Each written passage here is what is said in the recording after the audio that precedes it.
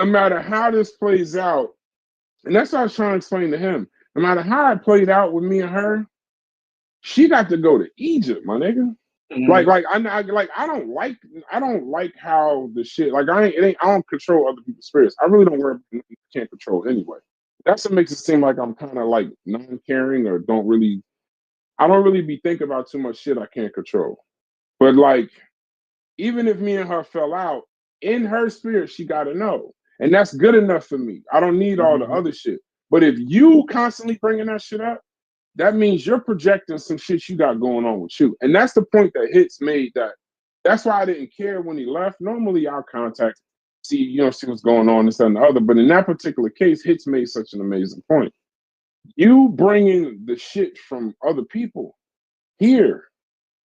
Like there's a real like me and you and Corey, we could have never been business partners if you'd have been still bringing all the shit from that Discord here, because then it wouldn't have been genuine. The reason why I got more when I found out you had your own Discord, you was having your own conversations, you was doing gaming, you was doing all this other shit. It was different. But I left the Pseudo Killers Discord because it just wasn't a match. Nothing wrong with them niggas, they cool niggas. But Mm-hmm. if you was Fetty, I could tell he has a cycle, like saying this kind of shit to people. Them motherfuckers beat him up, and He the victim. yeah, he the victim, and then he leaves, and then he goes somewhere else and does the same, and then it's the same. I look at the common denominator. The common denominator is him. Then we did nothing wrong. We did actually what we were supposed to do. I'm not listening to 28-year-old person, black, white, or otherwise, with no kids are inferior, and that it ain't their environment is they're inferior. We need to start fucking with they. If that's your theory, say whatever it is that you're trying to say. If That that's your shit just narrative, sound. we're gonna be cool. We're never gonna be cool ever. And then and I can ignore you for a time. For a time, I can ignore most people. But like after a while, when I do participate in the conversation, I read the laws of power just like anybody else. Destroy completely. Like now, I don't want to hear it at all. Or I'm gonna force you to really come Hold out and on. stand on that. You said your kids are inferior? He Oh, follows. Yeah, you haven't been in the conversation. That's why I be telling Nah, y'all to get in the nah. Discord because some of this shit is wild. I just jumped into discourse like last week. I'm new to y'all conversation. My bad. No. So no, it's not your bad. It's a genetic conversation. I don't know if you're familiar with like Charles Murray the bell curve. and the bell curve and all of that. It's that Yeah, people, Pan African James, and they talk about. right. So, but his thing, see, is like you're gonna have to come pause all the way out and tell me that that's what you believe in and stand on it. But see, the thing is, he's not comfortable. He won't go the whole way. He'll Right. just go some of the way and then never say nothing else publicly. So he'll say like the new data, this, that, and the other. But see, like when you're talking to niggas that got kids, one that understand, like he brought up a survey from Oxford, right? He brought up this survey they did of black kids at Oxford. And the survey said that when they got to Oxford, it was these black kids that they were struggling. And that's why they don't believe in affirmative action. They don't believe in DE&I. Well, what they don't tell you in this survey is that there was some kids at Oxford that when they actually went back and addressed the lack of education they received at their high school, the lack of social to college, I tell anybody to go to college because if you didn't get the chef, what's the word? You didn't get to be in like social places, like to be in diverse social places. There's a reason why you should stay on a college campus at least 1 year. Because you get the ability that you might not have got in your hometown. In your hometown, you might have got just a whole bunch of people like you. When you go to college, it's a culture shock. That's the word. You get a culture shock. Diversity. Right, because there's no diversity. It's just a whole bunch of niggas like you. It's not difficult to get along with a whole bunch of niggas like you because it's all your friends, people you've known since y'all was child. But how do you get out into the world? That's why college is important. So what they did was with them same kids, when they went back and helped them, you can't say, well, they just didn't make it. That's why you don't get affirmative action. They didn't deserve it or they couldn't cut it. No, they just weren't prepared. They weren't prepared socially. They weren't prepared academically. But when they put them on equal ground, the black students, the brown students, the minority students thrived. When they actually took the time to make sure they was prepared for the situation. If you just throw a whole bunch of kids into a situation, then you're going to get what you're going to get. So his thought is, and it's funny thing, it's the youngest nigga in the room telling us, because he said it a bunch of times, and I'm sorry, maybe you just didn't care to get at him about it, but I just finally got at him about it, is he'll say things like, yeah, well, we've been working on environment all this time and it hasn't worked. We need to try something else. You're 28 years old with no kids. What the fuck have you been working on? You haven't been working on environment. You don't even know how long they've been trying to change the environment. Environment is key. Environment dominates all that shit. Even if it's an interplay, environment dominates that. You can't take the most brilliant kid in the world and put him in a high school that doesn't have advanced classes. Because all high schools don't have advanced classes. So just off that alone, it doesn't matter how brilliant he is or how intelligent he is. He don't got a fucking chance. Take a kid that's brilliant, a fucking genius, and make his mama a crackhead, where he got to raise his two brothers and sisters. Is he still a genius? Yes. Is he gonna get to Oxford and be able to do what he got to do? No. So you can't, environment will fuck all of that up. But if you got perfect environment, perfect luck, perfect networking, and then on top of that, you're going to get, just because you white or you have some class or power, you get all the nepotism aspects too. How many niggas in Harvard got accepted to Harvard because their daddy was in Harvard? Or their grandfather was in Harvard? Or their grandfather donated a bunch of money 100 years ago and they just been milking that shit for 100 years? It's just a lot. It was a lot. It's a lot. I don't know. That conversation still bothers me. I hate that it's a young black man telling us this. Like, fuck the environment, nigga.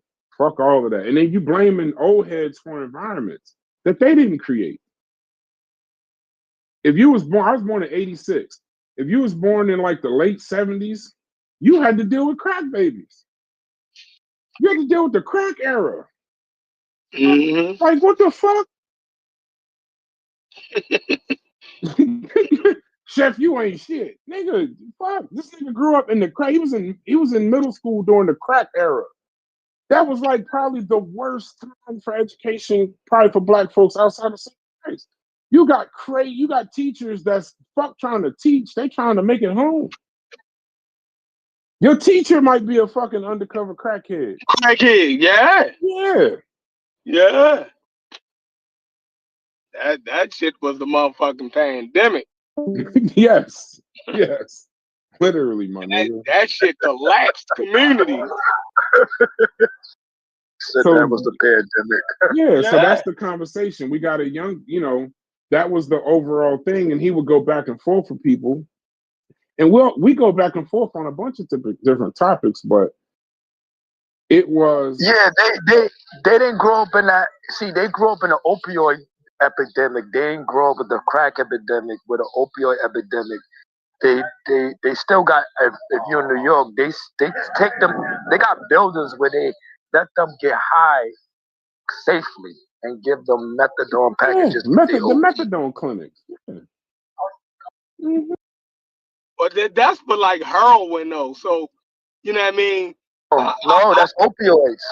That's for the opioid thing. Heroin. Well, methadone is for heroin. No.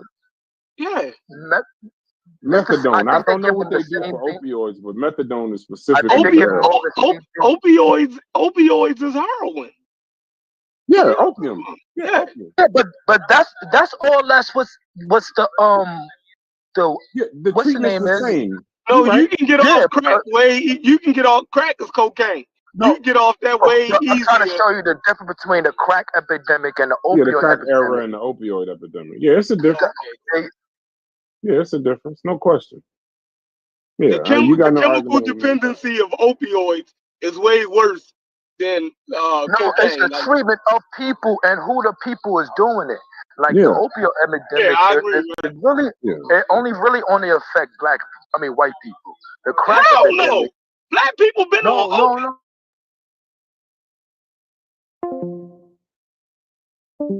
city, I'm not and talking we're about mainly heroin. That's I'm the not talking about opioid. heroin. So No. I'm talking about the pills. It doesn't matter. It's still an opioid addiction. Just because our people shoot it, you dig what I'm saying? No, there's a difference though. There's Y'all having the same. just Y'all look having it up. y'all saying the same thing. Y'all just have a disconnect. I'm listening to both of y'all. Y'all talking. Y'all literally are agreeing just from two different. Right, I agree with you. You agree with me. I agree with you. You agree with me. You're talking about something that happened in the 70s. I'm really talking about what happened like in the 2000s when they came up with that opioid thing and started giving them people Vicodin and all these pills and stuff like that. That's what I'm really talking about. The crack epidemic. The crack epidemic is unique because the crack epidemic ain't nothing ever hit the hood like that. No, it hit the crack. Listen, the way my father and my brother both told me, and I didn't believe this until I started seeing it in media. In the 60s and 70s, motherfuckers would go to work. In the same way a motherfucker come home and drink beer, they'll come home and shoot heroin, wake up, and go back to work. Like they were functioning addicts. But it wasn't a debilitating drug like crack. You couldn't, once you smoked crack, you didn't want to do anything else. So now you're talking about the same people that was on heroin, that was going to work. They wasn't stealing shit. They wasn't overly violent. They would shoot heroin.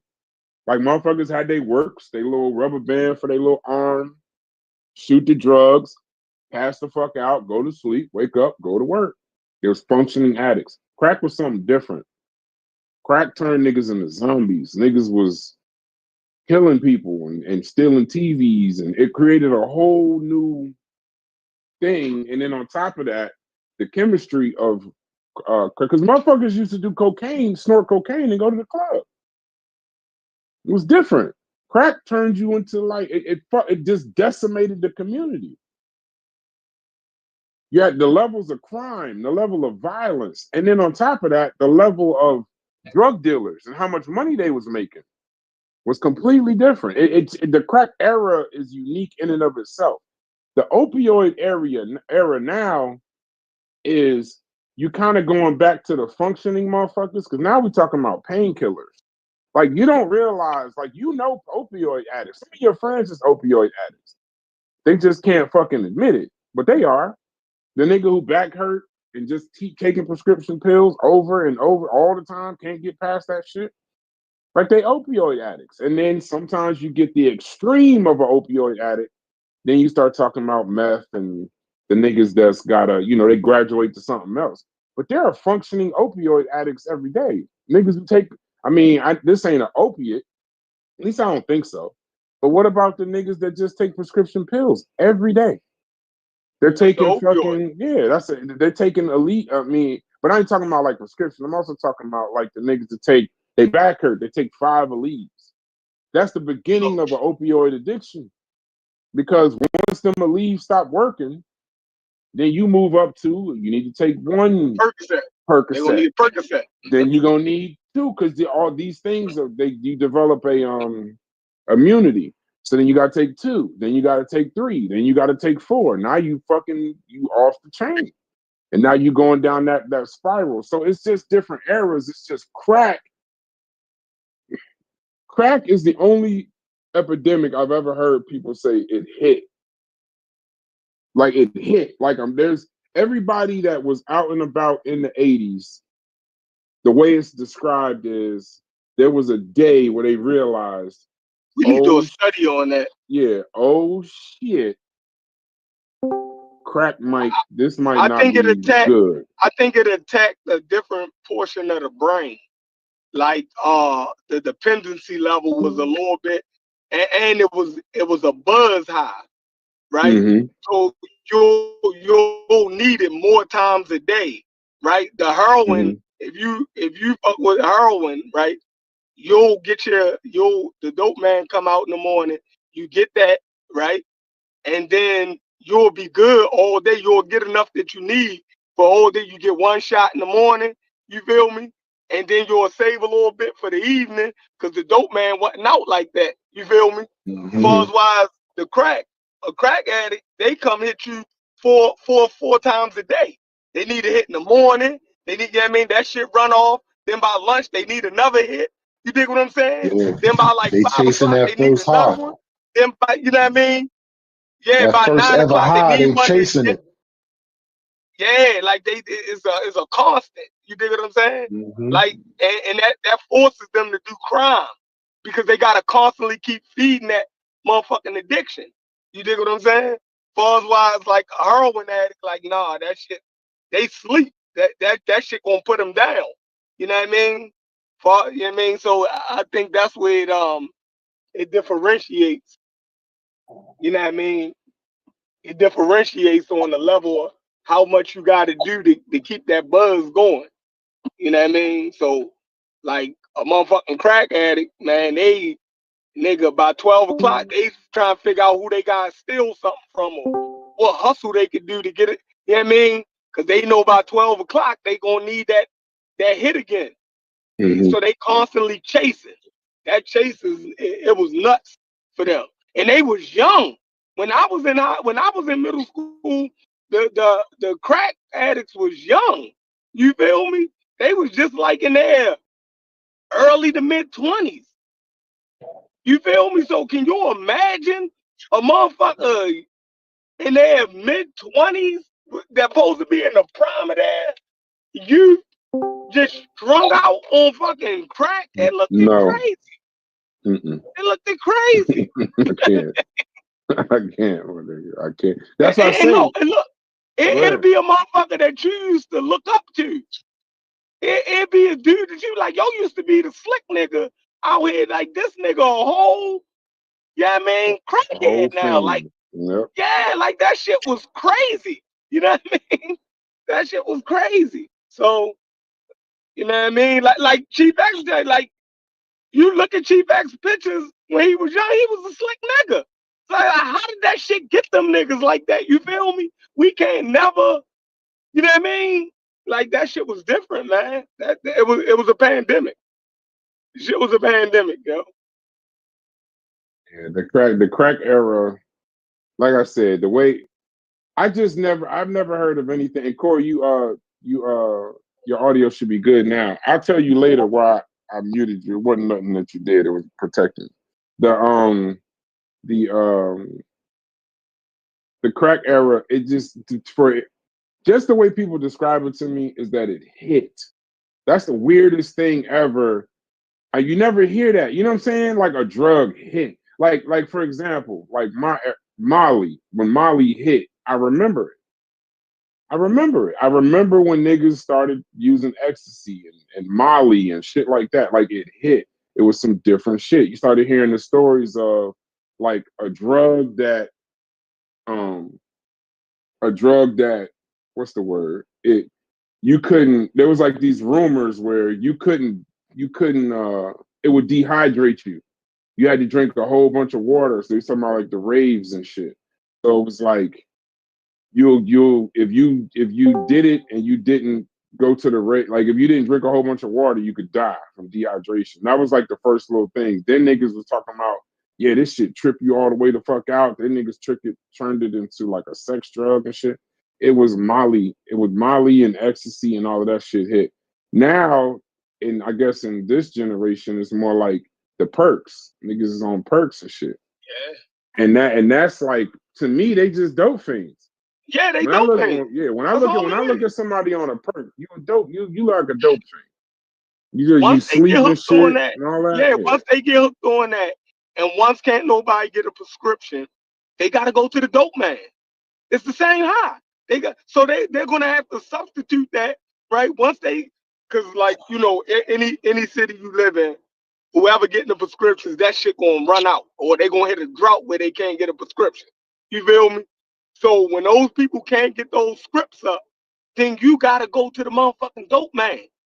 Now you just using regular heroin, you know what I mean? And then a lot of dudes, it's cheaper to get the motherfucking heroin than it is to get the scripts. So a lot of niggas is acting like they still on the pills when they really you just on straight heroin because it's fucking cheaper. You know what I mean? So I mean, yeah, yeah, they the new dope heads. You know what I mean? Ain't no way around it. Yeah. And you look at like the drugs and the um it's funny because we used to glorify the drug dealer. Like back in the day, it was like this guy sold drugs. It was almost like, I mean, you remember 10 Crack Commandments. It was like, don't never get high on your own supply. Now the cool niggas is the dope fiends.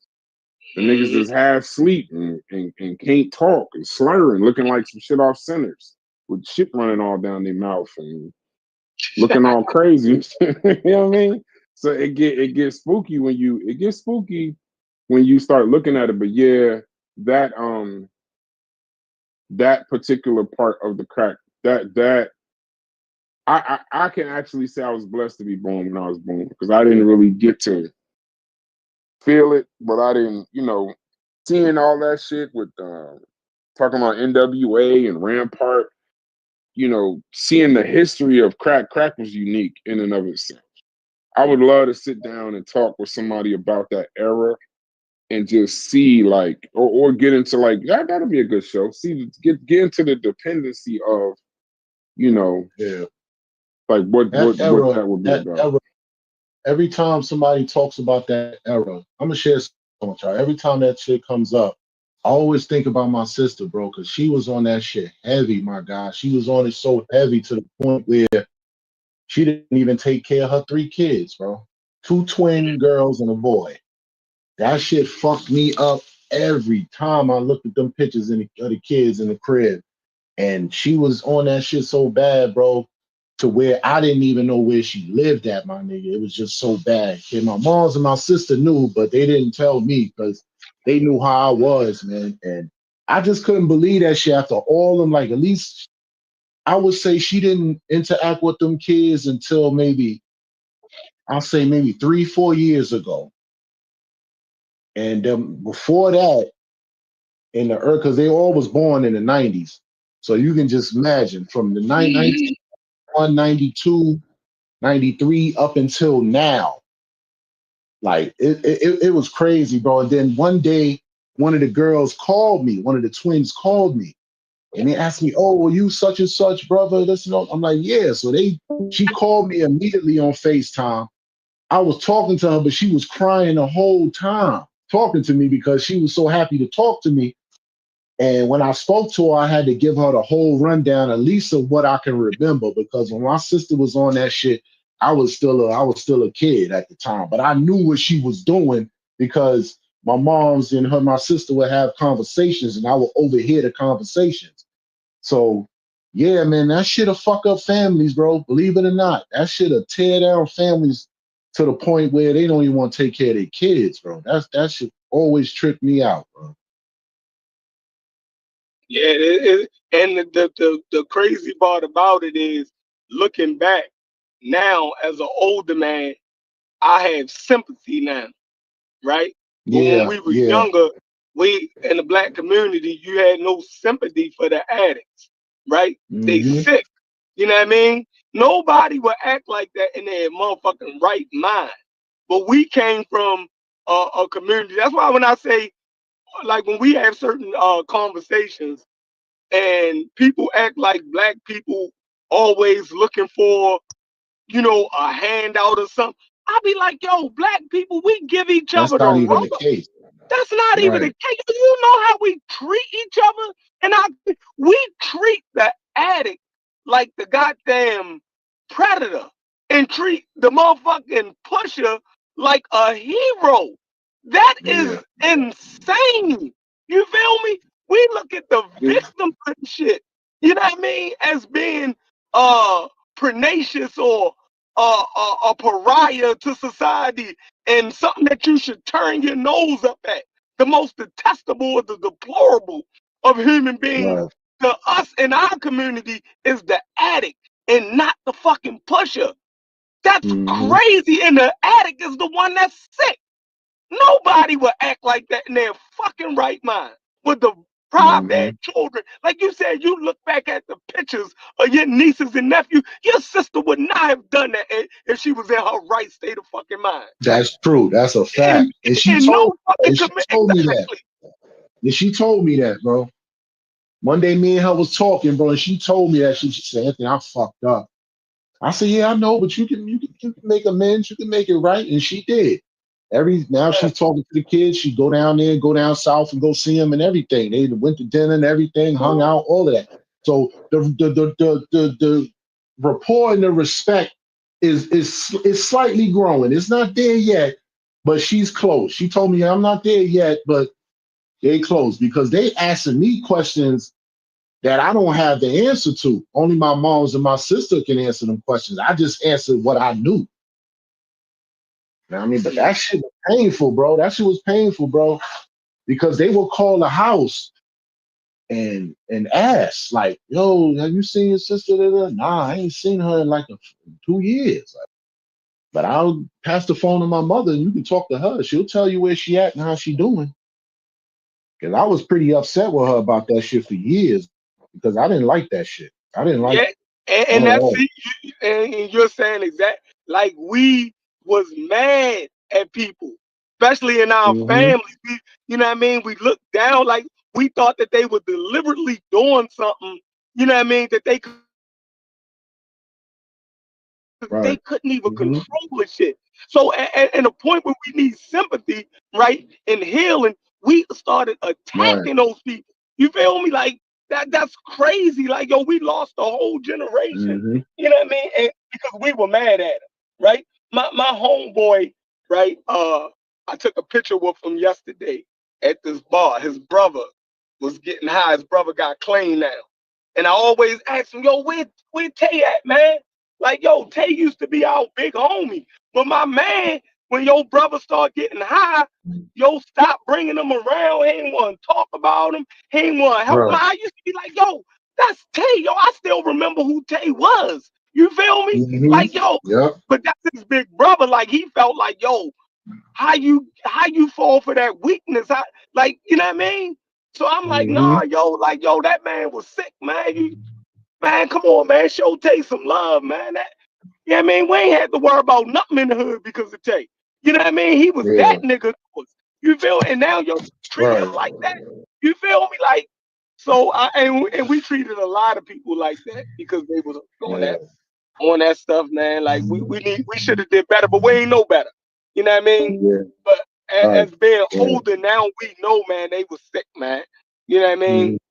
They was sick, man.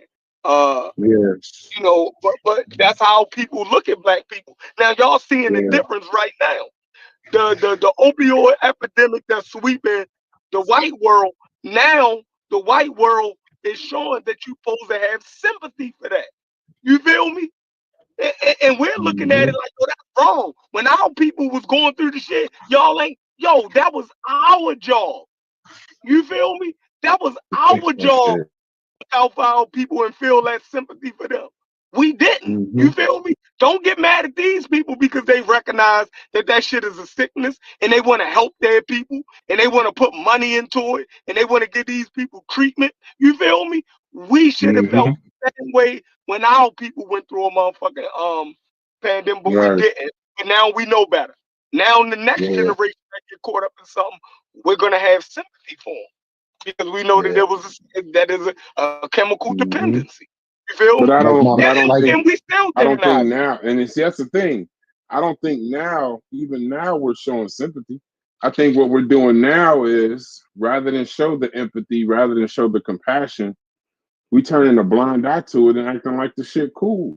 It is not Oh, cool that's to be dope. off a Perc. Yeah. It's Yeah. not cool to be off a Percocet Mhm. and the nigga over there sleeps. While can't function, can't slur. Like, how is Future cool? Like like listen, I listen to the music all day long, but when you got songs saying Molly Percocet, off of perk this, all the songs is perk. So now what you saying makes sense. But instead of showing that we care about the people, the different thing that we doing now is we just saying he cool, it's all right, until people start dying, until people start dropping, until now. Look at my what's the dude name from Brooklyn? Michael K. Williams. Now you got a situation where it's like, cause see, people ain't really afraid of perks. They afraid of fentanyl. So now they done changed even the fear. Like, like Michael K. Williams, all the people around him, they knew what he was doing. They knew, like after he died, everybody knew what he was doing. They knew he was on drugs the whole time. They knew that he was like a functioning person on narcotics. But as soon as he died, oh, we're in a fentanyl epidemic. No, it's still the opioid epidemic, bro. Let's not get crazy because they dying. Let's not get. You saw him when if you was Michael K. Williams' friend, you saw him when he was slurring. You saw him when he was over high. You saw him with what he was doing. Like, we in an opioid epidemic, but now rather than showing the love, like showing like, hey, come on, man, stop. These kids now, they get together and do perks. They all sitting in a room, slobbing. Like listen, what is cool about that? There's nothing cool about it. But the thing is, it's cool because it's being glorified in the music. You can't tell the people that you hate them. You can't do it. You can't show them that you love them. So what you do? Yeah, it's cool, man. It's just a perk. Ask DQ. DQ can't talk in the conversation because he's taping the show, but ask DQ about the lean era in Texas. We lost how many great entertainers did we lose off lean? That's an opioid. Like you slowing yourself down. We took opioids and turned it into a music style. This shit is fucking screwed music. You just made the music slower so people could hear it. DQ knows way more about it than me. But I do know that lean is an opioid. That's what it is. Yeah, niggas is drinking that shit out here in Brooklyn. I'm like, bro, niggas what the fuck is y'all syrup. niggas drinking? Oh, we just cough syrup, nigga. Bro, what the fuck are y'all niggas doing, bro? Oh, this some shit, bro. Y'all niggas gonna get hooked on that shit. And then on top of that, y'all niggas gonna get high, then y'all might end up fucking dying. Ah, bro, you got it, but all right, my nigga. Okay. All right. Activists. All right. You know how much that shit costs, Slade? That shit is not cheap, real my nigga. activists, not the this You activist. can't, that's not no over the like, counter shit. You gotta have a prescription for that. Yeah, then you're in a situation where you got niggas making it now. Niggas making activists. Yeah. What are we doing? Niggas will just take anything. That's like, listen, I know I probably sound methazine and codeine mixing it. Yeah, mixing it together, all of that crazy shit. Yeah, get wild, bro. Yeah. You want to take Lil Wayne and them. That's crazy. Fuck them niggas. That's right. But then you know what? Go ahead. No, I was about to say there's an old nigga in my neighborhood, bro. This nigga gotta be about 70. Nigga still shooting dope, bro. Still. Bad knees, barely walk, in the walker all day, hanging out in the store.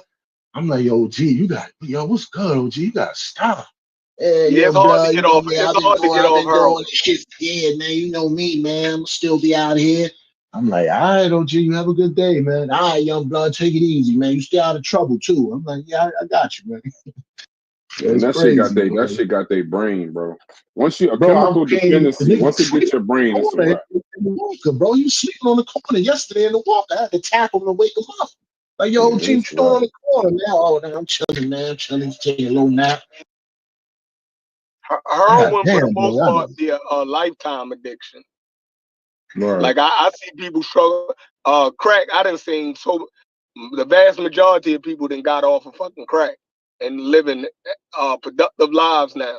But a heroin addict, like, is I rarely they be on the methadone. They move them when they can't be out in the street getting that shit the way they did when they was younger, right? They end up moving and getting in the program and getting on methadone for the rest of their life. You feel me? It don't use. I've read like to see somebody get off of heroin. That's a bad motherfucker. You feel me? Yeah, Like got to that. be, bro. He's a bad motherfucker. You know what I mean? I ain't gonna lie. Hey, yo, my bad, y'all. I don't mean to fuck up the conversation. I just came back in, but I was listening to y'all earlier. Did y'all say that Percocets were fucking heroin? Is that shit heroin? Was that what No, y'all I was saying? said no. I mean, maybe we did. I mean, shit, we don't know. Yeah, it's the same. I thought it was I an would put it opiate. in that category. The way Yeah, these young I niggas be think nodding he's off. saying that that it was an opiate. That's what he's Yeah, saying. once you can't get the perk, you gotta go Right. to. Once you can't get the prescription pill, you gotta go to the heroin dealer. Yeah, I put You all know that what's shit in the crazy same about that category. shit? All that You shit know is what's crazy deadly. about that shit? These But niggas be popping that shit out here like that shit is fucking Tic Tac. That's yeah, crazy as fuck. I didn't Yeah, even know that. yeah, These and the niggas in niggas California sleep. are fucking crazy. Hey, Yeah, y'all, these sleep. niggas in California are out of their fucking mind, bro. The fucking what's it? What's that? The drink? The Lean, the lean? Or methazine. Yeah, Clean. I thought we were bad on that shit back at the crib, right?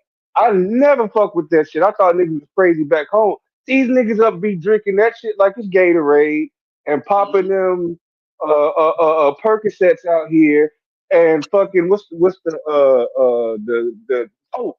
They do coke out here like it's no that shit. So I'm just now realizing like these niggas up and down.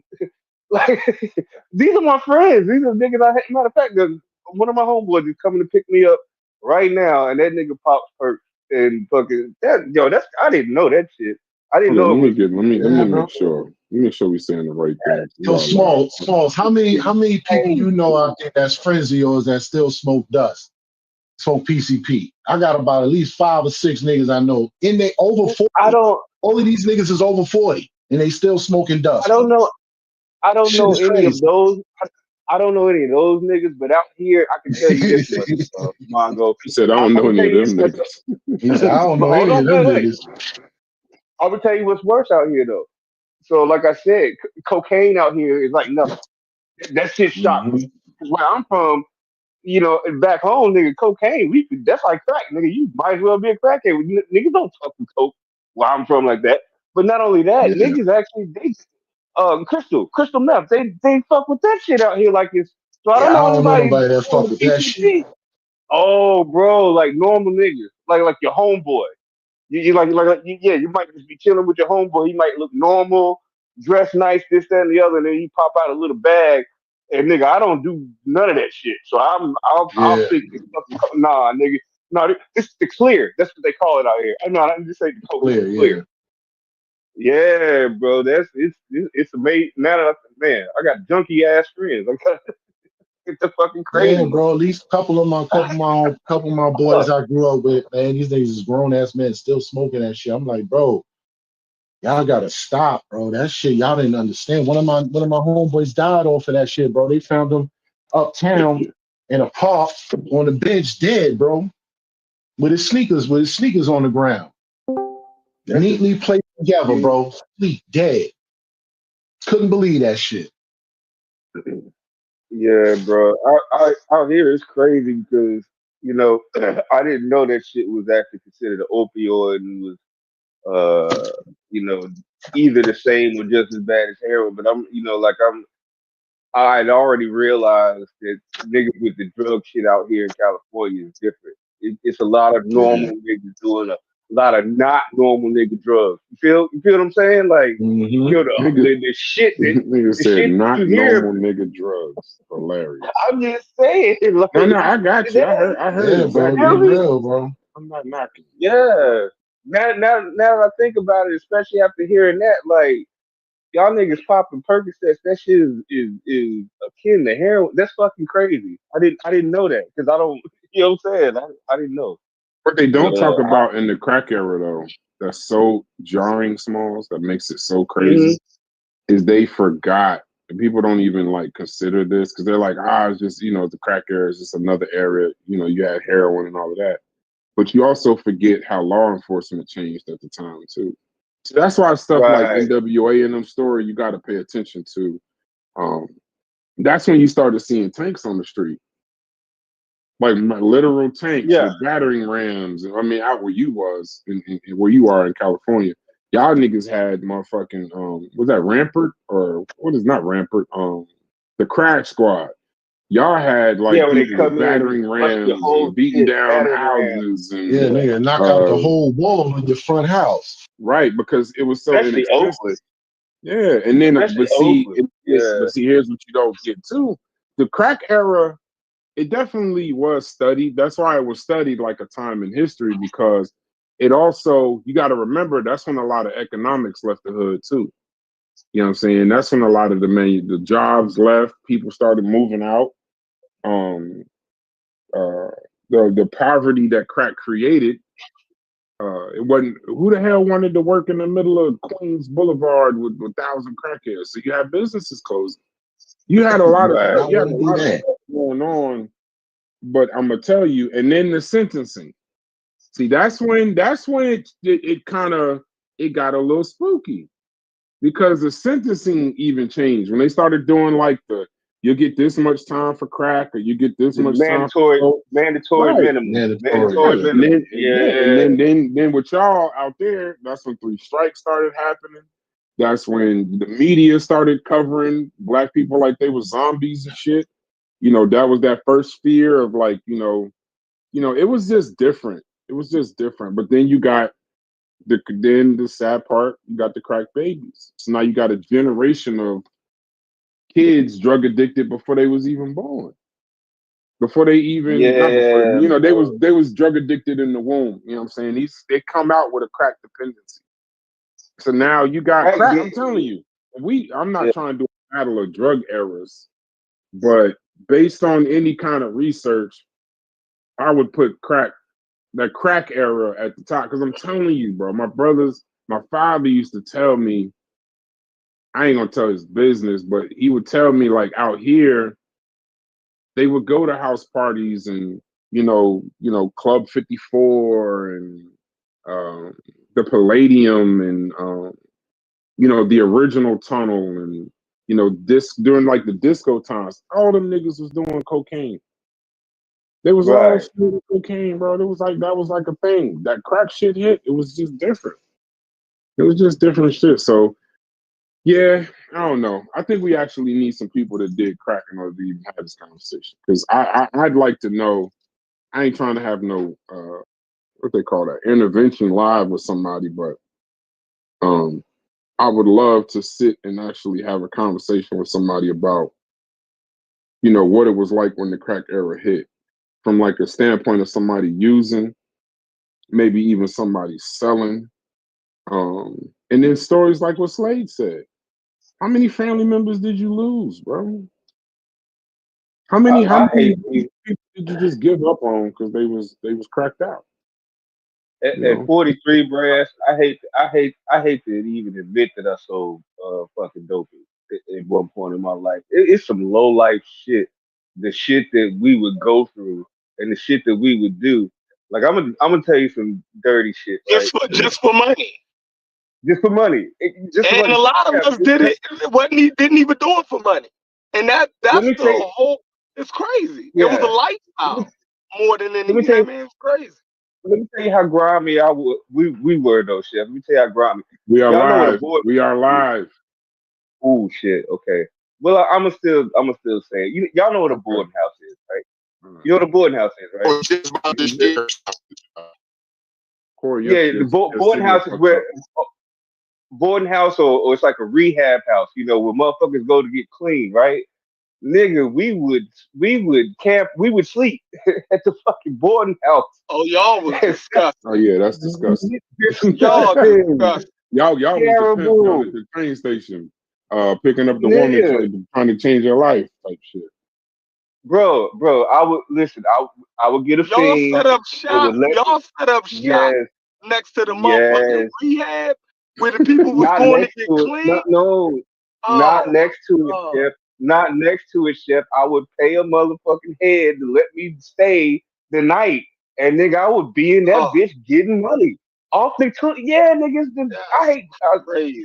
Yeah, that's how fucked up it was. So when you were talking about how we glorify the fucking pusher and what do you call it, we were so negative towards the youth, man. That's actually crazy. That's how low life the drug dealer was. That's that's the Well, disgusting one nigga. day from Easter, small, so I feel like I must say Yeah, this. No right. person is the worst thing. I had a great, amazing message in church yesterday. And it reiterated to me that no person is the worst thing they ever did. And you might have sold some drugs, but you didn't sell all of it. So don't take credit like you did. You know, Yeah, you don't feel that's bad. still You sold your portion. It was other niggas selling their portion. It was other people using their portion. And then on top of that, like Chef said, you know, in hindsight, Monday night quarterbacking, we really didn't really understand at the time, you know, that it was really a time for compassion. It was really a time for empathy. It was really a time for us to come together versus be divided. So, you know, it's a right. little, if there's any lesson in that, then let it be that. But let's move on. I'm tired. I don't want to talk about crack. Cause I ain't used no crack. I don't know nothing. I feel like, because you made up a good point when you start talking about Percocets and shit. Like, I don't use it. I'd like to talk to somebody who does, so maybe they can give me some. Like when we was talking about lean that time, DQ came in and said some really poignant things about the lean use in Texas and how we didn't really understand. Like he took responsibility for like what it was, but that it was a little different than how we see it because that's their culture that's in there. So when we do, maybe we'll do a drug show, Sean, and then and have that conversation. But um I want to Corey, I don't know if you there or you could talk, but Corey wanted to bring up uh we're doing a show tonight. Real quick announcement. We're doing a show tonight on Sinners. We're gonna try to keep it as spoiler free as possible. I think we'll do the first half spoiler free, and then the second half of the show we're gonna get into full spoilers. Shout out to Ryan Coogler. Shout out to uh Michael B. Jordan. Shout out to that entire cast. Uh, that movie was amazing. It needs to be discussed. There's some intricacies in the movie that if you haven't seen it, watch it once on the Fire Stick and then go to the theater to support the brother. But I don't think you should waste time. If you have access to see this movie, if you could trust that you'll get it, because when you watch, well, we'll do that on the show. We're doing the show tonight. I think it's me, Chef, Chief X, and somebody. I think it's somebody else who watched the movie. Could I say something about that movie? Go ahead. I won't say nothing about the That movie. part when uh that part when they got the club all worked up and that boy was playing that guitar. Did you notice all the different eras of culture in the black community was inside of that fucking Spoiler place alert! dancing? I ain't seen That it We shit gonna yet. was Spoiler alert! that Slade. shit, bro. Spoiler alert! Slade. I My don't bad. know if you. I don't Damn. know if you're doing this on I ain't purpose, seen it yet. but like 7 niggas asked you to stop and you just kept going. Because I didn't hear them. My Oh bad, yeah, yo. no, we're gonna do a spoiler free, and then we're gonna do a spoiler free aspect first, and then motherfuckers could turn it off because I want to get into scenes in the movie too. Yeah, I'm over here going crazy. I'm like, nigga, stop. I think Don't say Sosa left. stop. Sosa just dipped out. Sosa was like, man, fuck this. I told you I Like, didn't want to hear that shit. I hope he didn't hear it and then kept watching the show. But what's the other thing? Okay, so DEI. Go ahead, Corey. We started this Discord because you wanted to bring up DE and I. So go ahead. The floor is yours. What that shows tonight. Doing a debate with Dream. Cut me off whenever you want, Corey. We're gonna doing a debate with Dream and Kyle. That's gonna be hilarious. Friday at 8, I think. 8 o'clock. I'm not sure. It's Friday at 7 or Friday at 8. We're doing the flyers for all that later. And then go ahead, Corey. My Am I good? Can y'all Your hear me? connection, yeah, we can hear you now. Oh, y'all can hear me now. Yeah, you All was right. muted for a reason. I ain't gonna say publicly. You was muted though. Trust me, it was in your best interest. You thank me later. I might have been talking some shit. But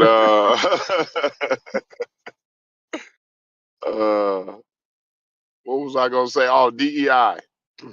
Oh yes, because I'm confused on like what DEI, like what are we considering DEI? You know what I'm saying?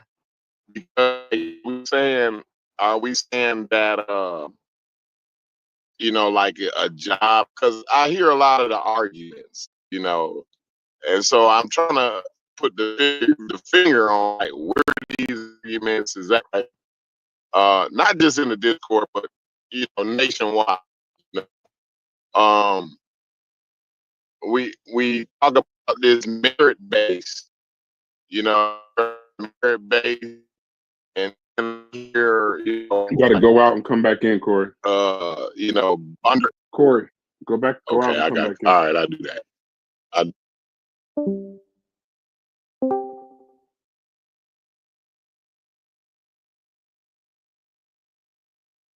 I hope supposed to come back. I like his perspective on DEI. Am I good now? Yeah. My bad about that spoiler shit. My fault. Sorry. My bad. I'm sorry. That nigga Sosa dip. No, so what was Sosa crazy? Don't worry. I'm gonna text it to him. I'll text No, him what I well, just told him. like, I'll text those to the shit. Don't worry about it.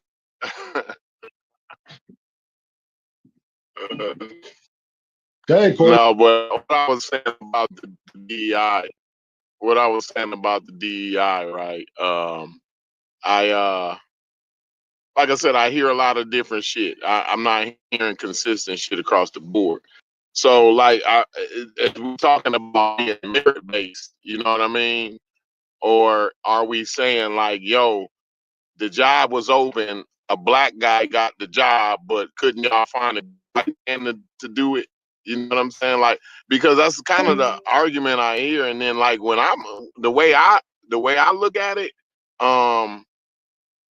I hear a new N word. I hear the new nigger, right? I hear like, you know, I shared a video and the guy that was doing commentating, he kind of said it, and I never really heard it put it like that. It's pretty simple, but sometimes things just aren't said, right?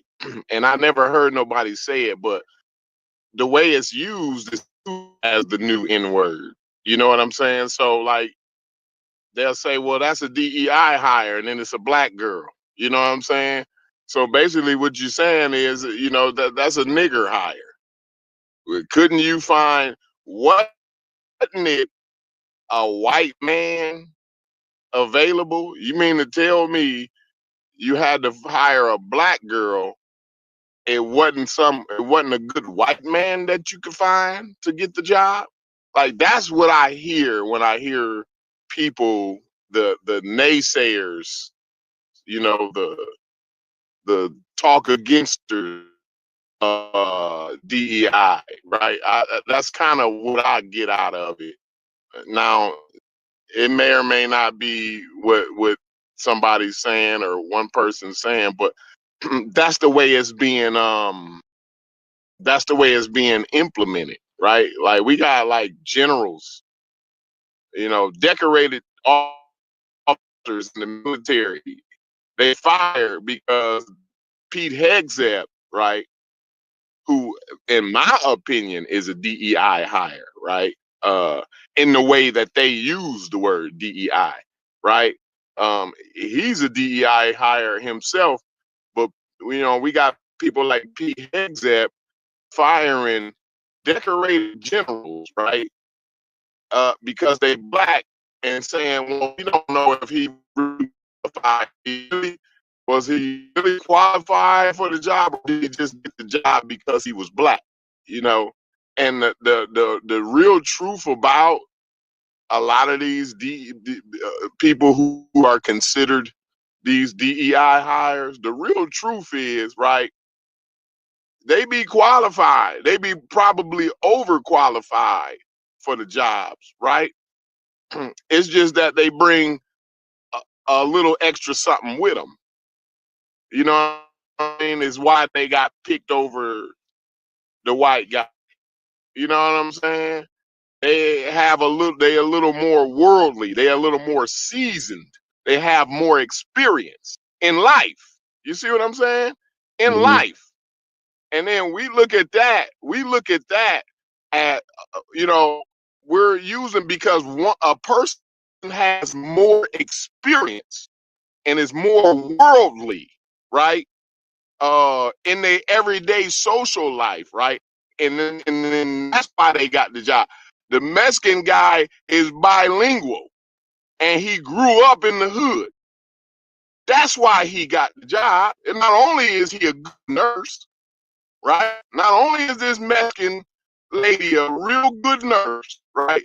But she got the job because this office happened to be in the hood, whereas black folks,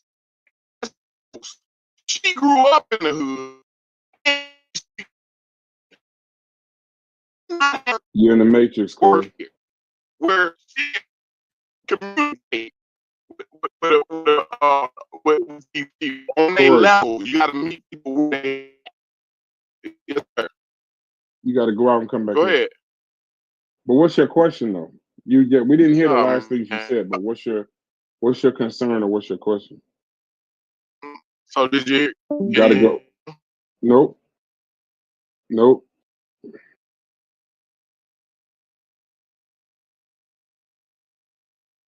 Did you get it, Chef? Or did anybody catch what he was saying, or was it just me? No, the last one all for done. I'm just trying to get what his question is so we could kind of delve into it. Because I got a different thought on DE&I. So I don't even call it DEI because it's to me it's not a it's just some things are our fight, some things just ain't our fight, and I'm just not. It's not a fight for me. I get how it is a benefit for everyone, but how they're presently doing it, to me, it's a lot more narrative than anything else. So I understand even how it helps, but it just seems kind of token. A lot of the stuff that they're doing is that they're doing is token, and they're not actually addressing the real problem. There's a real problem we have in this country, and it's it can only be solved one or two ways, you know. So, I mean, y'all want to talk about DEI? We can have the conversation. I'd love to hear other people's input to kind of build off of it, but I got my own thoughts on DEI that kind of fuck up the conversation. So before I do that, I'd love to hear other people's thoughts first, and then kind of bring my shit in because my shit's more of a conversation killer when it comes to DEI because I don't really care for it. I think it's dead.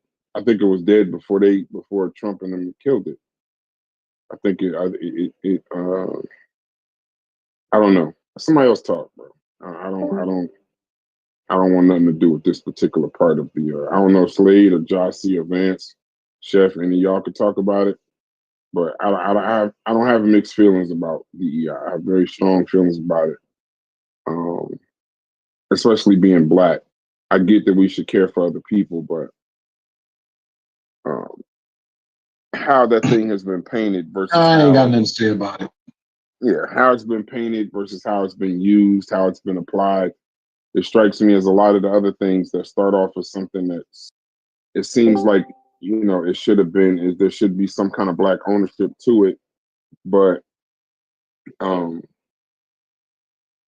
once they politicized it, once they monetized it, once they demonized it, I don't think it's I look at it as more of a distraction now. I'm more about DIY versus DEI, DEI, whatever. But what's up, Sosa? What's up, Slade? We live. I don't want no dead air. If y'all could talk. Yeah, I know you don't want no dead air, boss man. I get it. I get it, You got champ. this boss. You got this boss. Man. Gotta Hey, keep it lively, huh, Mr. Brad? hey, real quick, Slade. Lakers in 5. Yeah. Since Lakers in 5. I can move that conversation real quick. You still think it's Lakers in 5? Lakers in 5. Man, I don't know. Lakers in 5. I We don't gonna know, go in bro. there. We gonna do what we gotta do and move on, bro. That Move game on. ain't True. look too good, bro. Yeah, I know. Hey, We'll yo, get it. We'll get it done. We'll get it together. TikTok done made a goddamn song out that mug. Yeah, I heard Oh, it. Sosa, you back, man. Let me tell you about the Barn scene in Centers, man. Since you back. Come on, bro. We just got him back in here, bro. We just Okay, all right. I'll just text we it to you just got later. him back. Sosa. Don't worry about it. I'll Just text got it to him you back. later. Don't worry about Just got him back. Just got him back. But no, they made a song about it. But speaking of Lakers in 5, we can move this right to present topics. You see Shannon about to throw it all away. I'm telling you. Oh yeah. I seen Shannon about to throw it all away. You know, it's crazy shit. because right when he got a big deal coming Dreamers up. Pro was talking about it. So like, when did this happen? I don't even want to look into it because you know who brought the case, bro? Who? And I hate to be right later. Busby. Same Busby. dude brought the case against Jay-Z. In this He money brought a now. case. Yeah, he just in his money phase, bro. He brought a case against Jay-Z. He had never even met the lady that he was representing against Jay-Z. The family was telling him that she was lying. He still did the case. Then he dropped it. But I find it, listen, bro, and I'm gonna say this because we live. I respect women. I have sisters. I have a daughter. I respect women. I have a mother. I came from a woman. I get it. So I don't mean this. There's no disrespect. If something actually happened, I pray for that lady. And if Shannon Sharp did a tenth of what he is being accused of doing, he should be thrown under the jail.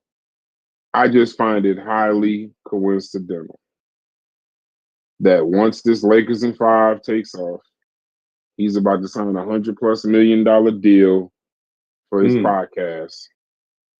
That literally the next day he got a rape case for $50 million. I find it's see. This I don't like being in media, bro. They saying whoever that girl was on the video or some other woman is accusing him of this. You know, Michelle.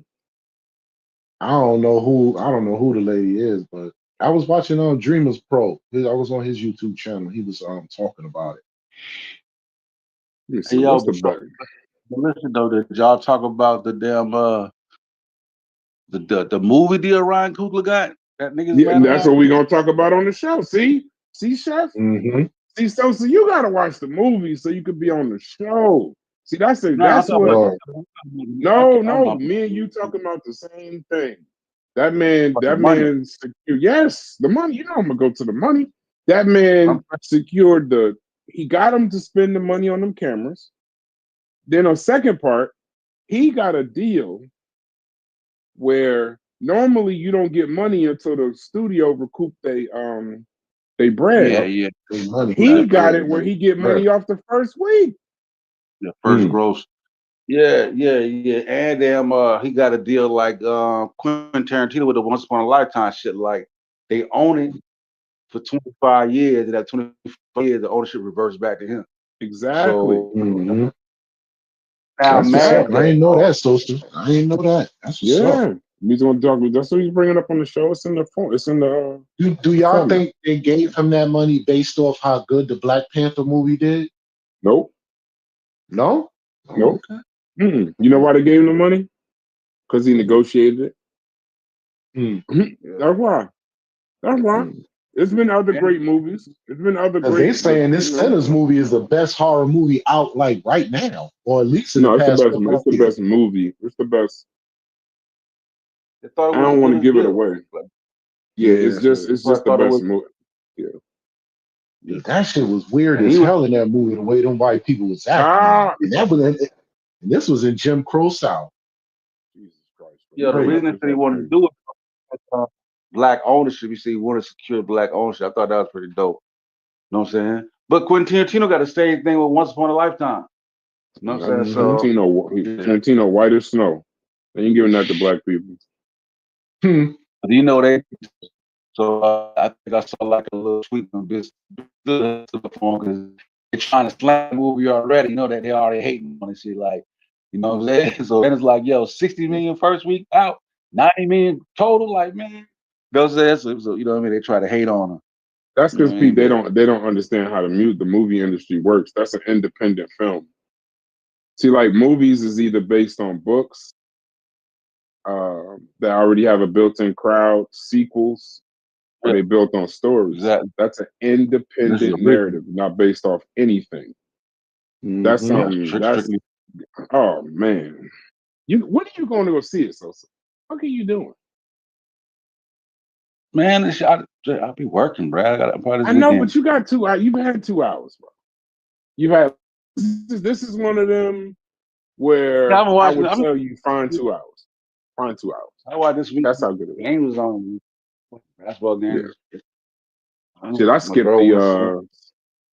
the Celtics Magic game to watch it because I just got tired of people telling me it's the greatest movie you ever seen. In that game. I know. That's why I picked that. That's why I picked that game to go. That's why I picked that game on purpose.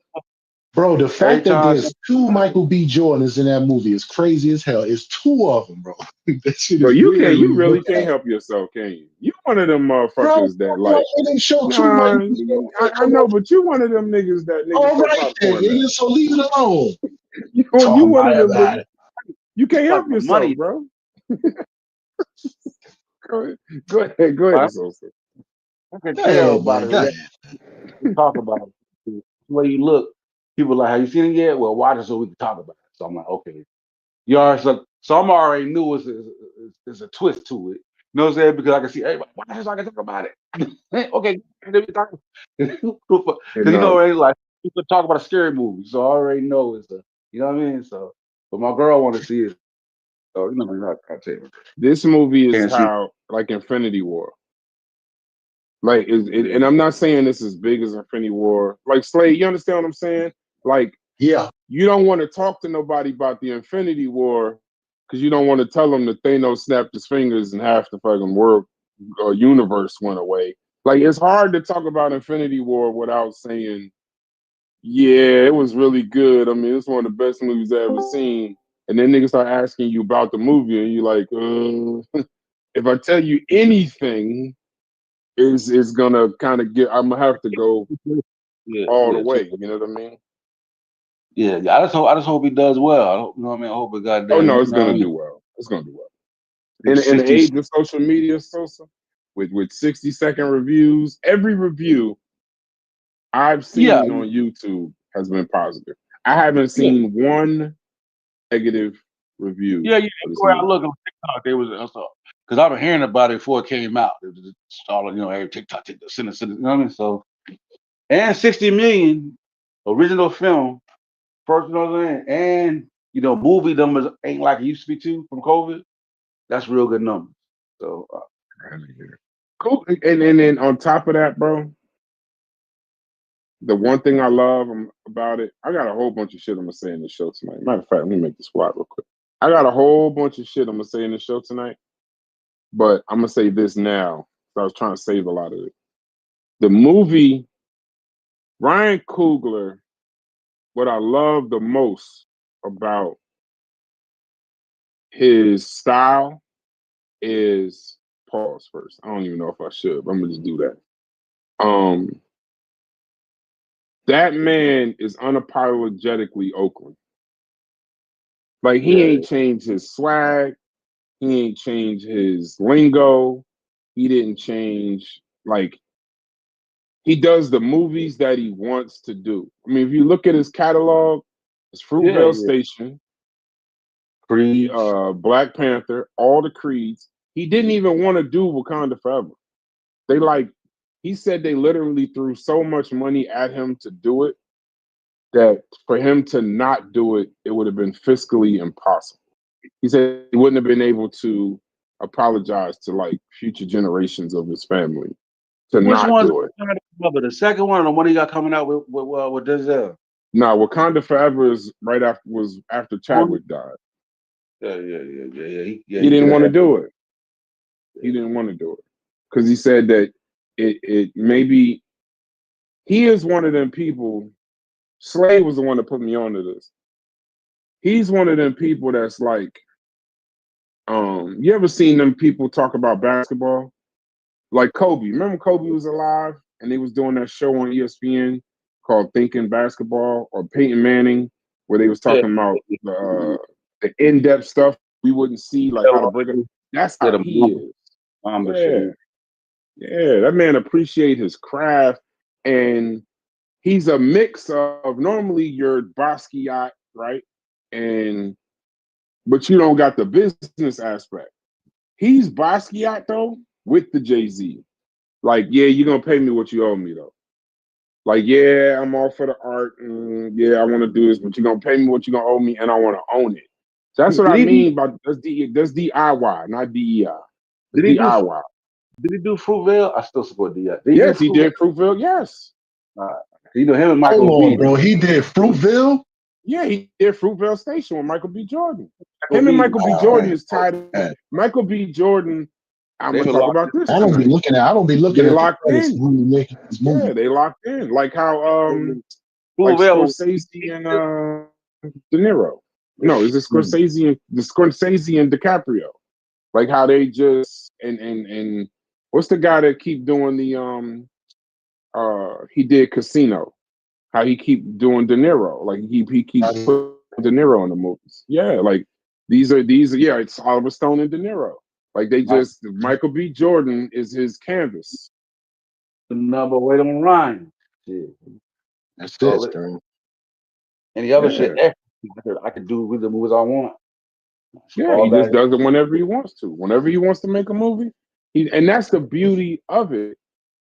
Like when to see this man film, I don't care nothing about the actual cinematography. Watching him talk about film and the different millimeters and why he did it on the IMAX cameras and why you got to see it in the theater because it sounds like this and it looks like this. When you actually see, I didn't see it in IMAX. And that's another thing I want to talk about. For some reason now, Dolby in New Jersey is more expensive than IMAX, which is cracked out. But to watch it on film, it did something, bro. Like you felt how hot it was. You felt how long them cotton fields were. Like you felt it, especially if you had family that was down. That if you ever been down south, we all black, right? So you got that family down south that's still like down south, not in the city down south. Like they stay they still on a farm, stuff like that. They got a well, they drink from a well, things like that. It was that the way he portrayed the South in 1932. See, you gotta watch it because it's a part of that show I really want to talk to you about. Really, really, really gotta watch that show. Not today, probably later on today, but you gotta watch. All right, this ain't a spoiler, but Sosa, this ain't a spoiler. This ain't gonna ruin the movie. It's just some information in the movie. Don't do it. Okay, I ain't gonna do it. You pissing me off, Sosa. You gotta go. Yeah, man, you making me upset, bro. I really want to talk about the movie, and I can't because this guy would be, he's this. Okay. Because Sosa, there's some conscious community in this movie too. Hold on, listen. Yeah. Hold on. This is what I'm saying. You gonna talk about the movie before you do a show talking about the movie? Crazy. we talking about the movie. Well, black people crazy, man. Sometimes I've seen it. I saw it twice. I saw it once in the theater, and then my father, who he don't believe in going to theaters no more. So I was talking to him about it so much, but it's because, and Slater understand, this won't ruin the movie for you, Sosa. You just had to. No. This won't ruin it for you. The time and the setting and how it's displayed and the different sounds and the music and stuff like that. When me and my father go down to where he's from, it's describing that. and it's so vivid, it's so clear. I was like, yeah, I want you to see this. Like me and my wife was watching it. I was telling her, like, yeah, this is the story. This is like the stories, because you know when you go down south with your peoples, I don't know if y'all do that, but I do. And you drive around, and it's like I went to. This is where I grew up. This church, that kind of shit. You know what I mean? So yeah. So that's why I watched it on a stick, because I can't get him to go to the movie theater. And they got a surprisingly clear version on the stick. I hate to even tell people that, but you still should at least buy a ticket, even if you're not gonna go, because that way we'll get more of these. Yeah, they can go support them. Yeah, and the stick wasn't even close to, and that's what I mean by when he was describing the cinematography of that movie.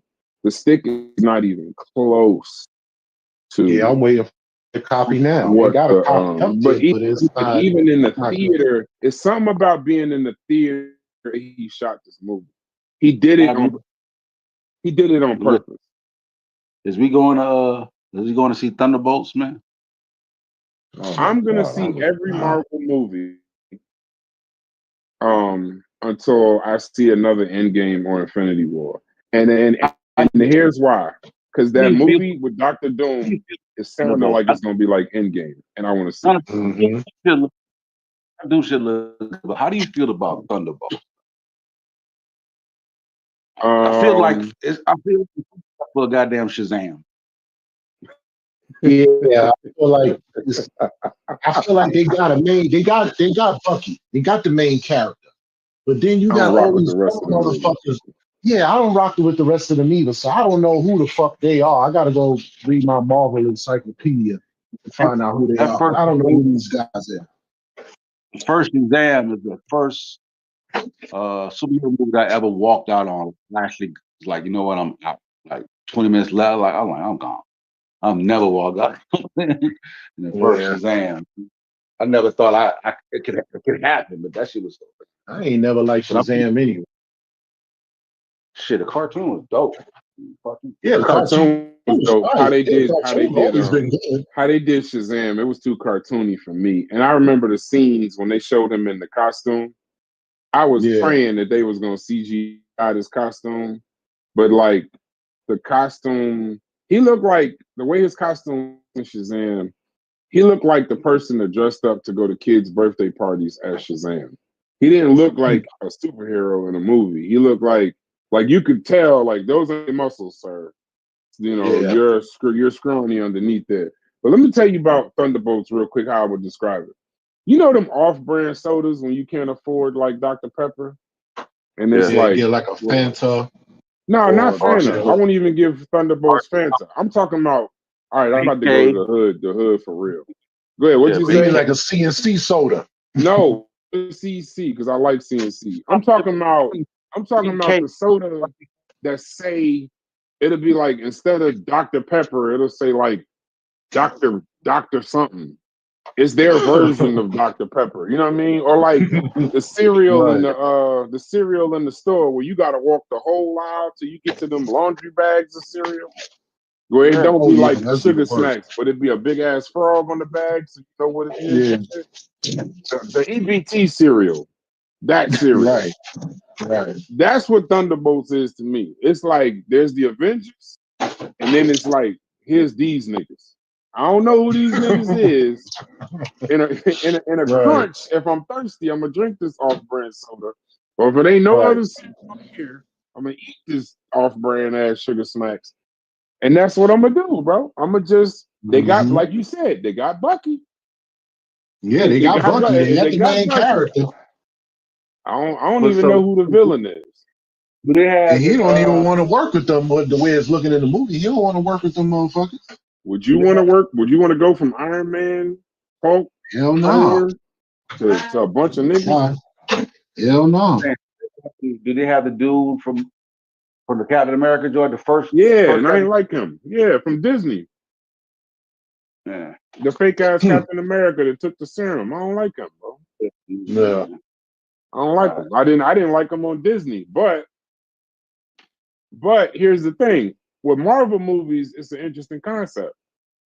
If you miss a Marvel movie and you go watch the one, like the End Game or Infinity. Like if you watched Infinity War, I know people that have done this.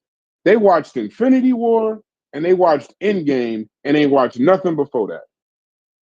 You missed out on so many connections that you don't even understand. You don't understand the on your left cap is the same as when the first Captain America, when the black dude, they was running around the Washington Monument and Captain America kept laughing him, and he kept saying on your left. Yeah. And then when Thanos and everybody came back, he comes back into Captain America and says on your left. Little stuff like that. You don't miss that Ultron was right. You know what I mean? You don't you miss that kind of that kind of stuff that you don't like Captain Marvel when the whole fighting stopped and you realize I forgot Captain Marvel was in the Avengers until she came back in Endgame. When she just came back and just started wrecking shop. When I could do this all day. The Witch. Yeah, I just the Red briefly Witch. movie wasn't that bad. I just briefly rewatched Captain Marvel. The first one wasn't that bad. But remember when she showed up? And she I was couldn't like, get she into was that like, Captain Marvel shit. no, I got into it because the reason I like that is because that was actually my childhood. Blockbuster Video, like all that little shit. You know what I mean? Like I remember Blockbuster. I remember that. But you know what I'm saying? So, I used to buy the comics and shit, so I'm used to the the original Captain Marvel. I don't know about this new one. Doom looks I used good. to buy the comic. I think Fantastic Four gonna be good. Fantastic Four looks good. I'm done. Yeah, that should look all right. Yeah, I'm done. I'm done. Now we on a. I'm done. I'm done with that. I mean, everybody's confused about the. I heard everybody's confused about the female Silver Surfer, but she's been with the real. That's his girl. How y'all didn't know that? Like it was, it's crazy, bro. People really upset about a female Silver Surfer. And I'm like, that's been his girl for years. It's just that Marvel never did a movie on her. But I knew about her from the comic books. Well, she's an actual character, but the thing is, you know why everybody is done with? Where everybody's having a problem with the Fantastic Four. Gay pride and just it's like I don't want all that in my movie, man. I want my movie just to stay what my movie is, and then on top of that, Fantastic Four. When you've done a movie too many times, you lost me. Yeah, that movie been done. Man, if this Superman ain't good, I'm done. And I don't even like Superman. To be honest, I'm a Batman type nigga. I don't like Superman. Never did. Yeah, if this one ain't good, I'm done. They've had too many different people playing it. All these different narratives. I'm done with it. Yeah, I don't know who this new guy is for this Superman, but bro, he don't look like no Superman, bro. Look, the Superman movie was hard. Like when you go back to because I probably can watch the old shit. When Captain Zod and them shit came, yeah, that shit was cool. Yeah, that's right. DC had some fumbles. Definitely had some fumbles. But, DC messing up the bag, bro. You know what it is? They messing up the Superman because if you look at his suit, bro, the shit look baggy. I'm like, bro, DC wouldn't be messing up the bag so much oh my God. if they would stop picking such different directors to do the movies. The movies be so different from like the Dark Knight trilogy. If they could have stayed on that same type of time and just changed the character, they'd be fine. Yeah, but then they have you seen this other movie? That fucking movie, The Batman. It's called The Batman. Have you seen that one? Yeah, it was good. That shit was good. Yeah, but guess what? They got rid of the director, and the dude that played Batman, he can't even be Batman anymore. He's doing the movie that actually is better than all of that shit. He's doing Doom 3. Mm-hmm. I don't know if you know this, but if you know the story of Batman like I do, that movie's out of control. And if you know the story of Batman like I do, that movie, The Batman, they actually told the actual story about Bruce Wayne's family. That's the actual story with the mob. Yeah, his father. Yeah, that's the story. But they when they made these Batman movies, bro, they moved far away. So from telling the Bruce Wayne's real family story, it's gotten to the point now where they don't even talk about his family no more. But that movie, the Batman, that shit actually painted the real picture of how his family was before they was killed. Yeah, but then they did the Joker. That first Joker Yeah. movie was amazing. Then they Yep. did that bullshit ass musical. That shit Yeah. was trash. And the director of that, he said he wasn't trying to make a Joker movie like the previous ones before. He wanted to do the musical thing, and a lot of people We all want things. Because the first one was that they try to just outdo it with some really make it like we're gonna get Academy Awards. You know what I'm saying? Like I think they try to be story. But the Penguin, that show was hard. Yeah. Yeah, the Penguin, that show is official. Now, so imagine this. Now, all DC would have had to do, Sosa, was take the Penguin from HBO Max, the Joker from the first Joker, and the Batman from the Batman. You got 7-10 movies, bro. Mm-hmm. You got 10, 12, 30 movies, bro. You got all of them different. Now you can't do none of it because Colin Farrell said I may do the series. Apparently, whatever's going on behind the scenes, they're like the opposite of Marvel. Marvel, for some reason, can get 15 years back to back to back continuity. Whether the shit good or not, it looks the same. It all runs kind of like the same. You gotta think what Marvel just did. Marvel had Kang and lost him. And just bounced back with Doom. Like that's I don't care what your business do when everything going good. When it's going bad, that's the test of what your business is. They lost. Let me tell you something. To show up to the party after Thanos, one of the greatest villains in movie history, not Marvel history, movie history, and then come back and hit another home run with Kang. He chases some white woman down the street. You lose him. Now you got Robert Downey Jr. as Dr. Doom. That's a consistent company. These DC niggas, I done seen 7 Supermans, 5 Batmans. The movie that they shelved was the best movie they made. The Snyder Cut. The Snyder Cut of have you seen that? The Snyder Cut of I've seen all the I've seen the Snyder Cut. That shit was damn near as good as Endgame. The Snyder Cut, that shit was beautiful. They just find a way to fuck it up, bro, and then they'll get it back. It's like it's crazy. I watched not too long ago, and like and the Flash. I don't know what they were doing with the Flash. Graphic, they was. Hey, you know what it is? I'm done with Flash, bro. I'm done with Flash. No, what it is they was reaching. You can't and here's the crazy part. And I debated people on this because people think of the Avengers now. DC actually has the more powerful, long-lasting characters. Like, remember, Iron Man is big now. Like Thor, these are big. They were big people then. Don't get me wrong, but bro, you got Superman, Batman, Wonder Woman, the Flash. You know what's crazy? Joker. Y'all got the goats. I think y'all got like the greatest of all time, and you can't get this shit right.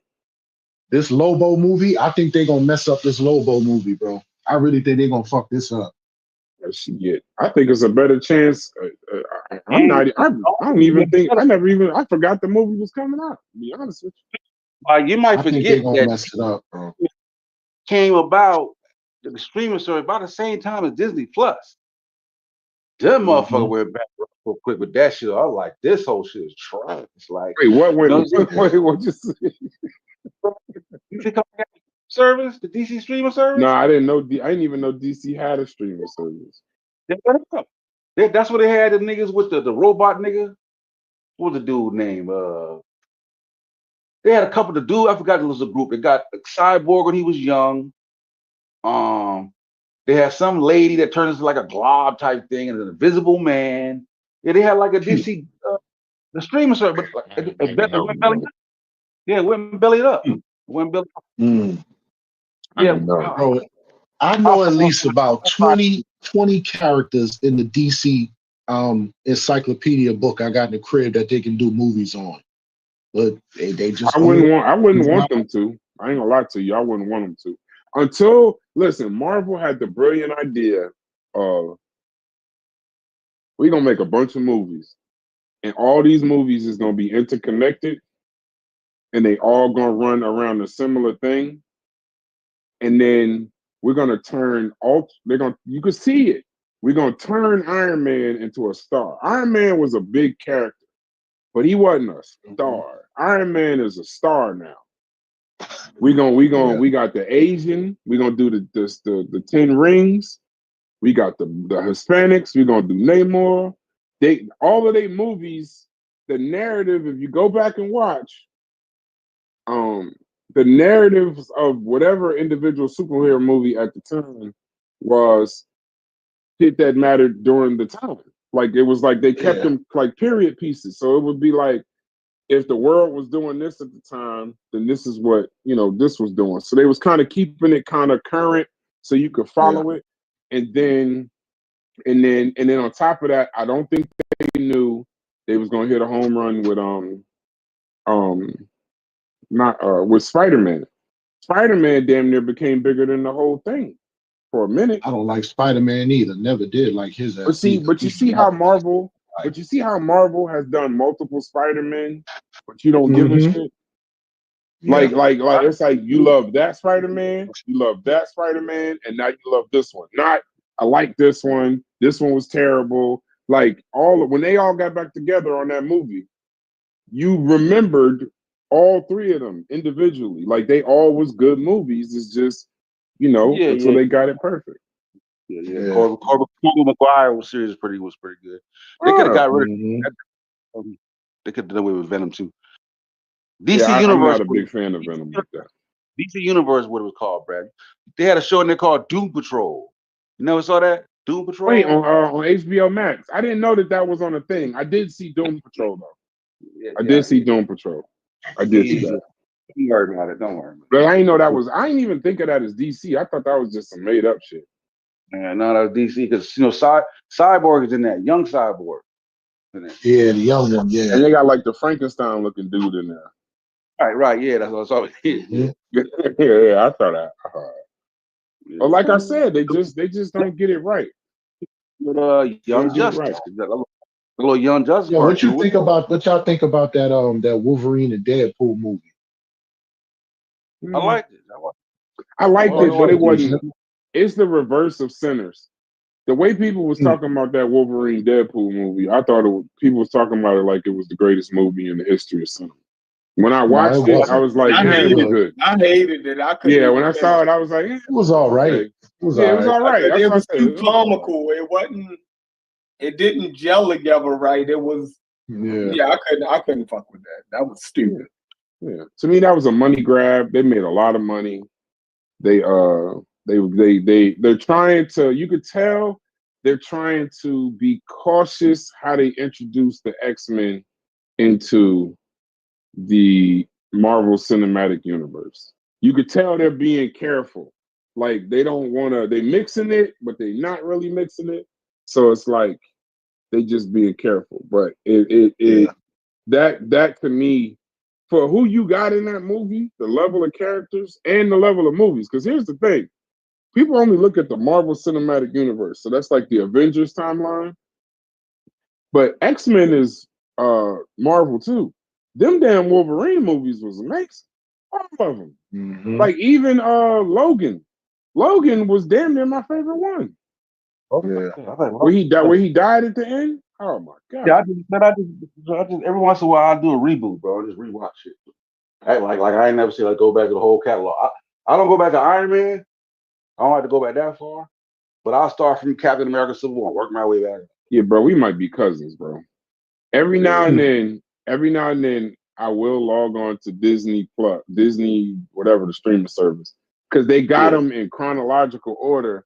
But the chronological order, the release order is not how you should watch it. Like I Googled one time, I was like, in order to follow the correct timeline, because remember, some of them go back, like Captain Marvel goes backwards. Guardians of the Galaxy is before some of all of this other shit happened. So like, there's an actual chronological order you're supposed to watch all of these movies, and when you watch it that way, you even get another understanding. Like I do that while I'm doing something else or whatever. But yeah. I like the Ultron movie better when I watch it later. I appreciate it more. I'm like, you know, I slipped on this. I'm slipping on this. You know what I'm saying? At the time, I was like, I do like it a lot. I mean, but that's something else that Ryan Coogler does well, that Marvel does very well. Marvel has a very good ability to make villains not evil. Like to not make anybody just horrific. Like even though Thanos was terrible, you could almost understand why. What you know what I'm saying? You can understand what he was doing and why he was doing it. In the same vein of how we say that human beings are a virus and we're just like eating up everything, tearing up everything, you can understand why he was doing, like what he was doing was actually heroic in his eyes, but it was evil at the same time. Like that happened in Sinners too. Coogler does that very fucking well. Like Killmonger. Look, the fact that Thanos did what he did and then destroyed it, like that just shows like to him was a noble cause. Yeah, he didn't want the world. That's not what he wanted. You know what I'm saying? You get his everything. You like that's was crazy. So that, yeah. So, but I think they hit home with Coogler hit on with Killmonger. Everybody was talking about Killmonger, and everybody was, you know that. It's like he's a bad guy, but I understand it, bro. Like I understand, like if you did me like that, and that goes back to it goes to Sinners. Every character in there, you would think has like a Killmonger kind of side. Like they kind of evil, but you're like what? But then you're like, well, you know, I get it. You know what I mean? Like I understand. I understand why Killmonger was the way he was. Imagine if that happened. Yeah. Imagine if what happened to Killmonger happened to you, and you had the ability to get off your ass and do something about it. That's the only difference with Killmonger and most people. Killmonger got, you know, disrespected, but he was in shape. And he was a killer and willing to kill. Damn, everything keep pointing to the Sinners movie. We gotta do this show tonight, bro. Because that's another point in the Sinners movie. If you kill, all road lead to Sinners. Yeah, right now, yo, here's the funny part. I texted my mother. She said, "What are you doing?" She wanted me to bring something hilariously back to my own home so she could cook something. And literally made the mistake of texting her that I'm watching. I'm going to go see this movie called Sinners. So she was like, "We just left church, and you going to go see a movie called what again?" And I ain't realized that I literally watched Sinners on Easter Sunday after church. Diabolical. She wasn't my biggest fan. But then she, in turn, when I told her how good it was, watched it with me, and all sins were forgiven. And on another note, R.I.P. Pope Francis. Can't make this shit up. Can't make this shit up. Huh? Pope Francis? Hey, he held it down. And J.D. Vance, he died literally the day after J.D. Vance visited. Can't make this up. Pope Francis was, you know, he might have been the realest one. He was the realest one. Brass, I'm waiting for them to blame Trump for his death. I'm waiting. I'm just waiting. Don't wait. It's already happened. They said it is. Hilarious. Okay. Yeah, it's already happened. They said it's hilarious that J.D. Vance visits Pope Francis and he dies the next day. Well, listen, when you shoot a lot of people, when a murder shows up, you're the first one to look at. That's how it goes, bro. This guy. And here's the funny thing: most people don't give a damn about like the popes and stuff because all the scandals and things.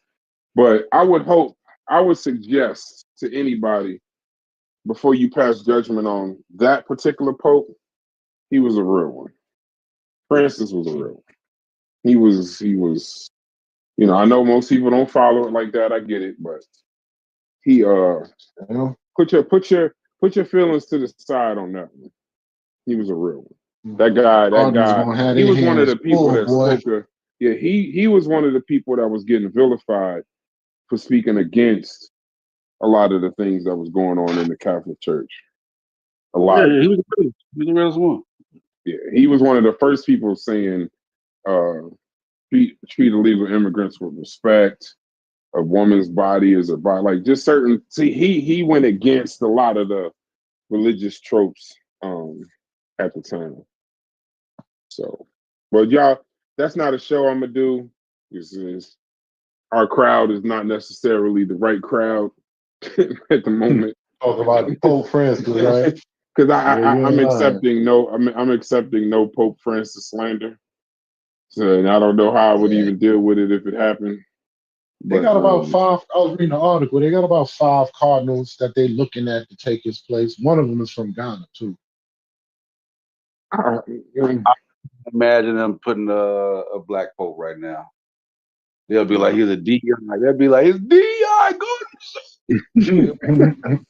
Yeah, it'll definitely. Bro, to be honest with you, bro, be a lot of them guys, them 5 guys are in their fucking 70s, bro. One is 67, but the other 4 is like in their 70s, bro. Yeah, but Pope ain't a young job. Yeah, it's supposed to be. Yeah, I can see that. I see that. Pope being Pope is not a. Yeah, that's not a young. Yeah, not gonna be a young strapping buck for Pope. Yeah, yeah. They're not looking for. They're not. Hold on. Let me look at this chat because I don't think nobody paying attention to the chat.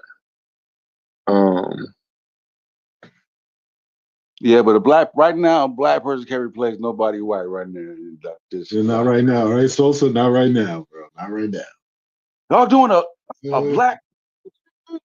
Hell no. Yeah. He pretty was a black one. No, it stinks to be. Like, you can't do nothing. Yeah, I'm gonna put that article in there. I was looking at it. I'm gonna put it in there for y'all.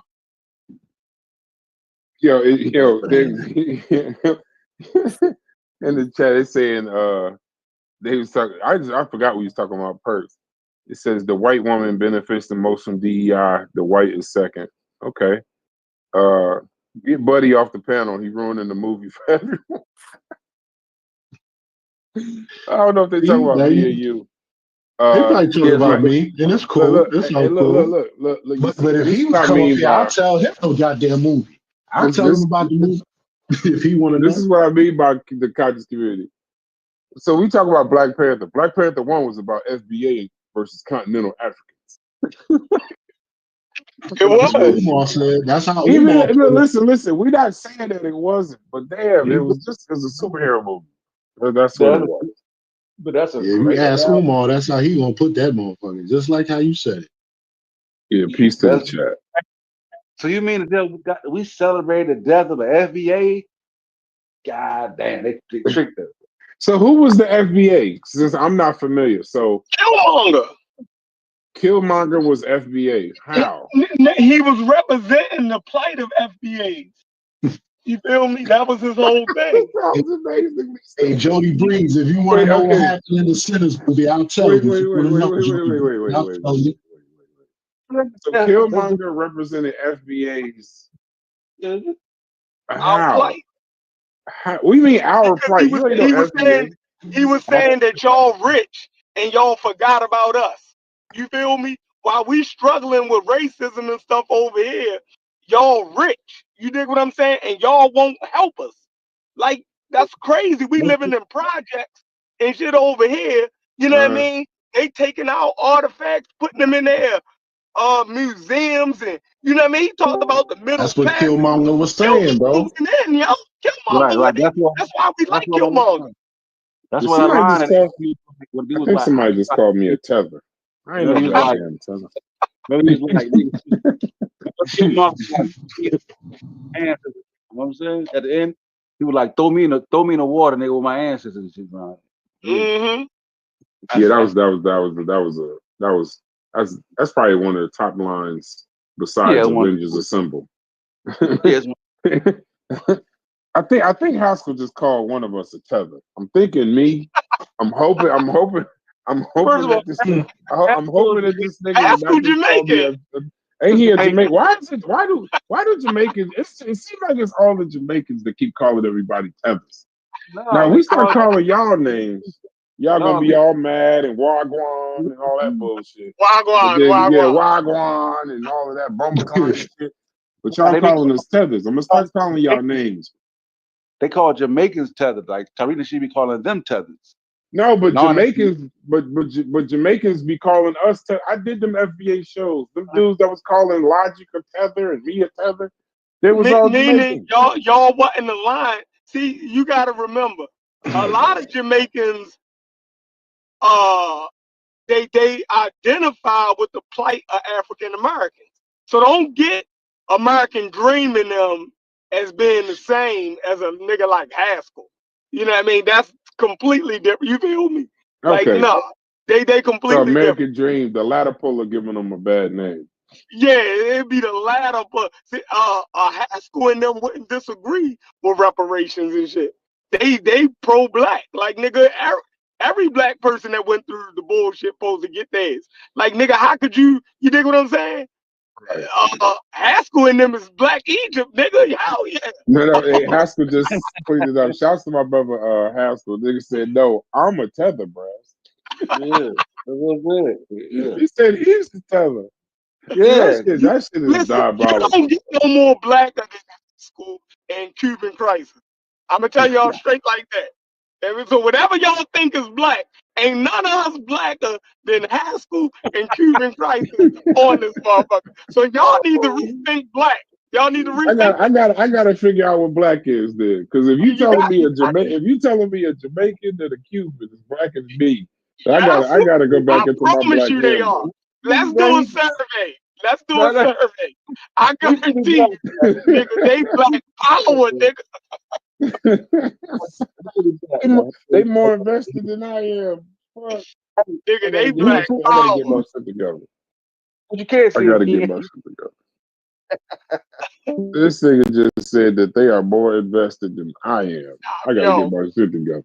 Nigga, Haskell, you can't say nothing about black people that nigga. Or Cuban, like, God, nigga, it ain't gonna happen. But you know what be bothering me about them conversations though? Is see, I'm about to fuck the whole shit up. Fuck it. But why they not worried about they shit though? I know this is wrong, but it's like it's funny to me, and I guess I'm not in that position. Somebody had to explain that to me. No, they'll talk about that shit, but when they come on the panels, we're having a conversation about our shit. So no, I get it. But no, I get it. But I'm saying they're so well informed, got all this advice, all these great ideas. Take that shit and use it in Cuba and Jamaica. Like they need it. Like them as beautiful. Listen, I don't know if y'all been to Jamaica. I've been to Jamaica. I've been to Jamaica and Cuba. Jamaica is beautiful. I've been to Cuba too. These are beautiful places, bro. There's no fucking reason why we should be having tourist alerts about you don't go to Jamaica and don't go to Cuba and stuff like that. These are beautiful places. And it's like I don't know how it'll get fixed. But niggas crazy everywhere. Yeah, so just like it's an advisory to don't go to Chicago or don't go to Baltimore. Facts. Nigga, because niggas is crazy everywhere. Yes. A nigga in Cuba is just as crazy as a nigga in Chicago. And a nigga in Jamaica is just as crazy as a nigga in New York or North. You know what I mean? No, I get it. I get it. Haskell said he's a proud blackologist. I can dig it. I can dig it. You know what's funny? So we started this show because Corey wanted to talk about DEI and then never said a word about DEI. Nothing. That was the whole point of the damn show. That's tricky, so you can listen. Yeah, And chill, niggas trying to use us for distraction. Great move, Corey. Great move. Corey. So they ain't got to deal with the reality. Get them through their day. Yeah, well, I don't want to talk about DEI, but I'll tell you what I want to talk about tomorrow, maybe, if I feel like it. But at this point, I don't. Like I said, to end that narrative. So we talk about Pope. We talked about Sinners. We're doing the show tonight on Sinners. Me, Chef, and Chief X. Anybody who's seen it, you could join the panel. If you haven't seen the movie, we're gonna do our best to keep the at least the beginning of the show. I wouldn't watch it, bro. If you ain't seen the movie, don't watch the show tonight. Because I'm not gonna keep censoring myself. So I'll try, but I don't really care to. Some of this shit needs to be heard because there's some beautiful Pan-Africanist concepts in this movie. There's some beautiful foundational Black American concepts in this movie. Beautiful economics. Just the there was a tonight at I think it's like 7 or 8. We're gonna do the show. If you've seen it, you can join the panel. If you have not seen it, we are not interested in your presence other than to watch. And then DEI. I still want to know what Corey's question was with DEI. Like, I don't want to put a button in it. Y'all gonna have 5 people watching the show. The movie just came out. Everybody's seen it. Mostly everybody I know seen it. Everybody went to the movies. What the fuck? And the people who didn't go to the movies watched it on that Fire Stick or something. Yeah. Yeah, that's what I did. I ain't go to no movies. I don't do movies no more. That's out. If you saw it on a Fire Stick, you're cheating yourself. I like to go sit down and do one. Some movies you can see on a Fire Stick you don't need to see, like Gladiator. That second Gladiator. Oh yeah, that was horrible. That's a Fire Stick special. Let me tell you something. That's a Fire Stick special. I'm glad that wasn't even worth watching on a fucking Fire. The only person that was good in that movie to me was Denzel. The rest of them I ain't even like him. Nah, I like I've seen Denzel live doing Macbeth. And how he acts live is how he acted in that movie. So I was kind of, he was like, I own your house.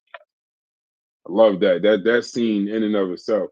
But that whole, I don't, them two crazy emperors and all of that, I ain't like all of that. Yeah, that shit was weird. Yeah, them two little motherfuckers weird. I mean, we could do a conversation also just about how bad movies actually are.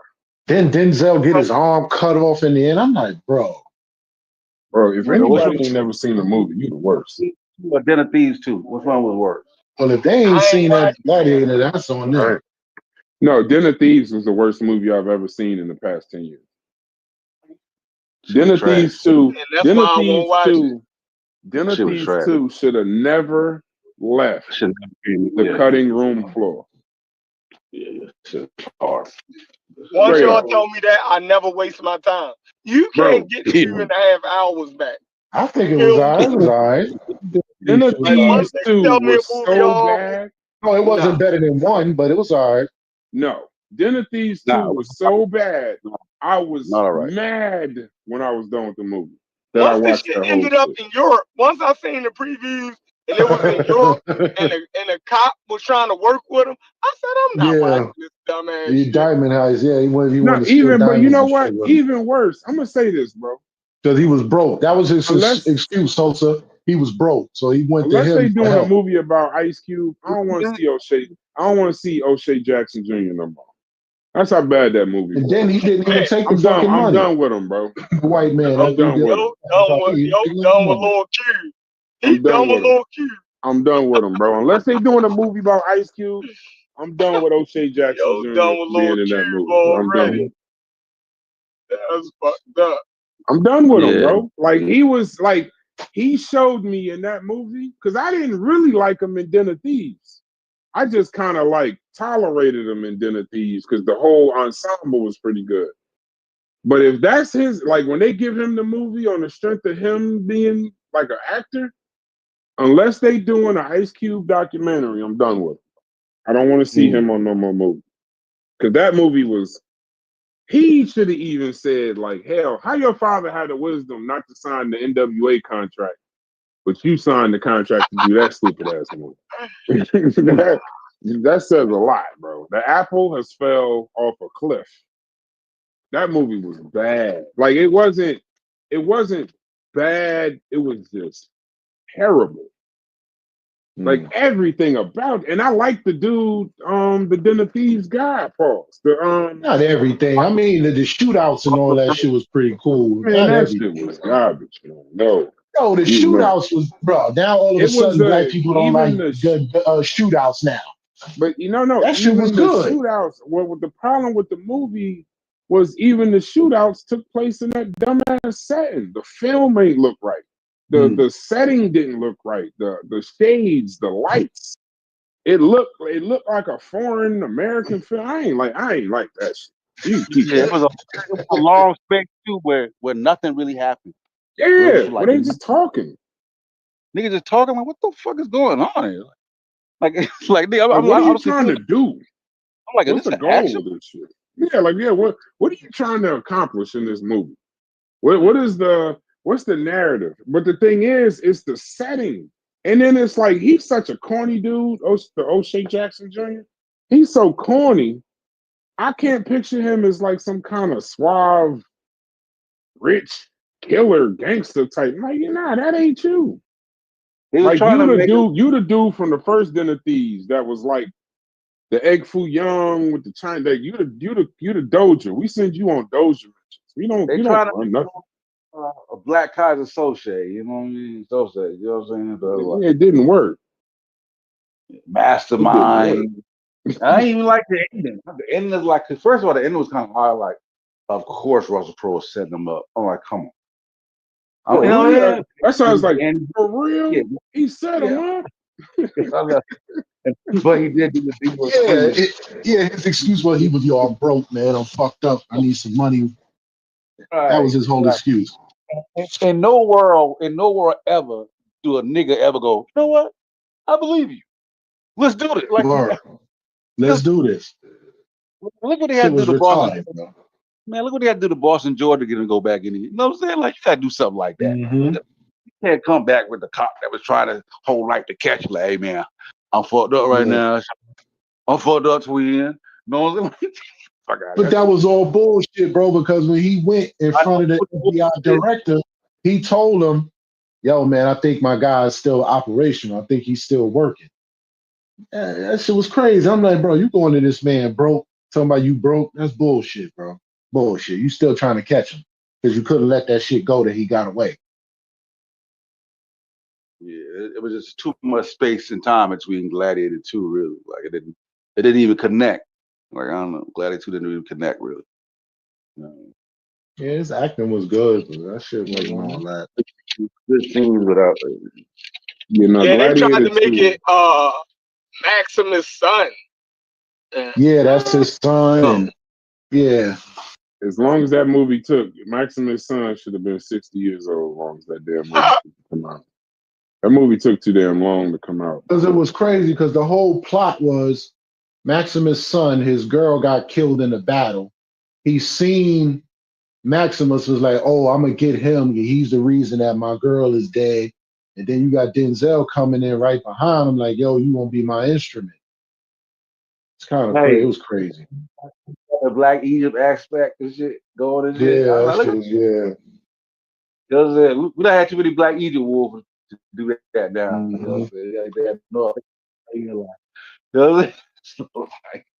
Y'all know the whole reason Gladiator was good was because of Russell Crowe. If he's not in the movie, what was the point? Exactly. That's what I think. No. You know what? You put a pin in it. Exactly. You don't. This low budget dude. You don't even get the point. And Chef, I'm with you, Chef. I ain't even like Denzel in that shit. I was like, everybody was like, Denzel was good, and then I was like, I'm a Denzel.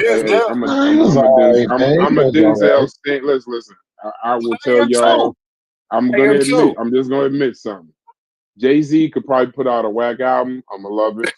Denzel could probably put out a bad movie. I'm gonna watch it. Denzel should have said earned that when I was there. That shit wasn't worthy of a Denzel appearance. Right. It wasn't, Denzel wasn't bad. It just wasn't his best performance. Yeah, you know it was the movie. It was the Have role. you ever seen Denzel? Have you ever seen Denzel live in theater? No, I haven't. I heard, but I know he's serious about that shit. If you get a chance, he literally channeled a character that he played in Macbeth. So that may be a little, just to give you a little bit of why I see it a little different. Right. That was theater acting. That wasn't movie acting. He's a different dude in that. Listen, I like Denzel, right? But I think Denzel is like a B or B plus actor. Oh, okay. No, I ain't gonna say that. Hey, DQ, shut this bitch down. I ain't gonna say that. You know what, stage left. I thought you was always cool. I don't even fuck with you no more. That's crazy, Sosa. I ain't never heard nobody say the words Denzel is a B or B plus actor. I've never heard nobody say. What movie he messed up, Sosa, that you like? Okay, no. Give this crazy nigga the floor. Go ahead, bro. Okay, do your thing, bro. Who's a good actor? What I want to know. No. I got to hear this shit. Jamie Foxx. Explain this bullshit. This nigga said Jamie Foxx. I know goddamn well. Let this man defend. Let this man defend this unnecessary argument. Nigga, did y'all see Ray? I didn't see it. He is a good actor. Why y'all not letting him defend this dumbass argument? What, y'all fucking it up. Let Fetty defend this stupid ass argument so we can get Sosa out of here too. Go ahead, Sosa. Denzel is a B or B plus actor. The floor is yours, bro. Most of Denzel's characters are copies of another character he already played. A lot of times he playing this variations of the same nigga. Like he's even using the same phrases for some of the old movies. Like his range, his range ain't as deep. That's why I give him B plus because of a range of characters. You know what I'm saying? A lot of them similar to me. You feel me? I think Will Smith got more range than Denzel. Oh man. I'm about to throw up. Man, Will Smith is horrible. You just said, are you trying to piss me off? Will Smith is horrible, dog. You just said that Will Smith got more range than Denzel Washington? What the fuck did you Ali. He did Ali. We got to pack this nigga up, Brass. We got to pack him up, Brass. I don't hear that shit. It's time for him to go. Y'all niggas ain't seen. Hold on. So you said he played the same character. I'm trying to let you finish. You go ahead and finish this bullshit before I get started. So go ahead. I'm gonna just jump off a cliff. I want to hear this shit. Go ahead. Will Smith got Ali, and from Ali to Serena Williams' father. Okay. To the video where Will Smith was the lawyer with the little kid. The lawyer, the African lawyer. So, hey, Chef, don't die.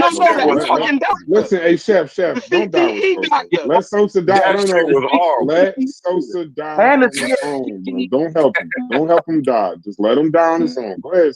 Then he was Gemini Man. Come on. That movie was terrible. You just fucked your conversation up. Independence Day. When we was 12, how old were you? I need 30 seconds. I need 30 seconds when I. Go ahead. All I heard was blah blah blah, and then Will Smith. I hope you got a better argument than what the fuck you just said. Y'all so upset. Y'all fight this. Fuck with y'all. Okay. Niggas said the Gemini Man. This nigga said blah Gemini blah blah. Man. Summertime, Miami, and Gemini Man. That's all I heard, and I leave. That's all I heard you say, bro. So crazy. I guess we're gonna act like. No, I'm gonna start at the beginning. If you said this man ain't got no range. Chef, I'm gonna start at the beginning. So you didn't see A Soldier Story. You didn't see that. Like you didn't see Denzel in A Soldier Story. Like that never happened. You didn't see Cry Freedom, Stephen Biko. Hold on. Stephen Biko, Mighty Quinn, Glory, Mo Better Blues, Philadelphia. Ricochet. Yeah. I'm right here. Philadelphia. Pelican Brief. Crimson Tide. All the same nigga. All the same No. nigga. All different. None of that shit. No. Wait. None of that shit. Listen. Virtuosity. With Russell Crowe. Devil in a Blue Dress. Courage Under Fire. Fallen. He Got Game. Hurricane. Bone Collector. Remember the Titans. Training Day. John Q. Antoine Fisher. Man on Fire. Inside Man. Come on, bro. These are not the same people. American Gangster. Training Day. Safe House. Book of Eli. Flight. And then not to mention all the Equalizers. Magnificent Seven. Somehow this nigga played a cowboy. Fences. Nobody. The most slept on Denzel movie ever is Roman Israel Esquire. People ain't even see that shit. Fences was hard. And man, come on, man. He was not the same. I named 40 different characters. What about Flight? That was he was a drunk pilot. That was a drunk pilot. The nigga done played every Range. He was the only movie Will Smith ever showed Range. The only movie that Will Smith showed range in was Ali, and that shit where he killed himself. What's the movie where he had the the jellyfish and shit? That was it. That's it. He played Serena Williams' father. Yeah. Serena Williams' father. You're right about that. He did. What about Hancock? These are I don't count superhero movies. You in the Matrix. Your phone don't even agree with you, bro. If you look at Denzel, like you named a lot of movies, right? But I can show you like a lot of those people. Some of the movies are the same nigga. Like he's playing Lonzo in like 2 movies. No, he what? He only played. Why when he did Lonzo? Why when he played Lonzo? The world was like only he could have. Denzel has movies. This is how you know Denzel's great. Only he could have played that movie. Only him. Lonzo. Lonzo was Malcolm Little. The same nigga he played is Malcolm Little. Was not he Malcolm played Little. Lonzo. Foundational black ass out of here. Malcolm Little wasn't no damn Lonzo. Yes, it was. Yo, you man that said you the dude that said Gemini Man. Everybody listen. Y'all go look at. Listen, they did like a montage. I think a movies where in the movie where Denzel says, "Get your fucking hands off me." You know he ain't. Yeah, how many times he says it in movies? Yeah, those lines. He does use that line in a lot of movies. And that laugh. I love it. Pause. I love it. The same everything shit. About love it. Familiar. What y'all want the man to do? Laugh different to make y'all feel better? Come on, bro. This is hey. You know what? This is another reason why we can't do week. Because as soon as we got past, past everything, the unity, how we was gonna come together, this, that, and the other, a nigga like Sosa would have said, once we got our own land and our own economy, he'd have said, you know what? I think Denzel ain't that really good of an actor, and I'm going over there with the white folks. Hold on, Brad. Hold on, Brad. You and your homeboys ain't never had this argument before, cause me and my homeboys did. Like this ain't even new. Like we be going over black actors, and when we line that shit up, it be like Denzel. A lot of your shit do be the same type of role, like Robert De Niro. It be the same shit, just a different person. Like, but he played the same character. Like we not saying the nigga don't kill it. He don't do but it the range. 30 seconds. Go ahead. Go ahead. Somebody said they need 30 seconds. Yeah. I just was listening to the whole conversation, and I just want to comment because I was working. Now I'm off though. First of all, Sinners is a great movie. I think I spoke to y'all about the earlier. Dope movie. So you got to check it out. Second of all, Marvel Thunderbolts is allegedly going to be one of the better Marvel movies that came out. Don't know. I would just advise y'all to go see it, give it a chance. Deadpool Wolverine. It was a fun movie, horrible story. And I think Superman will be good. Get that one a chance too. I know it's been like 1,000 of them. It's 1,000 of them, as we all know. So I know y'all was into superhero books. Books like this. So I'm Mm-hmm. glad I get to hear this from y'all. What was the last point? And Will Smith's best character is like when he's in Bad Boys. Denzel has played the same character. Sure, I give you that, but he has range. If you go from Glory to Flight to Stephen Biko, and there's a few different other ones where they're drastically different than his serious mad black dude. Like his Man of Fire was crazy. I don't know if y'all seen that one. Mm-hmm. And I'll leave it with that. And What's I'll his leave it with name? that. His But name was Creasy. Yeah, Creasy. matter of We, fact, yeah. he did a Spike Lee joint too with What's I forget the the guy's Will name. Smith movie? What's the Will Smith movie? The other would he play like a lawyer? It ain't Saving Isaiah, is it? I don't think. No. Would he You play talking about with the CTE? With the CTE movie? Nah, not that one. Oh no, but you missing out though. That was a good one. Yeah, but it's one where he played like a lawyer. He worked for like this little firm. It was like a little. He drove around. He's got the raggedy ass car. I forgot. I'm gonna look at it real quick. Go ahead. I'm fine. Oh, Pursuit of Happiness? No. I think it might be it. But here's the thing. You know what's funny? Vance? The two movies you just named. Here's the thing. I don't want people to think I'm not saying Will Smith. Will Smith, people think he has range because they're thinking of Will Smith, the rapper, doing these movies. Right. I think Will Smith was an actor the entire fucking time. Right. And he rapped. Like his rapping is less, I think, than his movies are. So for sure. His acting, if you're saying his range is because you first saw him, his parents just don't understand, and fucking The Fresh Prince, to Pursuit of Happiness, okay, he got a crazy range. But that don't mean that his range, just because you started off with Denzel at the Pelican Brief and Cry Freedom, his range, like he is a by far. And this is one thing I'm gonna tell y'all before y'all make any decision. You saw Fences the movie, see Denzel live. I saw Fences on Broadway at least 10 times. Man, we can't see it live. I think it's 70 years old, Brad. And I did like Fences. Nah, he about to do Macbeth. Yeah, he is. Yeah. In a little while, bro. Shit. That nigga ain't playing. But I will tell you that movie where he was the lawyer for the CTE, he played the hell out of that character. Oh my god! Concussion. That was a hell of a. That was one of his. That was to me. That and Richard Williams and Pursuit of Happiness. I think that was the height of his acting powers. Yeah, that was the height of his acting powers. He was good in what? He was good in Ali. I think we was caught up in the moment. Yeah, we was caught up in the moment. Yeah, I recently just watched it. It was all right.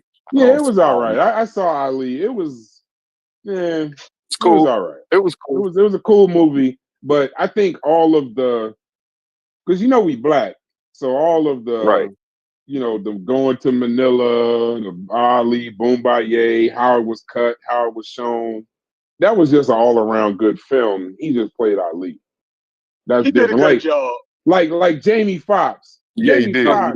When he did Ray, that was Jamie Foxx was amazing, and the movie. Yeah. That's the difference. Like when he played Ray, that was something else. Right. I think he turned the corner in Ali though, and before he got the Ray movie, when he played the hell out of that character in Ali. Brown. He played Glendenny Brown, the corner. Right. Once he did that, it was like he was a totally different actor. His name. I didn't even know he had a name. I thought he was just hype man number one. Chef or Muslim. Come on, man. Come on, said Glendenny Brown, Esquire. Glendenny, yeah. That nigga Rumble, young man, Rumble. He lived off Stapleton Street. All right, let's see what is the chat saying about this? All right.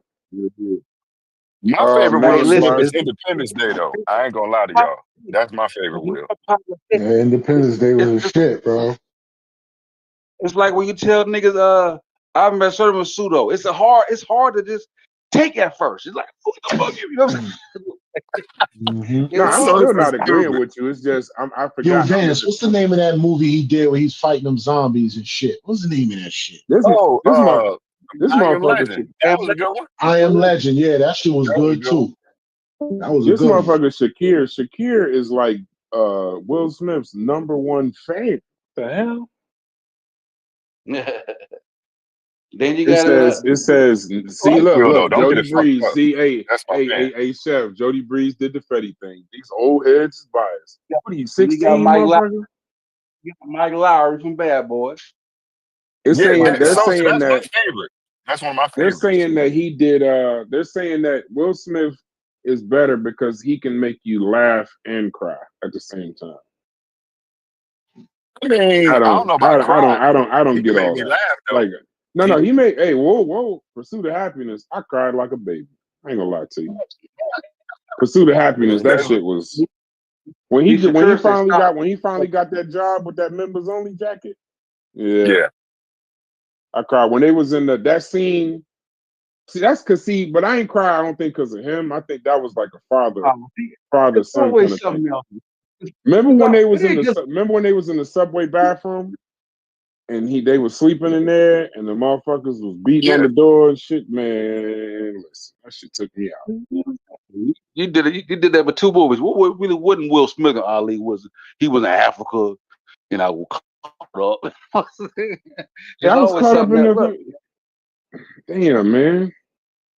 Listen, Will is serious. I gotta rethink a couple. Nah, I'm not giving him Denzel, bro. No. The best Denzel versus the best Will. I gotta go with. First of all, I was born in 1990. No, I ain't saying I'm rethinking this point. I don't think Will and Denzel is in the same. Before I thought it was the same stratosphere. I put them in the same universe now. Because now that I think about it and I look at some of the world, I think it's not that I'm not gonna take anything away from Denzel, but I do have to add some respect to Will Smith because he does have some performances that make you say this motherfucker is talented, like really fucking talented. He gets that Concussion movie, because I know the real story, because it's only right there in Pennsylvania.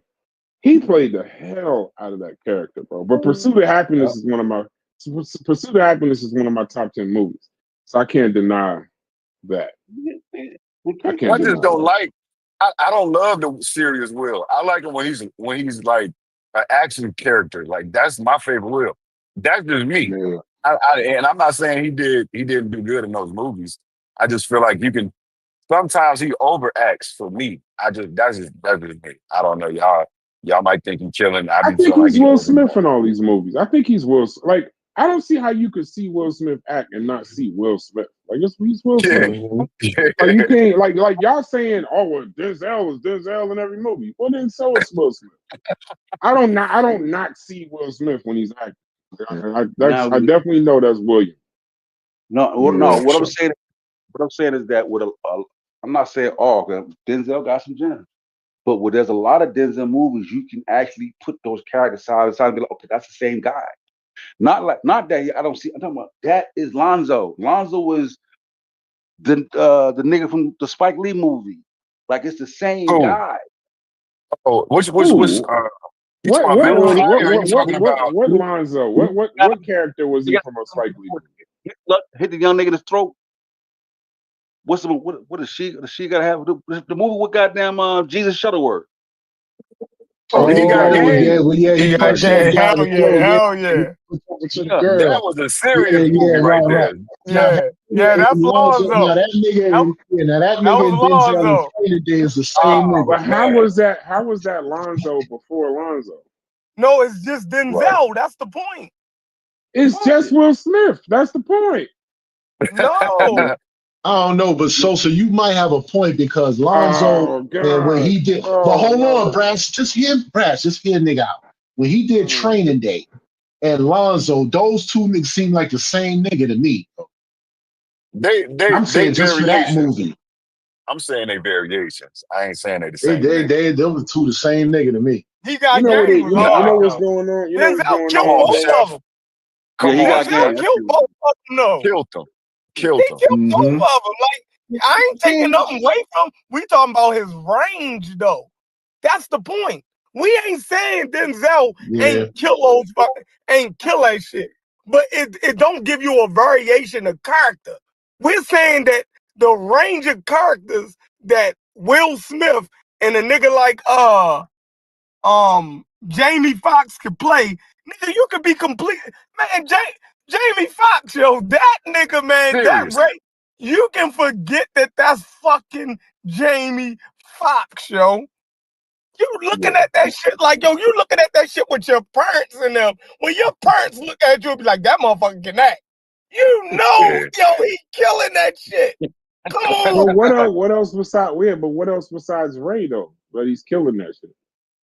He play it be characters that I'm you not don't saying know. I'm not saying he played a lot of different. I'm not saying I'm not. No, This no, ain't I'm about to even give you another. I'm about to give you Yeah. another one.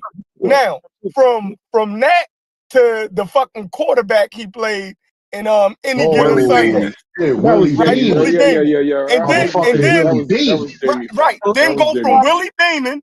Then go from Willie Beeman when he was the savant motherfucker who was like a Juilliard art musician who was living on the streets. Like, and then when you see a video clip of that character, you're like, yo, he actually transformed into that motherfucker. You feel me? Like, nigga, how is he doing all of this? You feel that? Willie He's Beeman, serious, that's my nigga, bro. Willie Beeman. That No, nigga Jamie is serious crazy. nigga. But you know, Vance, you know what I think we suffering from though? Willie Beeman was that nigga though, bro. I think we doing the Michael Jordan thing.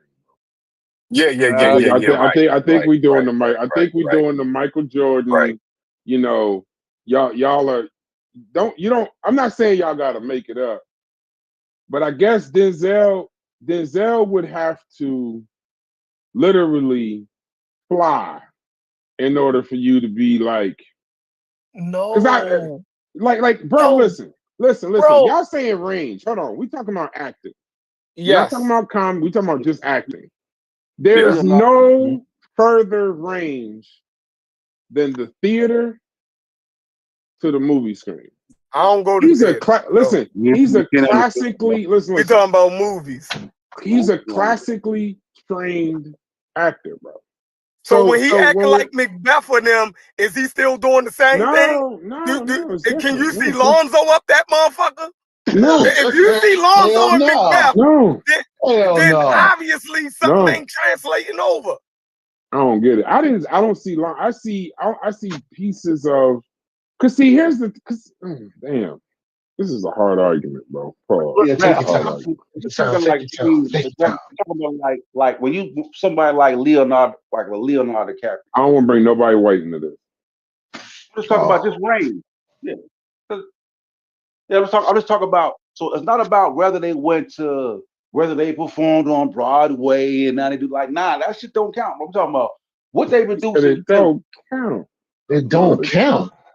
Whoa, you gotta slow that down, bro. That's an inaccurate statement. It don't count. It don't count. That's the acting. Some of your favorite actors did Broadway plays and shit. Like okay. The range that we've seen on film, in movies. I don't know about. We ain't comparing Will Smith to Broadway shit. I don't know if he did Broadway. I'm talking about what we've seen in movies, bro. All right, so Samuel L. I'm gonna say it like this. So you're not saying that Denzel is Denzel in every movie, like how Samuel L. Jackson is Samuel L. Jackson in every movie. Like you're not saying it's that bad. You saying it's somewhere in between. Because when I see Samuel L. Jackson, even on Star Wars, Nick Fury. I still see, I still see the dude from Pulp Fiction. For some reason, I think every character that he plays is some variation of the nigga from Pulp Fiction. Now you get it.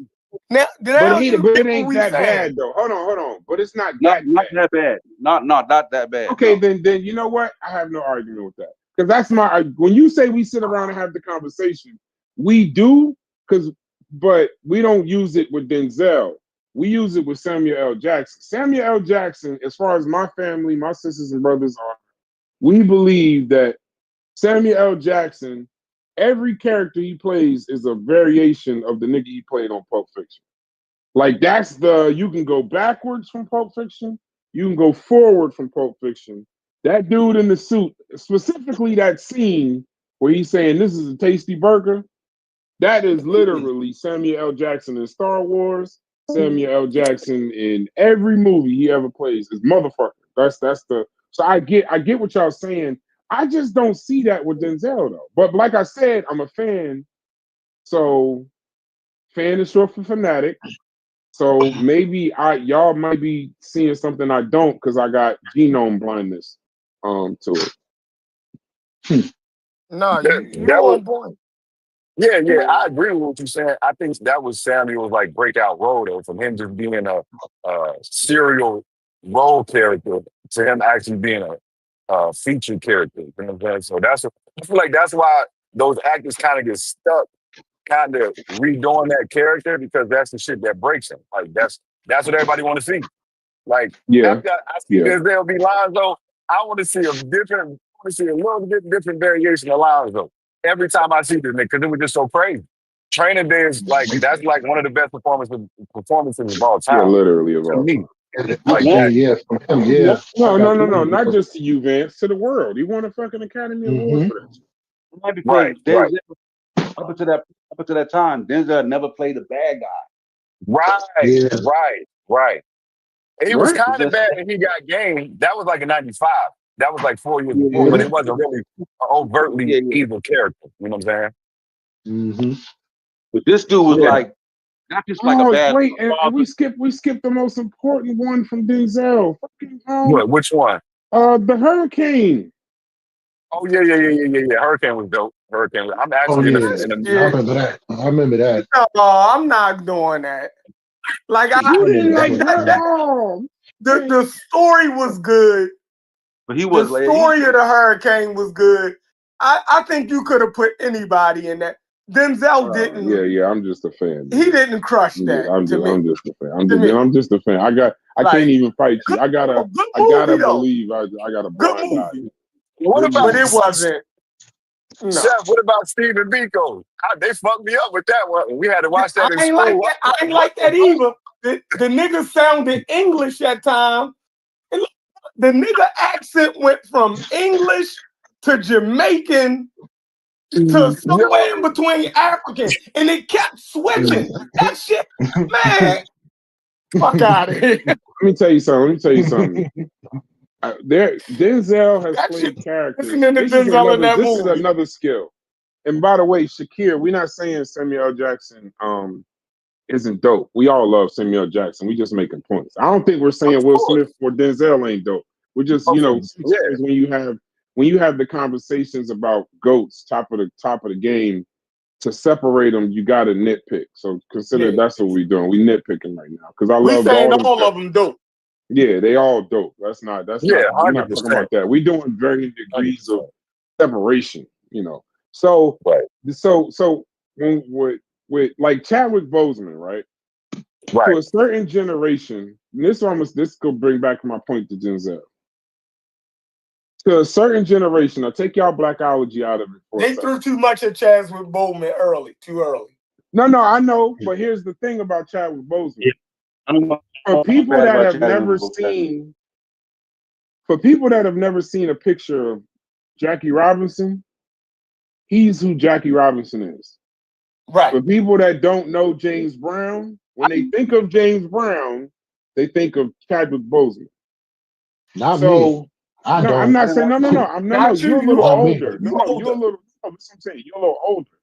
They even made the motherfucker play Thurgood Marshall. They did too much well. Yeah. You don't know. We didn't see these characters in our lifetimes. And I'm talking about us. I'm talking about just like, even people younger than us. Most people don't really know James Brown other than music. They ain't seen him in a music video or nothing like that. So they incorporate him. He's the person played. Now I'm gonna make a stretch. For some people, when they see Malcolm X, bro, they only see Denzel. Exactly. They only see Denzel's face. That's how good he did the role. But when you see Muhammad Ali, you don't think of Will Smith, bro. Nobody says, like, when you see Will Smith, you see Will Smith. When you see Muhammad Ali, you see Muhammad Ali. When you think of Muhammad Ali, you think of Muhammad Ali. There's times when I think of Malcolm X or we having conversations, I still picture Denzel Washington. So I'm not saying that they're not goated. They're all goats. We're not doing the one guy over another. That's too much. They all goats. They masters of their craft. I'm saying that Denzel has characters that, even though he does kind of do the same thing, same mannerisms, he has characters that are timeless. Like, now here's the thing, like I Am Legend.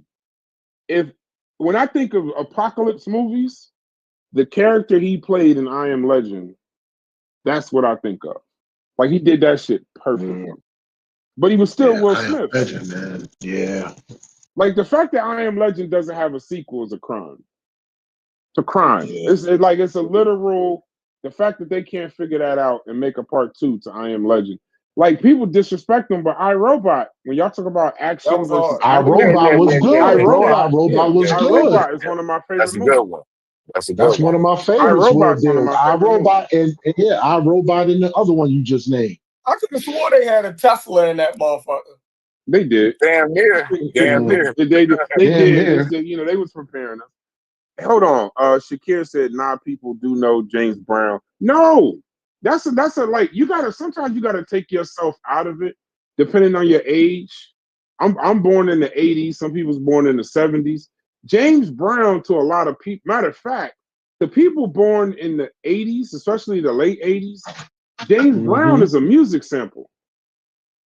He's just a sample. He's what niggas sampled. There wasn't no new records. He wasn't on no music videos. He wasn't on TV. He didn't have a whole bunch of interviews. Matter of fact, if we be in 100, the James Brown that I know of is the Thundercat looking motherfucker that looked all crazy on that interview. I didn't see James Brown. Like, our parents might know James Brown, but like, he wasn't like he's not like Prince or Michael Jackson or something like that, where we saw him. We saw music videos. We saw him in media. James Brown, I'm telling you, to a lot of people, they picture James Brown as Chadwick Boseman. Well, none of us was around with Jackie Robinson. We don't know what Jackie Robinson looked like. We don't know his interviews and stuff. Chadwick Boseman is Jackie Robinson. It's an age, like Jody Breeze said, it's an age thing. It is an age thing when it comes to that. Because I never seen a James Brown music video. I never seen him perform. But that don't mean, so Brass, I'm glad you made that point. So that don't mean that he actually did an amazing job. It's just it's the most familiar of it. Because the dude who played Malcolm X on the first couple seasons of what's the shit called? I know what you're talking about. American Gangster. With Forrest Whitaker, you talking about? Man, he after you listen, when YouTube came out, we really got to see the real Malcolm X, right? So when Malcolm X came out with Denzel, we didn't have plethora of video and mannerisms and speeches of Malcolm X where we could actually see him. Since YouTube came out, you dig what I'm saying? And you watch, and now we can really see the real Malcolm X. Like, every day you can go click on videos and watch this motherfucker. Now, when you watch the dude who did him from American Gangster, man, yeah, he was saying something. You feel me? Yeah, hey, let's take a quick news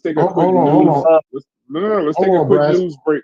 Go ahead. Right after that, I want to say something because something just happened in the Carmelo Anthony trial. But go ahead. Go ahead, Slade. No, I was just about to tell you. No, there is going to be an I Am Legend 2 movie coming out. It is. Okay, good. Good. Sometime this summer, 2025. But go ahead. Okay, good. The judge, and it was a black man, unfucking believable. The judge that gave Carmelo Anthony the $250,000 bond, reduced it. A black man is now on tape kicking in her fucking door. Kicking in her door. The judge's door. Kicking in the door. Wow. Carmelo Anthony? Because the nigga got bailed? Because he got bailed. Because the kicking in the door. Okay, well, that's good. They can't say racism then. They can't say, yeah, they can't cry race. They can't cry race. Yeah. Now, I don't know. I'm not saying, I'm just saying it's the judge who did it, but that's the narrative that's being shown. I don't know exactly why, all of that. I ain't going there, but it was a black man. He got out his car. It's hilarious. Try to go find it. He got out his car. Big dumb motherfucker. Just tried to kick in the damn door. Kicking in the door. So All right, well, what door are you talking about? Huh? What door was he kicking? Her house. The judge. The They black closed judge. Shit, her a house. crib? At the crib. Well, she got a ring doorbell. Wow. Big Umar Johnson looking nigga. It probably might have been That's Umar. probably one of her boyfriends. I'm putting it on Umar Johnson. Hold on, that's probably one of her boyfriends or something. Hey, listen, I'm just telling you. I'm just hey. What the Hey, man? listen. See, that's that dumb shit. Hey, listen, that's the narrative. I'm going with it. I guarantee that's gonna be a crazy ex-boyfriend or I a hope lover they not. beefing over something. That'd be a How do you make terrible sense narrative. for a black man to kick in her door because Carmelo got fucking bad? Hold on, let me look at this. I don't believe that. Let me look at this. You know what's funny about you? You will be the most skeptical stuff on the stuff you're skeptical about, but then you'll believe Tony Busby had a credible case against Jay-Z and a 13-year-old. Niggas rape kids every day, B. Just because your name Jay-Z is not gonna make me think that you ain't a rapist. So now move to this. Why would a black dude be mad? I'm just saying, it could be a crazy black nigga out here mad because Carmelo got a bail, but why would you, as a black man, why would that be the first thing that you like? Yeah, that don't make sense. Well, Who more than likely would kick a black? Hold on. Who more than likely would kick a black woman door in? Her boyfriend, a baby father, or some shit like that. I don't know, but it says judge. In my hood, that's what happened. Just to be clear, I'm gonna put it in the Discord. It says judge that reduced. I guess that would be me creating a narrative because the tag says judge that reduced Carmelo Anthony's bond house gets attacked.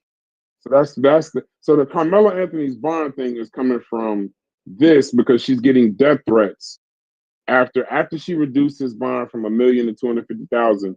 She's been getting death threats, things in the mail, and then now this is happening. So they're trying to associate the whole thing. Hopefully we find out. I'm gonna put it in the Discord, but hopefully we find out that it's not that. But it's definitely a tall black guy, unless he got one on one of the masks.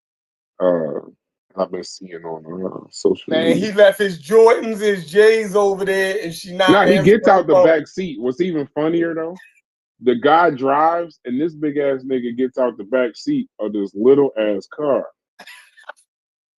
Yeah, like out of a CTS, and he gets it. Somebody else is driving, and he gets out the back seat.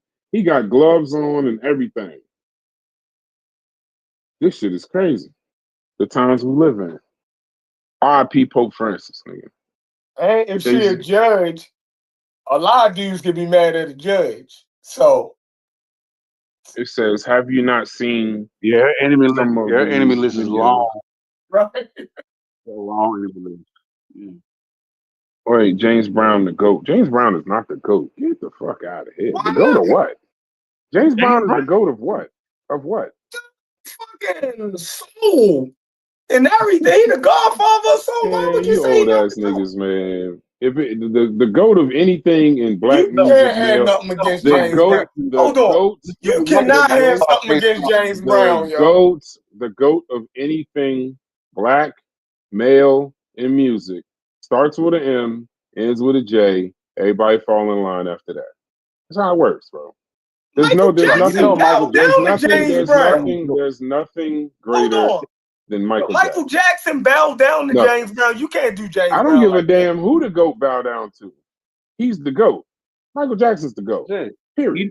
Point blank. You do know that like, man, you got to see Michael Jackson talk about James Brown. The dance, he was mesmerized by James Brown. No, I get that. I've heard LeBron say great things about Michael Jordan. Still the GOAT. I ain't taking that away from Mike. I love you think James Brown? I ain't taking that away from Mike, but I ain't gonna shit on James Brown. No. Y'all think you said he wasn't the GOAT or nothing. No, I'm not. That's not shitting on him. I hate him so much. I hate him so much that I think he's probably. Hold on. I don't like James Brown so much I just don't think he's number one in everything. God forbid he's number two, bro. Not God forbid he's number three. I just know clearly who's number one. Michael Jackson. That's it. It starts and ends there. Now you can't have the conversation. You can say whatever you want. I'm not disrespecting James Brown by saying Michael Jackson's the greatest. Michael Jackson is considered the king of pop. Michael Jackson's considered the king. Y'all No, can the add king the of pop. pop. That's the That's king of fine. pop.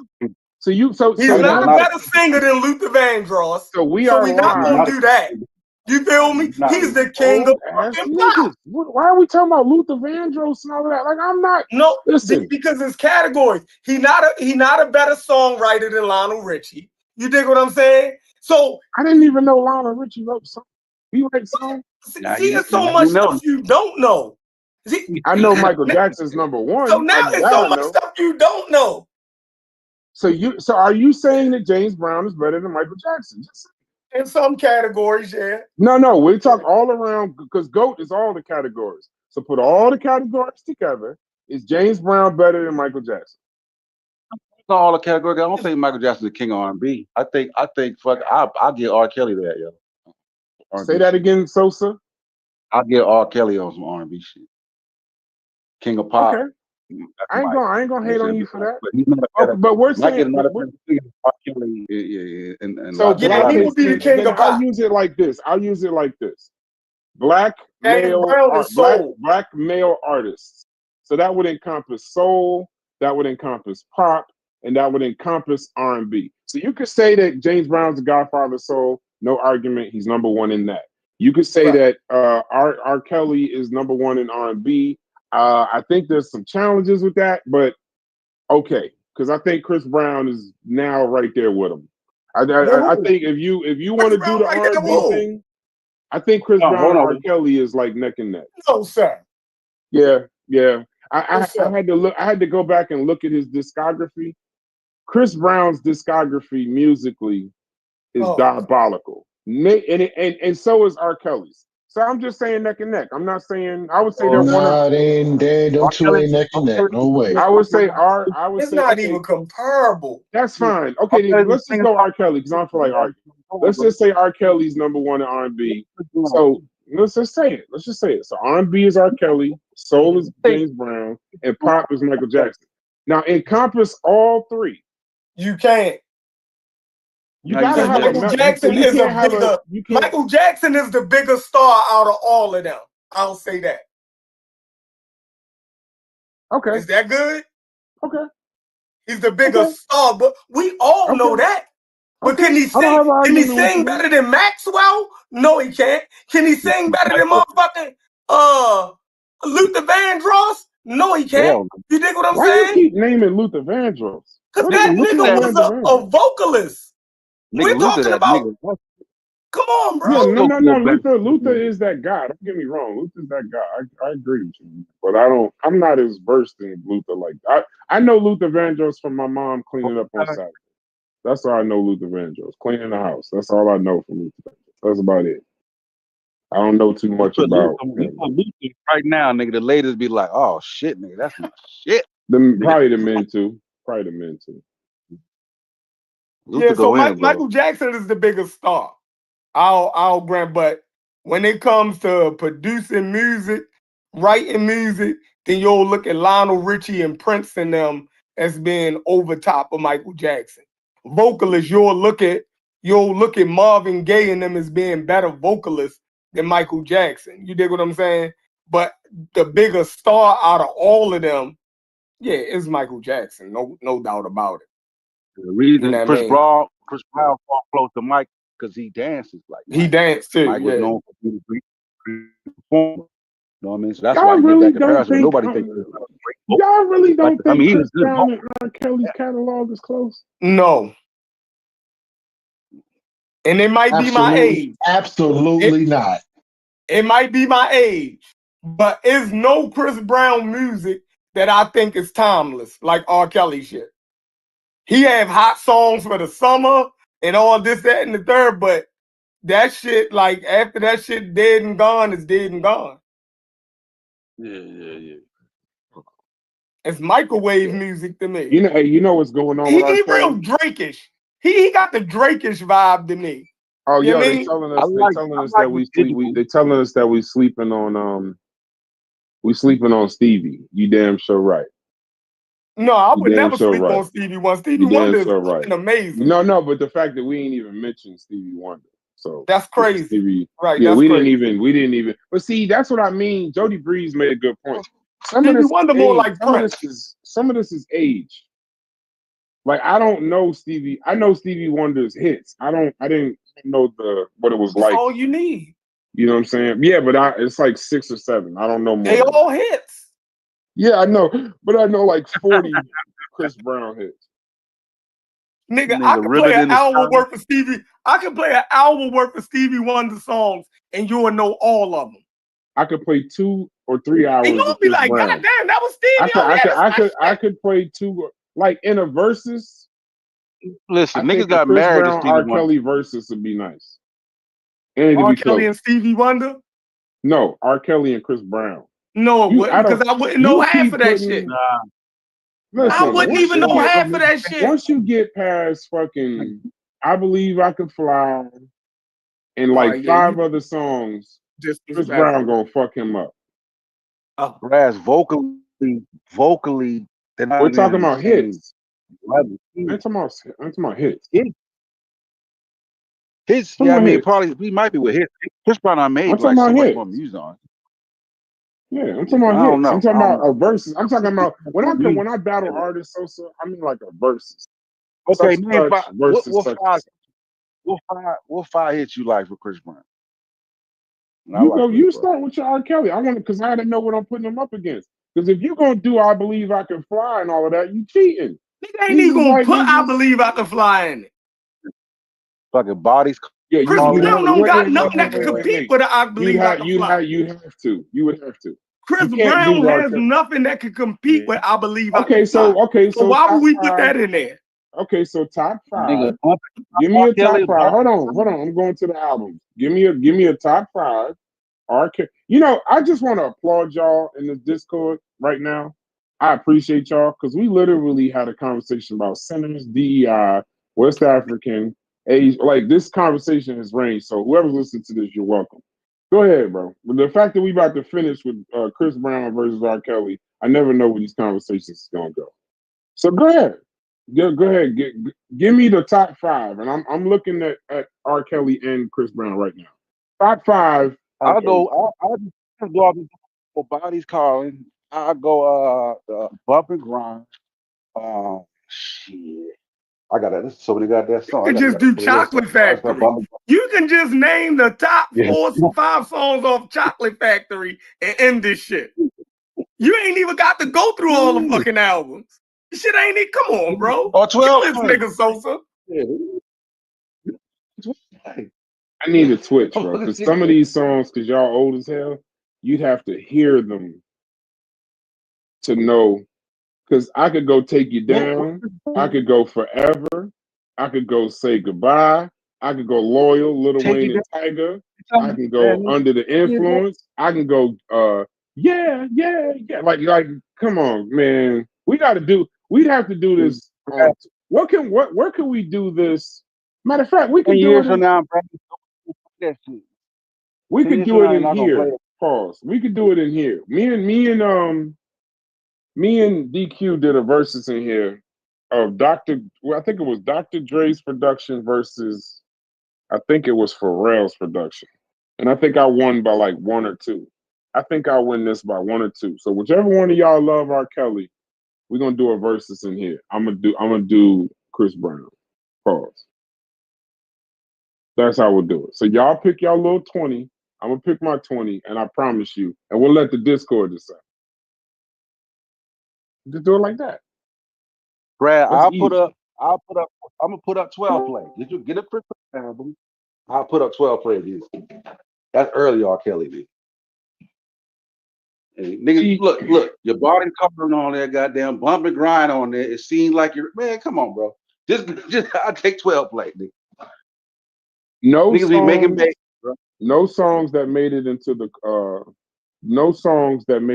court documents.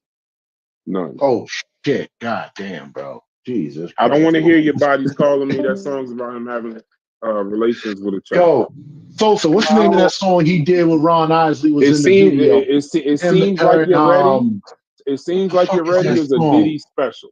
I don't want to hear that song. What's that song he did with Ron Isley, Sosa, and Homegirl was in the video?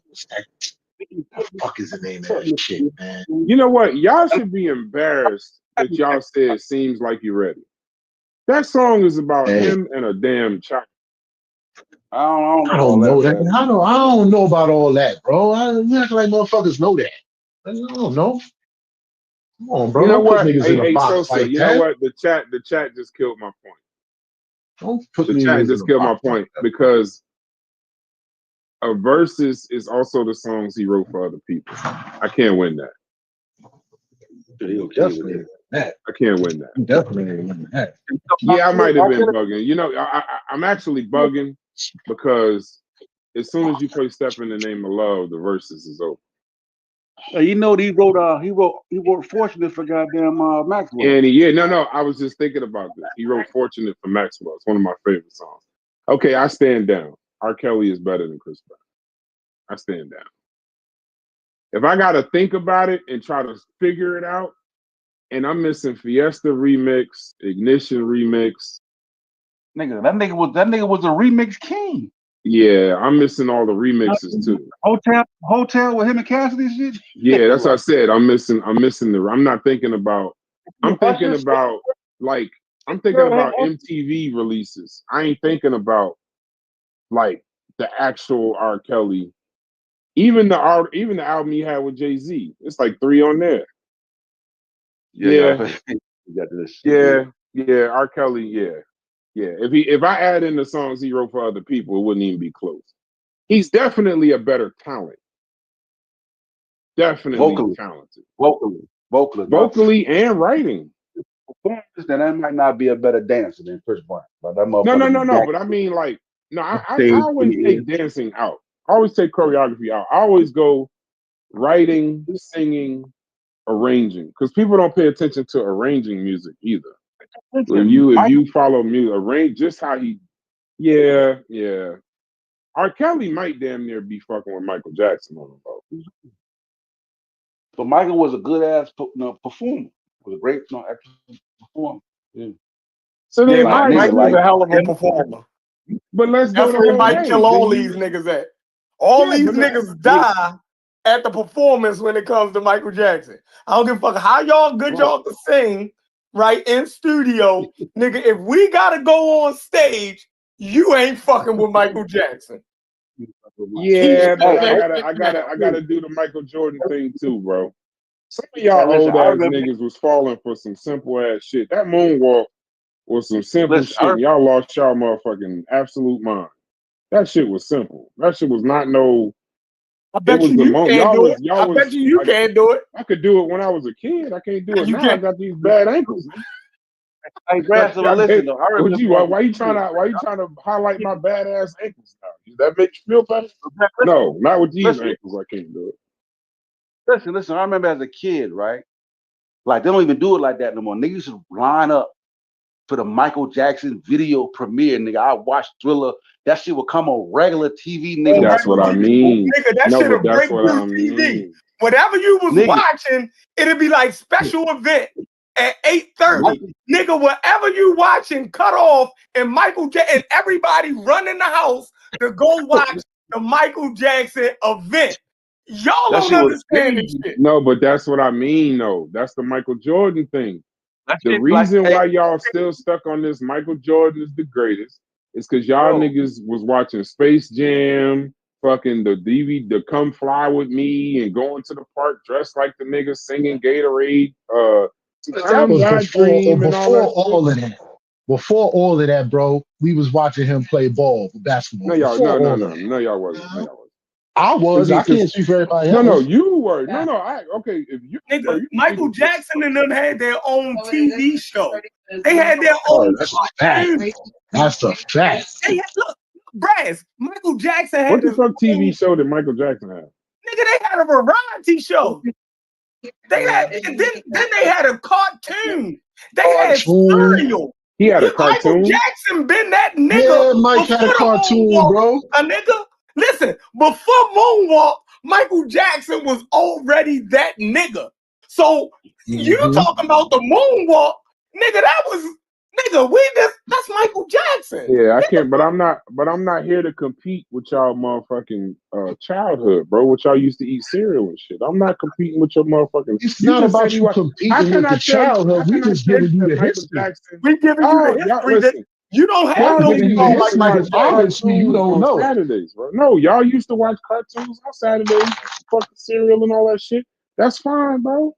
My fault. I ain't gonna fuck with your motherfucking the goat who used to interrupt TV and all that shit. Ain't no way I You could. didn't even know Michael Jackson and them had a TV show. I didn't know he had a TV show. Here's the So thing. you can't compare these niggas to niggas that you don't know nothing about. But what y'all talking about, but see, this is where we get into the star conversation versus I'm talking about hits. Y'all talking about all this extraordinary ancient contract. I said Michael Jackson was the best. R. Kelly got as many hits, if not more, than Michael Jackson.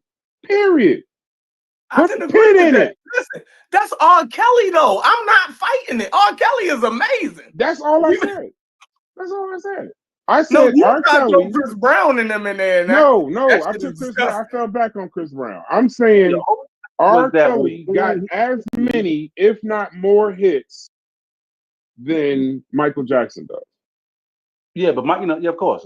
Mike got bigger hits. The whole thing is like when it's time to hit the stage. I always say when it's time to hit the stage, then Mike, Mike stand up. It's next level. That's another person that might be forgotten. Is Sosa said Babyface. Sosa said Babyface. No, nobody got more music than Babyface. Babyface was Babyface. I got my sis. Which one? Just go watch Babyface live. You'll see how much. No, I saw the verses. See, that's the beauty of verses was you don't realize. That's what I liked about verses. You got to see what these niggas wrote too. See that? So now you got to be like, whoa, you wrote that. That's how I spent the whole Babyface verses. That's him too. Damn, that's his shit too. Like I didn't realize all of that. So yeah, Babyface is goated. Did Brass grow up around? What is it? He said, did Brass grow up around black people? Damn. Sheesh. Yes, I grew up around black people. Damn. Hilarious. Fuck. Nigga took me pure and the nigga who said his name is Pure Black. We know you grew up around black people. No question. You want the whole world to know who you grew up around. Pure Black. I think Pure Black Jamaican too. Why his name ain't Pure Ross Clyde? Whatever the fuck they be saying this shit. No, I grew up around black people, but in Ohio though. So some of this might be a little bit. I was in the Midwest, like Corey. No, Ohio is complete. And you can't use Ohio as your excuse for motherfucking. No, I don't have an excuse. No, I'm not. No, I'm just telling them where I grew up. It's not no excuse. I grew up around. I grew up Dayton, Ohio. That's nigga. Exactly. You don't get no blacker than that. Yeah, the Midwest. Look, shit. I know y'all think y'all live around niggas. I live around niggas. They don't know you grew up Amish, Brass. Selling fresh goats and fresh cheeses. No, but no, that was my only point. I had to fall back. I got beat up on that Chris Brown. Yeah, I probably gave Chris Brown. I probably said shit about Chris Brown that he wouldn't say about himself. But I know R. Kelly though, and I do know I'll go. R. Kelly got a good 50 to 75 memorable songs. At least. But R. Kelly wouldn't say that about R. Kelly. R. Kelly wouldn't say he better than Michael Jackson. No, that's out of respect, though. That's only out of nigga, he got good sense. Nigga, that's his idol. Everybody that came after Michael Jackson took a piece of Michael Jackson with him. That's fine, but it's only out of respect, though. It don't mean it's not true. Respect that nigga to GOAT. When you're talking about GOAT, you need an independent auditor, bro. That's a new rule. You can't be a fan of either one. You just got to look at Look, don't. You got to look at literally the discography and their influence. R. Kelly is he might be, because you add in star Watch power. everybody's stage performance. You watch it. We can do a R. show Kelly where we doesn't watch really- everybody's stage performance, and I bet you we can point out something on that stage performance that they took from Michael Jackson. Yeah, yo, Pure Black said, it said, who the fuck is Marky Mark? He said, I might have grew up with Marky Mark. Who the fuck is that? Mark Wahlberg. Mark Wahlberg. Who the fuck is Marky? How's he Marky Mark? Come on. Mark Wahlberg from what fuck did he play? Oh, you talking about when he was rapping? Yeah. the underwear dude. Yeah, he was Marky the Mark. underwear. I forgot his name was Marky Mark. Yeah. All right, so it says Pure Black used to troll too much in his shows. It says Pure Black said I probably know 2 Jamaican people. He not Jamaican? Pure Black ain't no fucking Jamaican. He said he probably know 2 Jamaicans. He ain't Jamaican. Bro, and what Jamaican you know would call themselves Pure Black? I could have sworn he was Jamaican. I could have sworn Pure Black was Jamaican. That nigga's name is Pure Beef Patty. Fucking Pure Curry. Nigga's name is Pure Black, bro. He had collard greens yesterday for Easter Sunday. They did start killing us on one point though. It says Christoph Heretic said if discography matters, then Prince is right at the top. I'm gonna tell y'all something. I don't know if this is an age thing.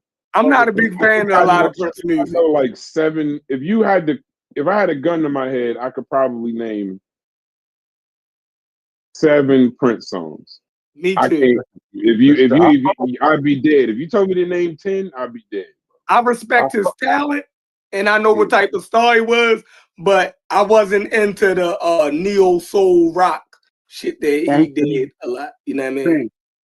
Like I fought with Prince, but he had some misses on there for me too. Cause like I said, some gonna be rock and roll. But he was too much of an artist. 1999. He got that shit. Doves Cry, Purple Rain. If I Was Your Girlfriend. Now I'm struggling. Ribbon in the Sky. I'm telling you now. That's Stevie Wonder. That's 3. I'm struggling now. Somebody name a 4th one. Without looking at your phone, name a 4th one.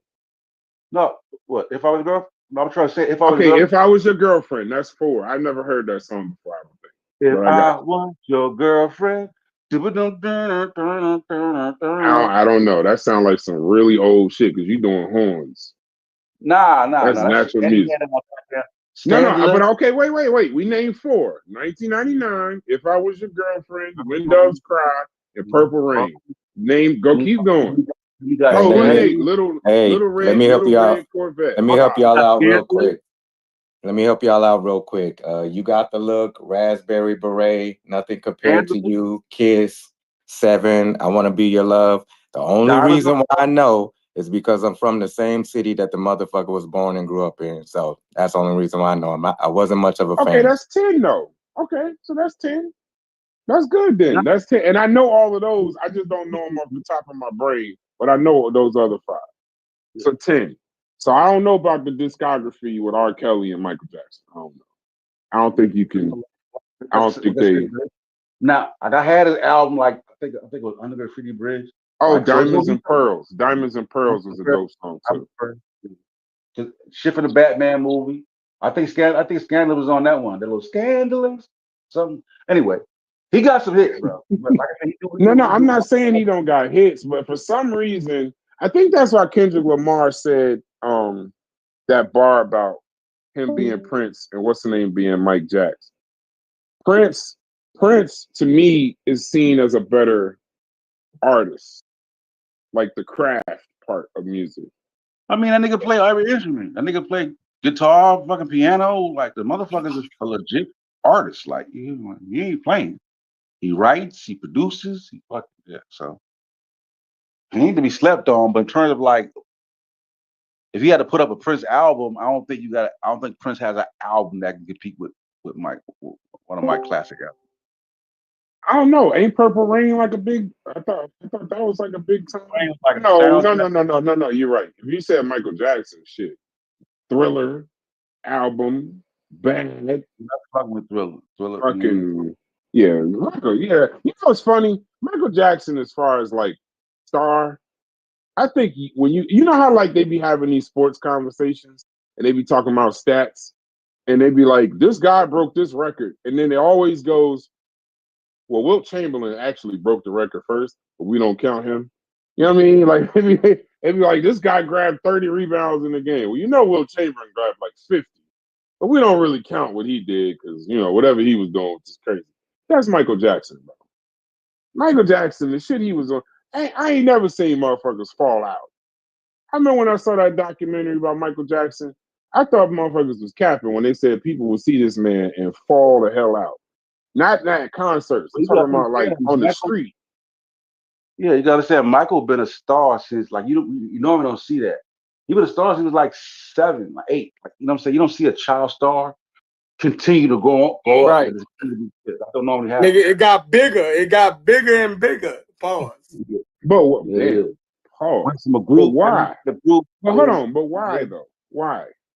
Because he was the shit. No, I know. But they was a talented ass family. Yeah. Like, so was it music or was it just his star power? It was both. Both. It was both. So what was the nigga could tap dance? Look, you talking about a musical. The nigga could act, he could tap dance, he could sing, he could perform like motherfucking Jackie Wilson, he could perform like motherfucking James Brown, right? He could get on ballads like motherfucking Marvin Gaye. The nigga was just a fucking and get up there and tap dance with Sammy Davis Jr. He was just a child star. Ain't nobody seen no shit like that before. So who was out during his time? Like, you know how like we got Chris Brown, R. Kelly, all these R&B guys. There wasn't nobody when Michael Jackson was out that was close. Ron Osley and them was out. No. Yeah. They're dope. I'm saying there was no one that was like, I'm talking about like if Michael Jackson was Michael Jordan, who was Clyde Drexler? Who was Charles Barkley? Who was the niggas that was close? Who was Hakeem Olajuwon? When Michael Jackson took off in the 80s, I'll say the closest person to him was probably like a Lionel Richie or somebody. You feel me? Why do you keep saying Lionel Richie, bro? Because Lionel Richie was that nigga. Why? Like I know. Okay, name. Okay, hello. Wait. Dancing on the Ceiling. Hello. Man, he got more songs. He got a lot of with the Commodores. The Commodores. He's a lot. He was with the 70s. I'm not talking about from the 70s. Michael Jackson was breaking out in the 70s into a solo artist. He made his first solo album in the 70s with Ben. And then he started breaking off from his brothers and them into a climax with the Thriller album in the 80s. Ben. He recorded a song with who the fuck is Ben? No, Ben, it was a song that he did without his brothers. It was a ballad. It was about a mouse or something. Time out. There was an album that he did called. A nigga wrote y'all. He wrote a song about a fucking mouse. Yeah, nigga, that song fire too. Wait, Chef, let's answer his question. Wait, what was it? What was this fucking? He didn't write the song. Was it a movie by the mouse or something? No, he didn't.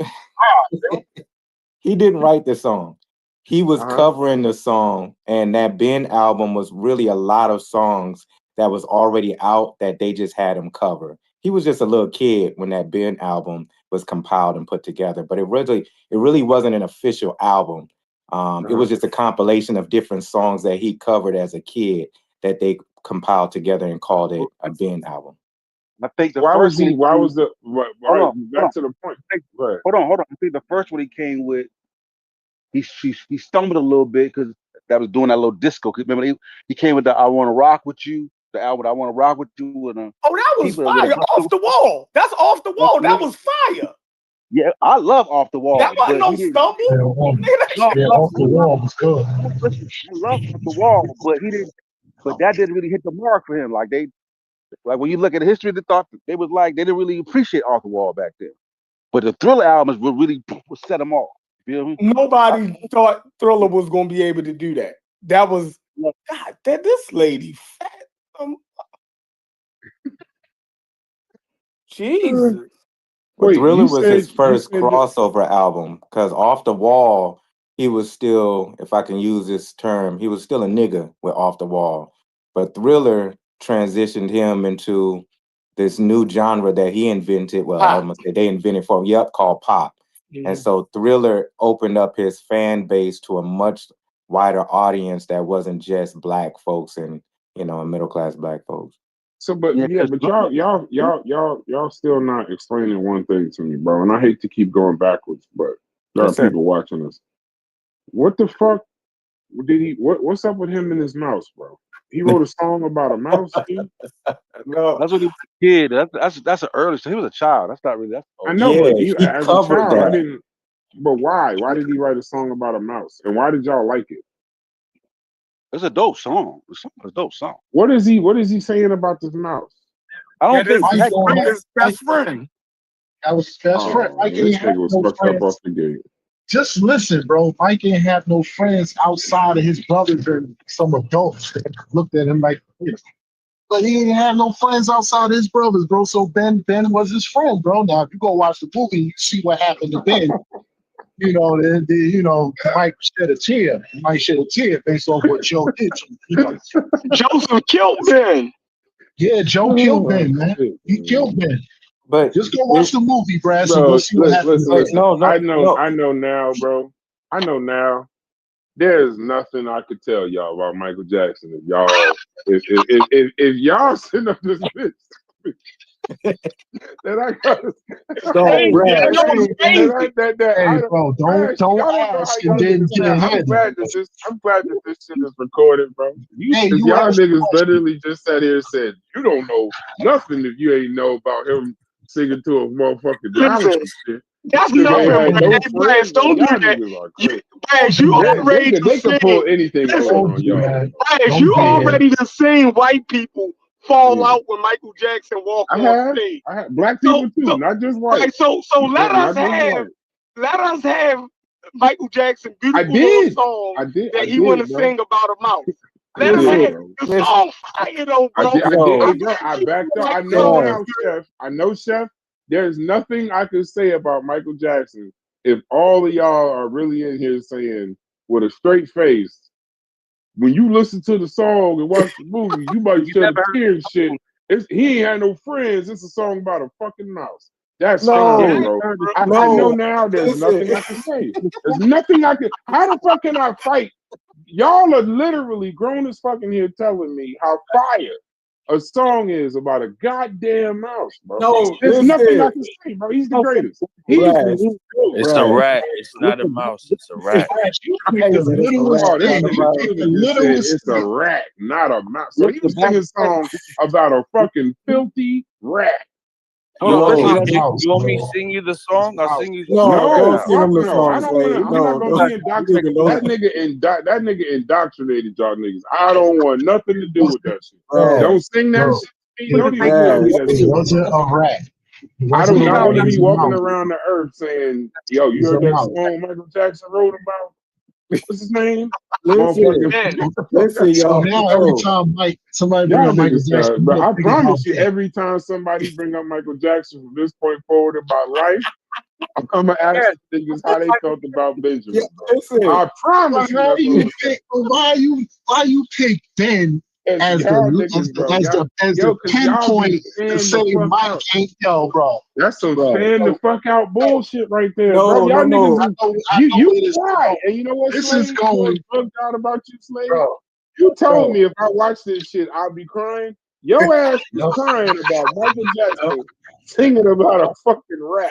Hey, ain't nothing I can the tell song you, was fire, bro. The song was fire, bro. Tell you, bro. Like I told you, Raz. See what happened to Ben. When the song came out, people didn't really even knew that it was about a rat back then. That's like backdrop. Niggas found out like later on. I don't think niggas knew the story, but it's a good song back then. Slade knew. He was Classic, crying like, like a motherfucker. Slade knew. Listen, Slade knew. 2 years old. I It know was I it said was I like was them. crying, bro. Brad. I ain't say I was crying. You said I was Brad. gonna be crying, so I'm assuming you was crying. And you said I was Damn near. The eyes got a little watery. Ain't no It's tear coming out. like the OJ's My the brothers. song about his Doug. You ain't know it was the song was about that Doug until you about heard his what? the dog. The what the fuck Oh, is thank the you for song? speaking English, Ghosta? man. The OJ's. Damn. It'd be like shit. Open up the door. She was right at the door. I could see her face. How could it be? She ran away from me.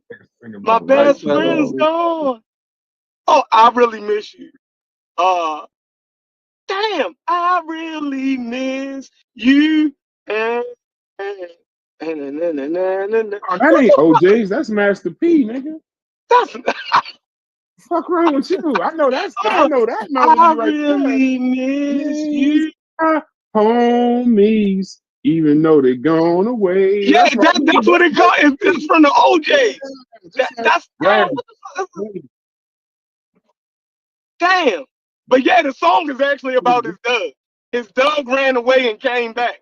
How do you have the ability to say dog so clear and you keep coming back saying it's Doug shit? You just said dog clear than a motherfucker a minute ago. You said dog so clear it was nothing. Now you go right back and break that Baltimore cycle, bro. Stop saying Doug and shit. You said dog a minute ago. It's a dog. Doug. Right. Listen, brothers. The dog. Go ahead. You've been saying brothers for a minute. Go ahead. I know. I'm just trying to be fair. Trying to be fair to Michael. Michael, he was young. He covered the song for a film called Ben that was filmed in 1971. A dude named Don Black. Yeah, a dude named Don Black wrote the song. And of course, he was part of the Jackson 5. They brought him in to cover the song for him. So he didn't write the song. He was just covering it. And they had him appear at the credits on the film. So another guy named Lee Montgomery sung the song earlier, like a year before, and put him on the film, and they put Michael Jackson as the credit. So he didn't write the song about a mouse. He just sung the song. He covered it for a film production company. No, this is all cool. All I'm saying is in 2025, some of this shit don't age well.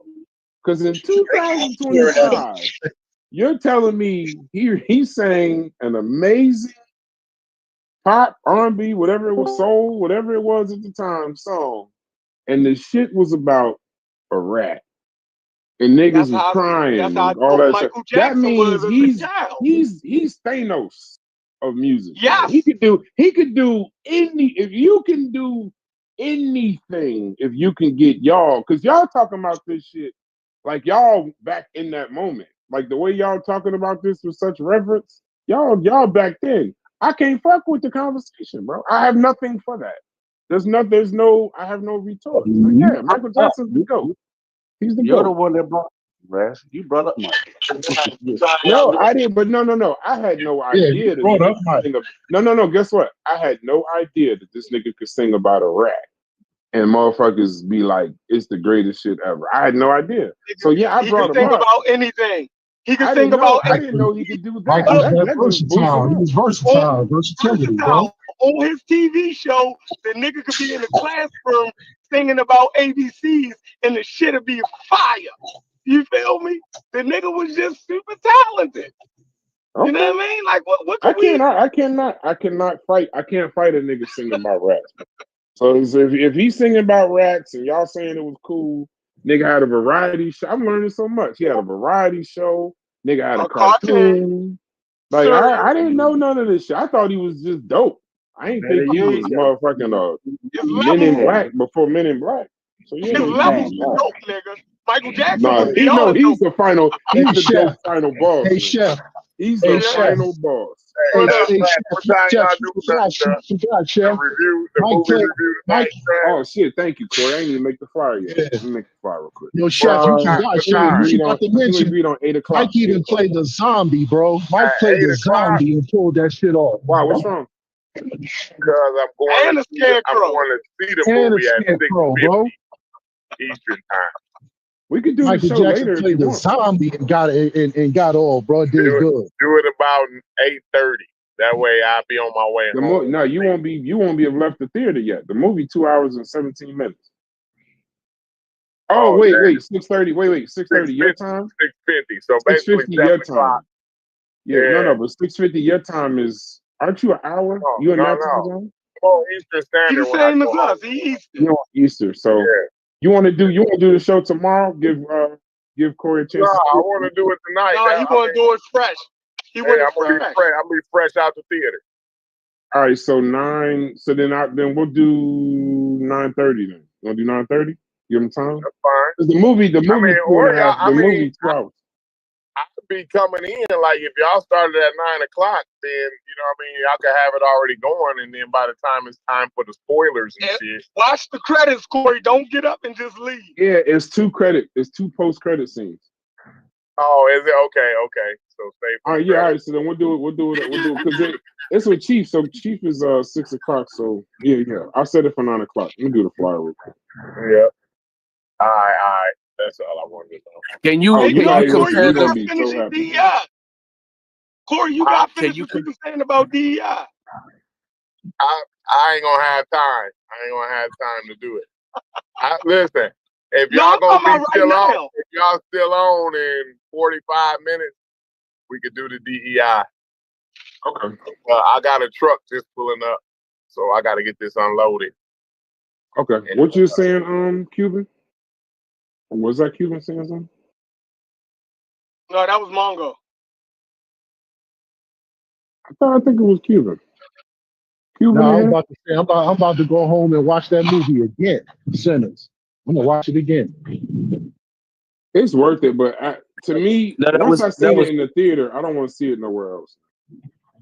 Like I saw it in the theater, I saw it in the theater, and then I saw it on the Fire Stick. I felt only thing the Fire Stick gave me was clues. I'm glad I saw it in that order though, because in the theater it's way different, bro. It's way different. Way different. No, I was going to ask you. Yeah, that was Cuban. Could you is it better than Get Out? Yes. Really? Is it better Get Out than was dope. Is it better than Annabella? Yes. What's Annabella? It's a movie about a little. It's like a horror movie. Cause see, here's the thing. It's I can't. You gotta. It's better than both. That's great. Annabella was very good. Because the way Was that it the one is. with Carmen in it? Nah, Annabella was Carmen that's what the That's like she's a a singer. doll I or forget her some shit, name. right? She I don't want to ruin it, Chef, but it's a very good movie. Yeah, Annabella was Oh, good. when she was like a slave? Yeah. Yeah, But it was in present day? Yeah, the girl that And just they started had them taking off thinking they all her was back clothes in and the... shit. What's her name? What's the girl that just started taking off all her clothes and shit? Oh, Started the acting pretty all little nasty. girl. The one that be dancing and shit. She be wearing tuxedos and shit. Yeah. She just started going nude all of a sudden for some reason. Yeah, she dope. I think she damn. go both ways too. What's her name? What's her name, one of chat? the The girl, weirdos. the little girl, she just started going crazy. She did she was like a regular person and she got thrown back into slavery time. What's her fucking name? It's 2 names too. I know it because my girl listened to her music. I know what you're talking about. My girl like Damn, that shit messed me up. Michelle or something? Damn, that shit messing me up because I don't even know how to look it up. Hold on. Is it Jonay? Jonay something? I forgot. Yeah, I think Janelle, is it Janelle Monáe? No, that's the name. no, that's not her name. That's No? somebody else. Not? Damn, I thought that was her name. I might have just named a porn star or something. I don't even know. Is that her name? I think it is. Janelle Monáe? I think so. Hold on, I can't. I'm making a flyer. I can't look at the I can't look at. Hold on. Yeah, Bro, they man, going. y'all niggas need to join the Discord, man. We do this all day, man. Y'all in the Yep, chat, man. Janelle Join Monáe. Discord. Yep. Damn, hey Chef, she 40, bro. They say black don't cry. Damn. She like a little kid. Yeah, like a little girl. I think she used to I be a think she waitress. played the when she was numbers. discovered or something. Didn't she play in that NASA movie or something? Yep. Co- Yep. yeah, Where they was doing the numbers, Hidden Figures. yeah. Hidden Figures. I called it numbers. Hidden Figures. Mhm. Yeah. I'm gonna go see the movie Thursday when I got off. Well, If you watch saying the this show, you'll better see than it tonight. Annabelle, huh? Watch the show. Watch the show. You'll see it tonight, man. Because I'm giving up all the spoilers, bro. All of Nah, them. I'm not gonna watch it. I can't. I hate All of them, movies bro. being. All of them. Listen. But just make sure when you watch it either in Dolby or IMAX. Just watch it in either Dolby or IMAX. Matter of fact, I'm Like, pretty is it sure. like is it suspenseful? Is it actually scary, or is it just like It's on everything. edge? It's everything. It's everything. Oh, I And definitely then, want and to it see it. gets straight to it.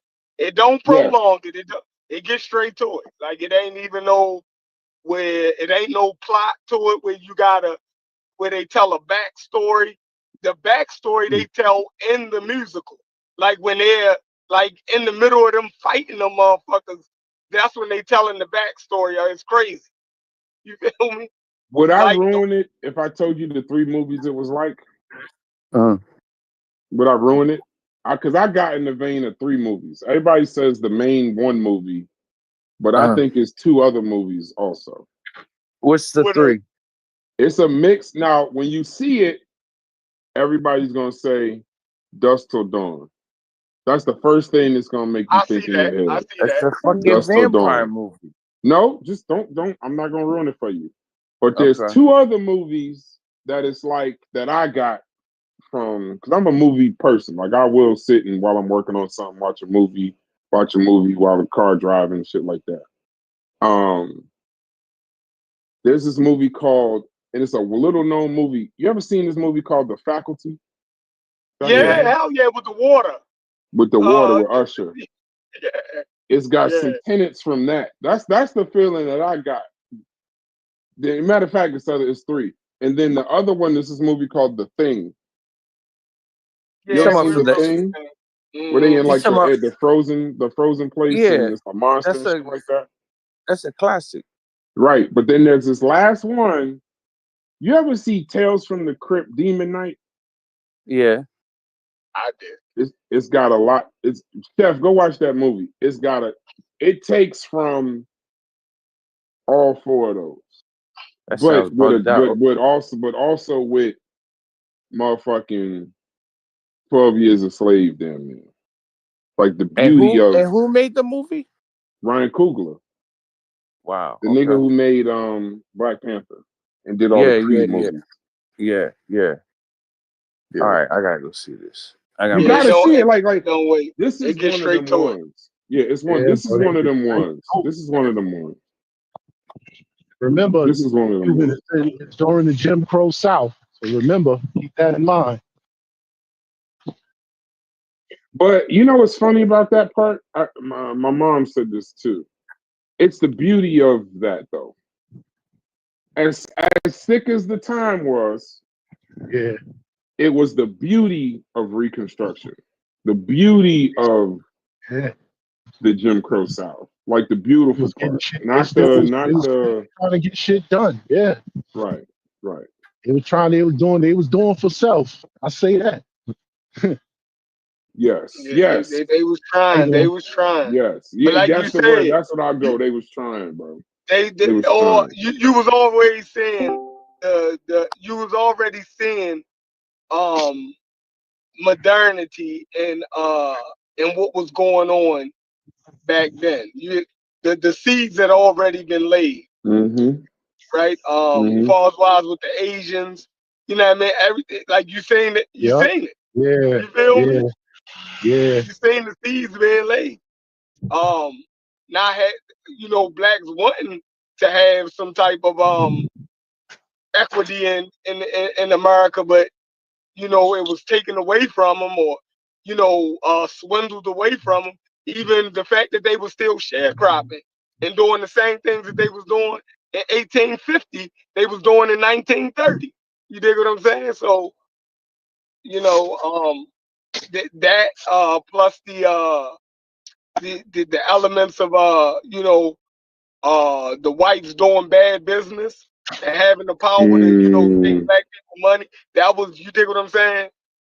So black people already doing illegal stuff, far as why selling illegal products like drugs. They had the element of that because it was doing prohibition. You feel me? So it had that element of the black market. You know what I mean? I could And tell. yeah. I could tell homeboy that directed that he really thought this shit through, bro. Cause I'm watching it and I'm like, yo, this dude is an amazing writer, bro. But it's similar to Amazing Black writer. Panther. How he did the Black Yeah, Panther. bro. How he made when they went back to Oakland, the music they was playing, he kept it the time. NWA was playing.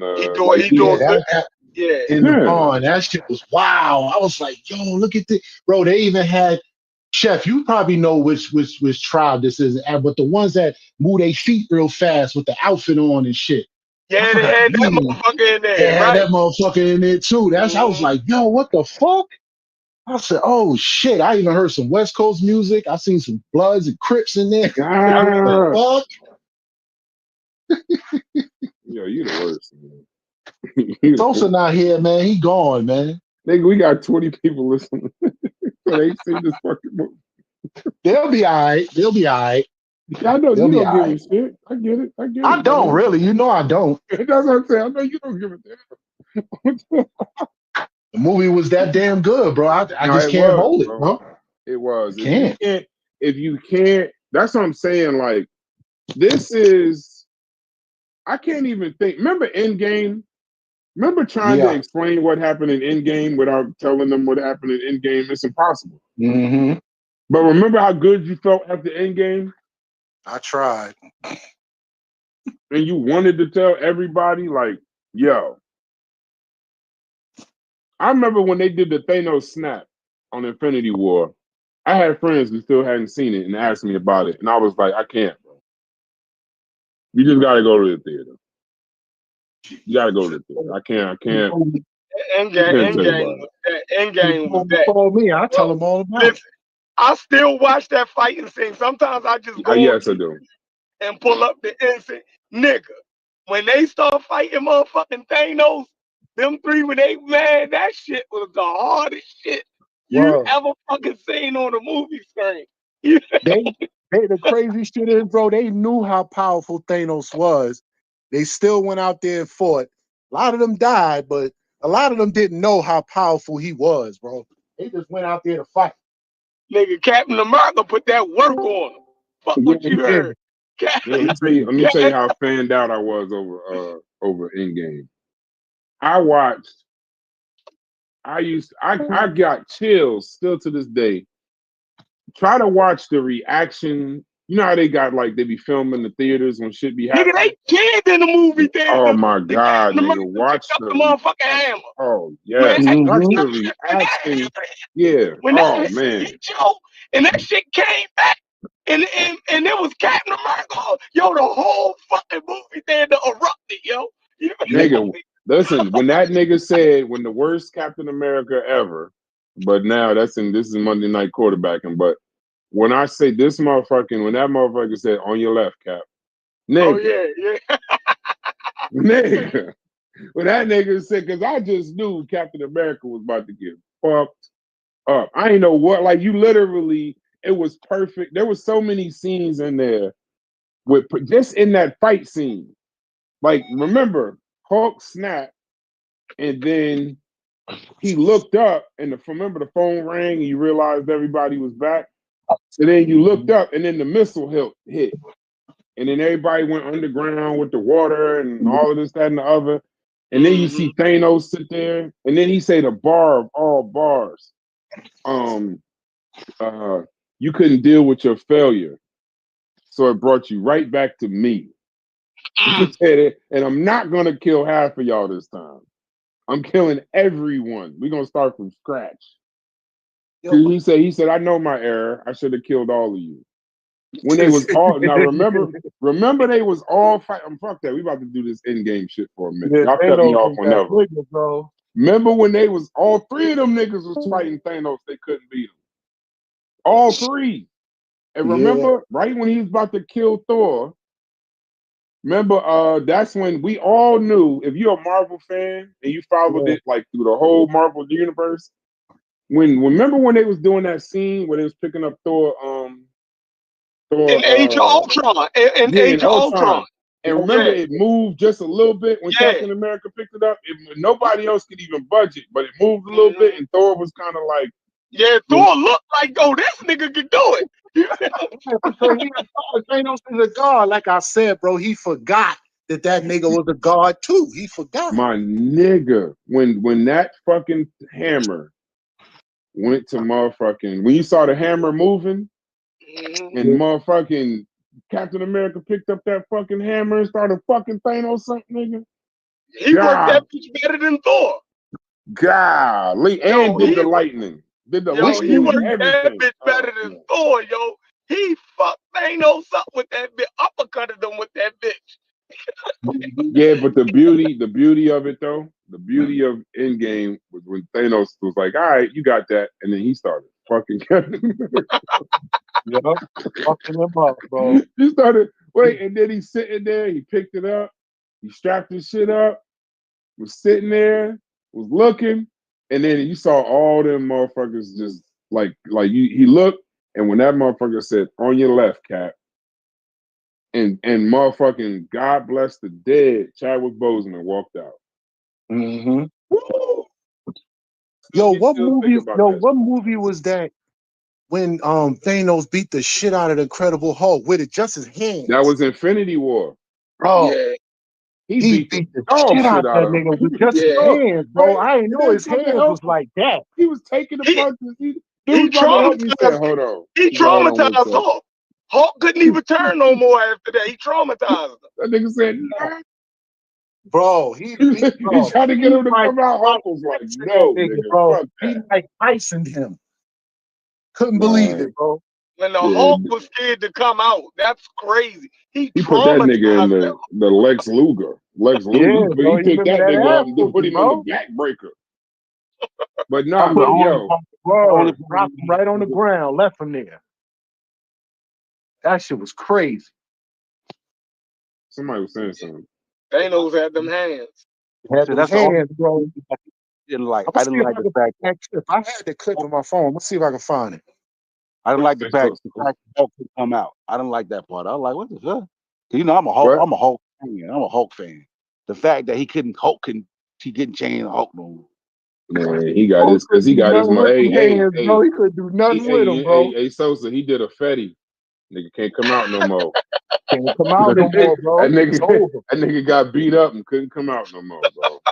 It was like that all the way until I'm gonna talk shit till this nigga come back to the server, bro. I'm gonna talk this nigga right back up. He ain't coming back, yeah. He don't come back, right? He ain't that soft. He ain't that soft. He ain't coming back, yeah. But yeah, nah. That fighting scene. Then they all came running out. They all assembled when then you saw Doctor Strange. Then you saw the whole Ibambe. Oh God. I was in this motherfucker like it's sensory overload. I'm in this bitch. I done threw the popcorn. I'm fucking standing up. I watched that shit standing up because the whole theater went absolutely crazy, my nigga. And when that nigga said assemble and they started running at each other, and the Marvel, the good thing about Marvel, they understand musical scores. That fucking I don't know how to do the melody, but that melody that plays when they do the Avengers Assemble, dun dun dun dun dun dun dun dun dun. All of that. Oh man, Jesus. Then they start fighting. What was the good fighting parts? When he fought Wanda, Wanda was fucking him up. Man, When he Wanda is fought, powerful. Wanda can do him. Yeah, yeah, she could fuck him up. Wanda is she can take him out. You Yeah, feel me? yeah, Yo had to yeah. get the motherfuckers to rain down missiles on him because she was about to kill him. But They like, nigga, yo, that- even What Wanda? but nigga, even that scene when the missiles rain down and then all them shits just stop. You gotta remember, that's why I say some movies you gotta go to the theater because the shit is so loud, like boom, boom, boom. It's like it's loud music, loud missiles, and then it just went dead silent. And then shit started pointing at the sky. And you don't remember, I'm telling you now, nobody remembered Captain Marvel until she came out the sky. You forgot that she was even a fucking Avenger. And then she dropped that shit, then they was trying to get the thing, and then when he finally fucking gets the glove. Gets the glove. Her story was later in the time. Yeah. Their story later. I think that was like they like re-explained. Didn't they do that afterwards? Yeah, no, she came back in time. She left like in the late 60s, 70s or something. But she was like, I guess, in the time warp. No, she's fighting the 80s. she's fighting everything. She's doing the whole universe. That's why you never see her. She was fighting everything on every planet, everywhere. That, in the comic books, that's how they showed her. Yeah, so when she left Earth, she left what, in the 80s? And she came because back that's blockbusters for the 80s, yeah, the 80s. No, I'm saying in the movies. No, in the movie, she left in the 80s because it was remember she when she got to the Earth, it was Blockbuster was there. Blockbuster Video was there. What I'm saying is that did they do her movie before Endgame? Yeah, her movie was before Endgame. Yeah, she had an introduction, like we knew who she was. Because remember, at Endgame, he saved Iron Man. That's how the movie started. She saved Iron Man. Remember Iron Man? They was floating after Infinity. Iron Man was floating in the ship. But that was the second. Oh no, that was after Infinity War or the start Endgame. The start of Endgame. Okay, but so it was Infinity Wars. Then they released her. Then they released her, right? Or was she before Infinity Wars 2? I think it was. No, it had to be before that because. Oh, I see what you're saying. I see what you're saying. Hold on, you're right. Let me see something. I see what you mean. I didn't know what you was talking about, but now I get what you mean. Because after Infinity War, there was a couple of movies before Endgame. Yeah. Because we had saw old boy when he had turned the ash, he pressed a button, but nobody knew like who the fuck is he pressing the button for?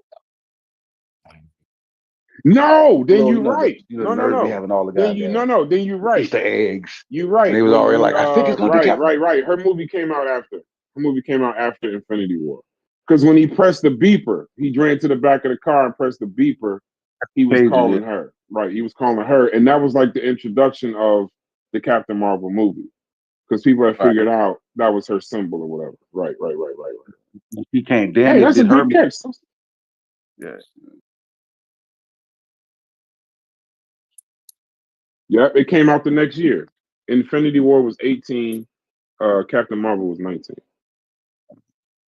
So yeah, niggas didn't really know. They didn't really know who she was. So that part. But then the GOAT of all parts is when him and Iron Man, when he fucking I've watched that scene 1,000 times. I don't know how the fuck he did it.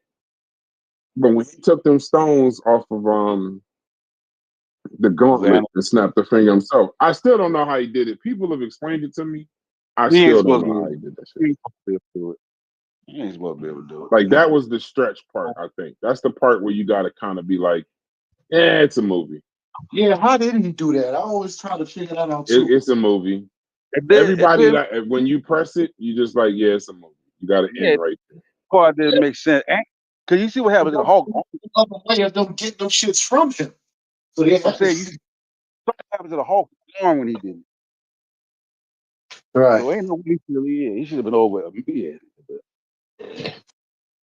But anyway, but it's still that the movie was so Still that good. We had movie though. That Uh-huh. shit crazy.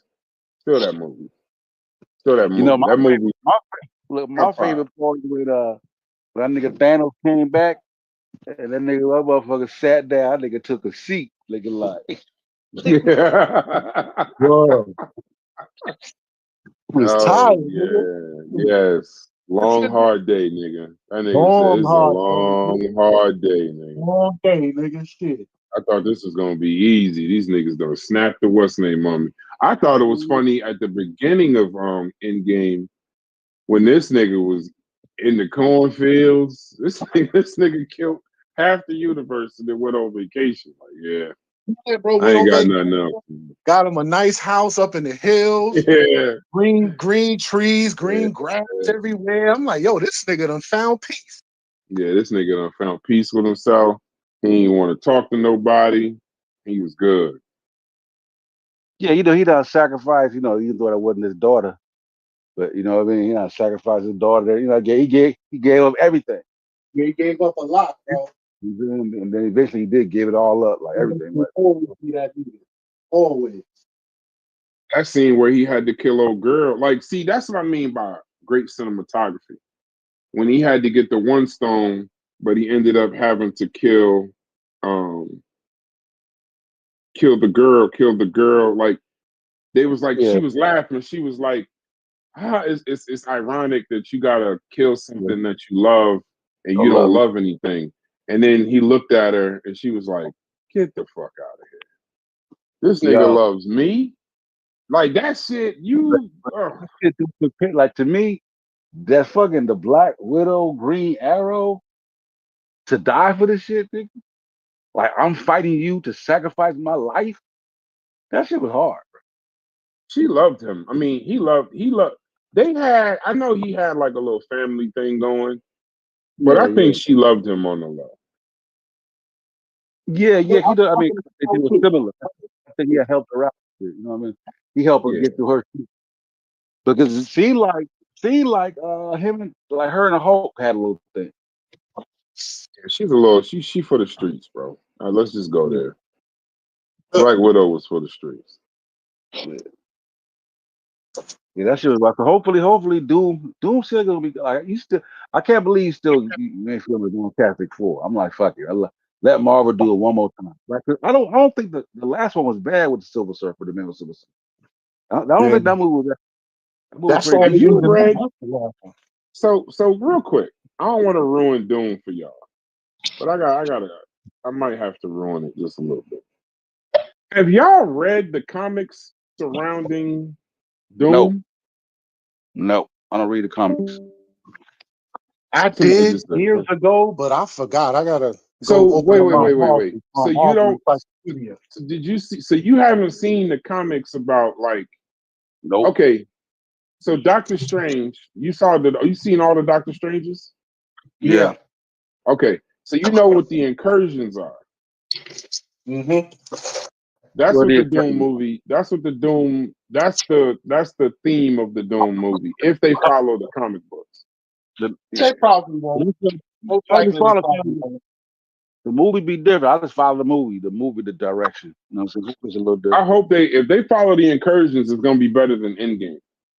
Because if they follow the comic book version of how Doom, if they follow the comic book version of Doom, then it's gonna be a lot of fucking superheroes dying, and it's gonna be a lot of scenes like Endgame. Because don't worry, bro.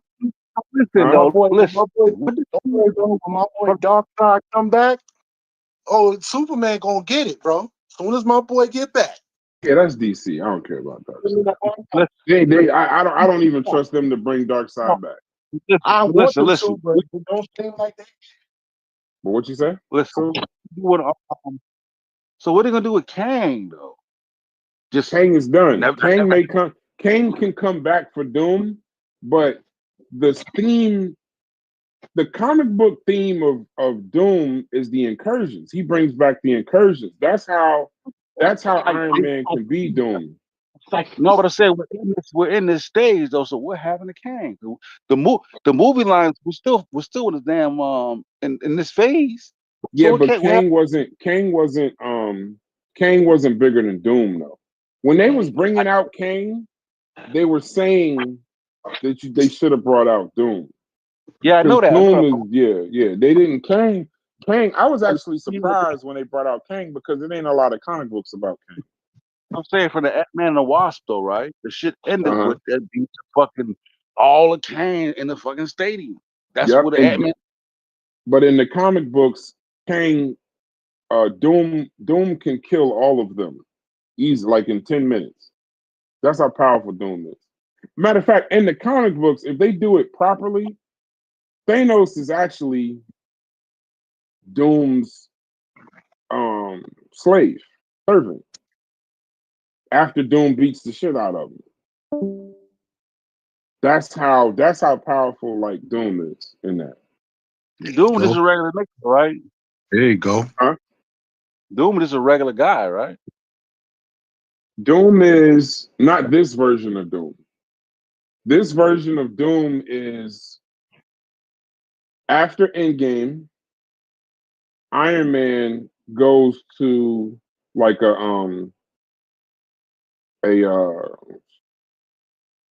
multiverse.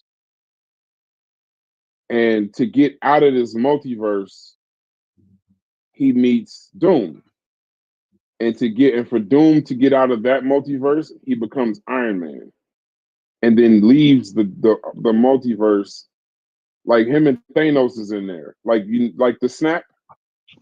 That's where Thanos is. He goes to where that realm is. Wherever that realm is after the snap on Endgame, that's where he goes.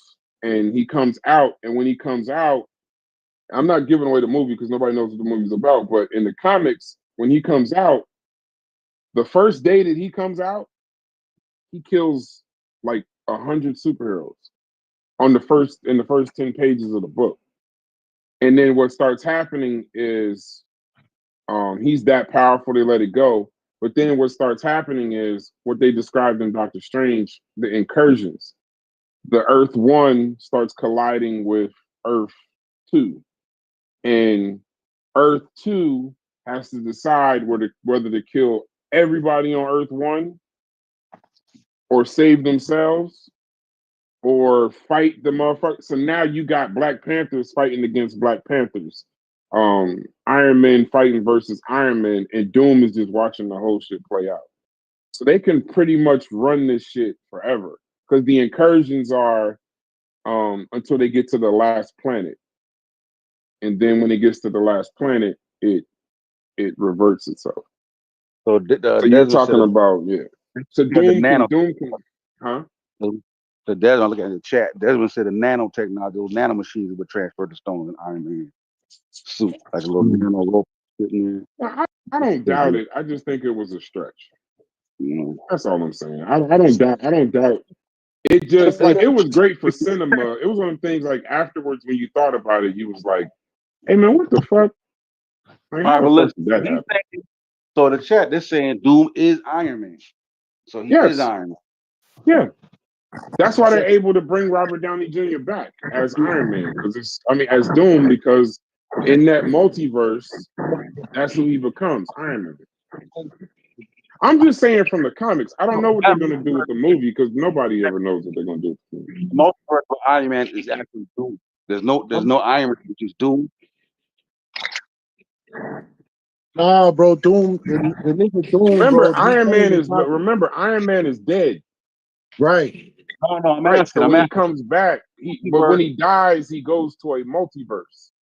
He doesn't go to like heaven or hell. He goes to a multiverse. When he gets to that multiverse, Doom is there. Right. So they come together and then they leave and come back. Hold on. Listen to what I'm saying. How did he go to a multiverse? Iron Man. We watched him die right there. He didn't leave. No. I'm talking about the comic book. I ain't talking about the movie. Because remember, just so you know, they're about to do a Captain America, where Captain America didn't die. They're Oh, about they to do do a another. Captain America. Yeah, they're about to show you everything that he did with. Because okay, so the reason why this is crazy is because the multiverse fucks the whole thing up as far as time. Who's playing So Captain America? the actual Captain America, Chris Evans. Oh, So damn. when remember at the end of Endgame where Yeah, he went away he for a while. leaves and comes back? That's Yeah. actually like a space of like 60 years. Yeah, 'cause he comes back an old ass man. Right. Right. So they're gonna do a movie based on that. But at the end of that, in the comic books at least, at the end of that, he replaces the Negro Iron Man, Captain America we got now. Good. Forever? I haven't this is all last 5 years. I haven't kept up with it in like the last 5. I just know Doom, when he does come back, because the reason why I hope they do it this way is because that's how they introduced. This is where the X-Men and Marvel started crossing over.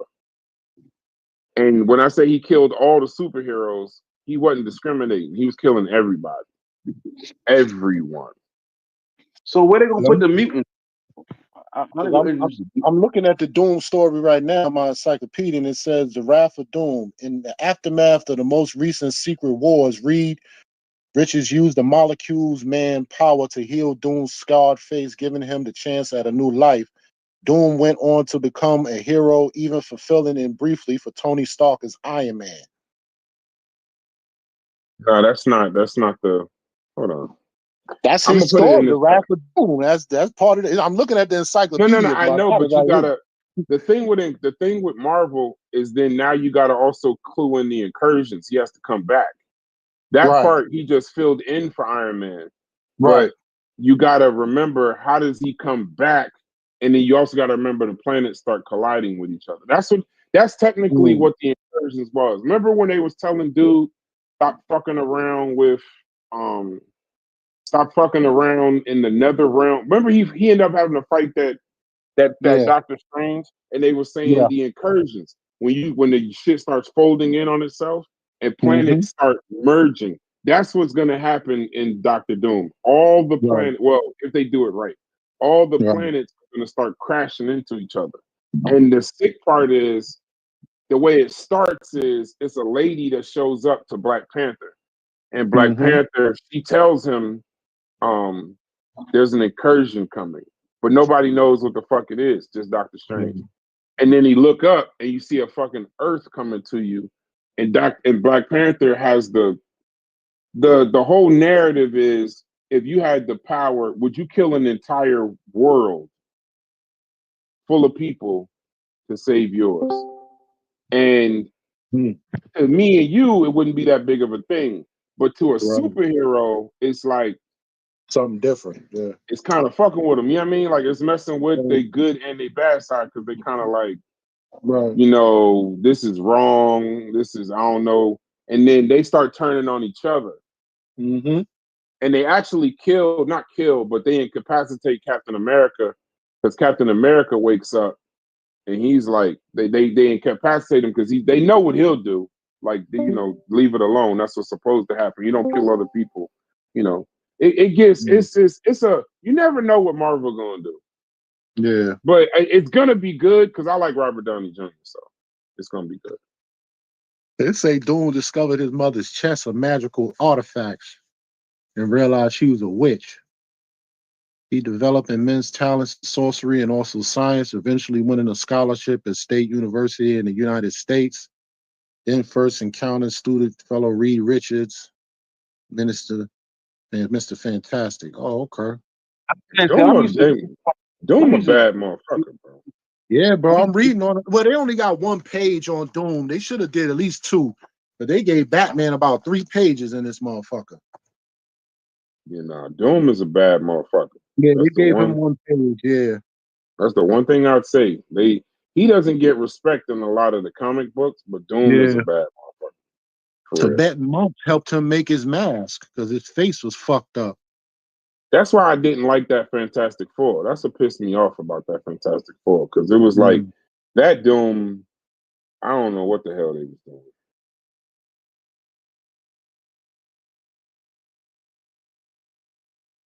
Yo, they got a Damn, Sinners video game already? Or am I tripping?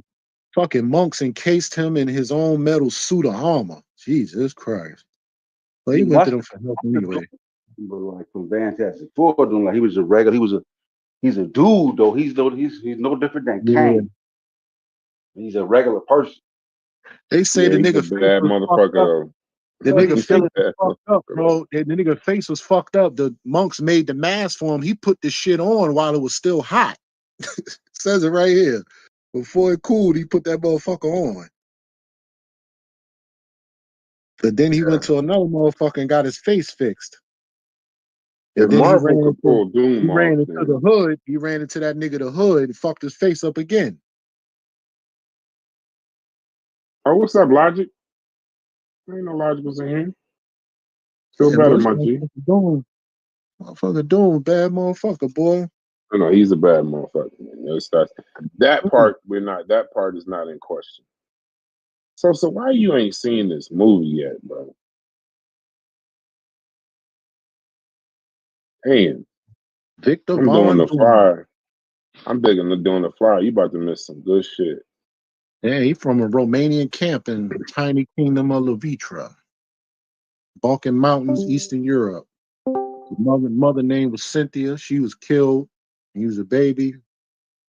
Victor, father, Lena, a healer, failed to save the wife. Oh, damn, bro, this motherfucker is killed. Victor Von, damn, that's crazy.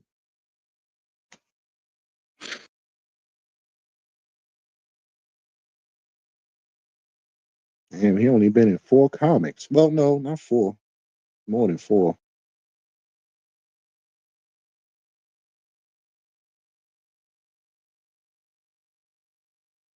Hmm.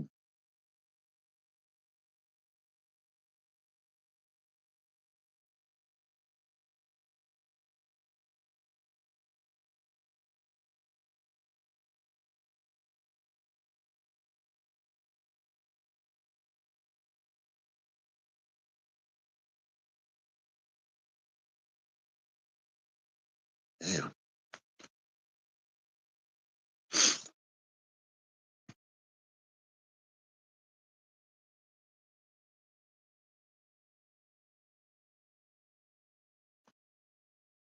Hmm.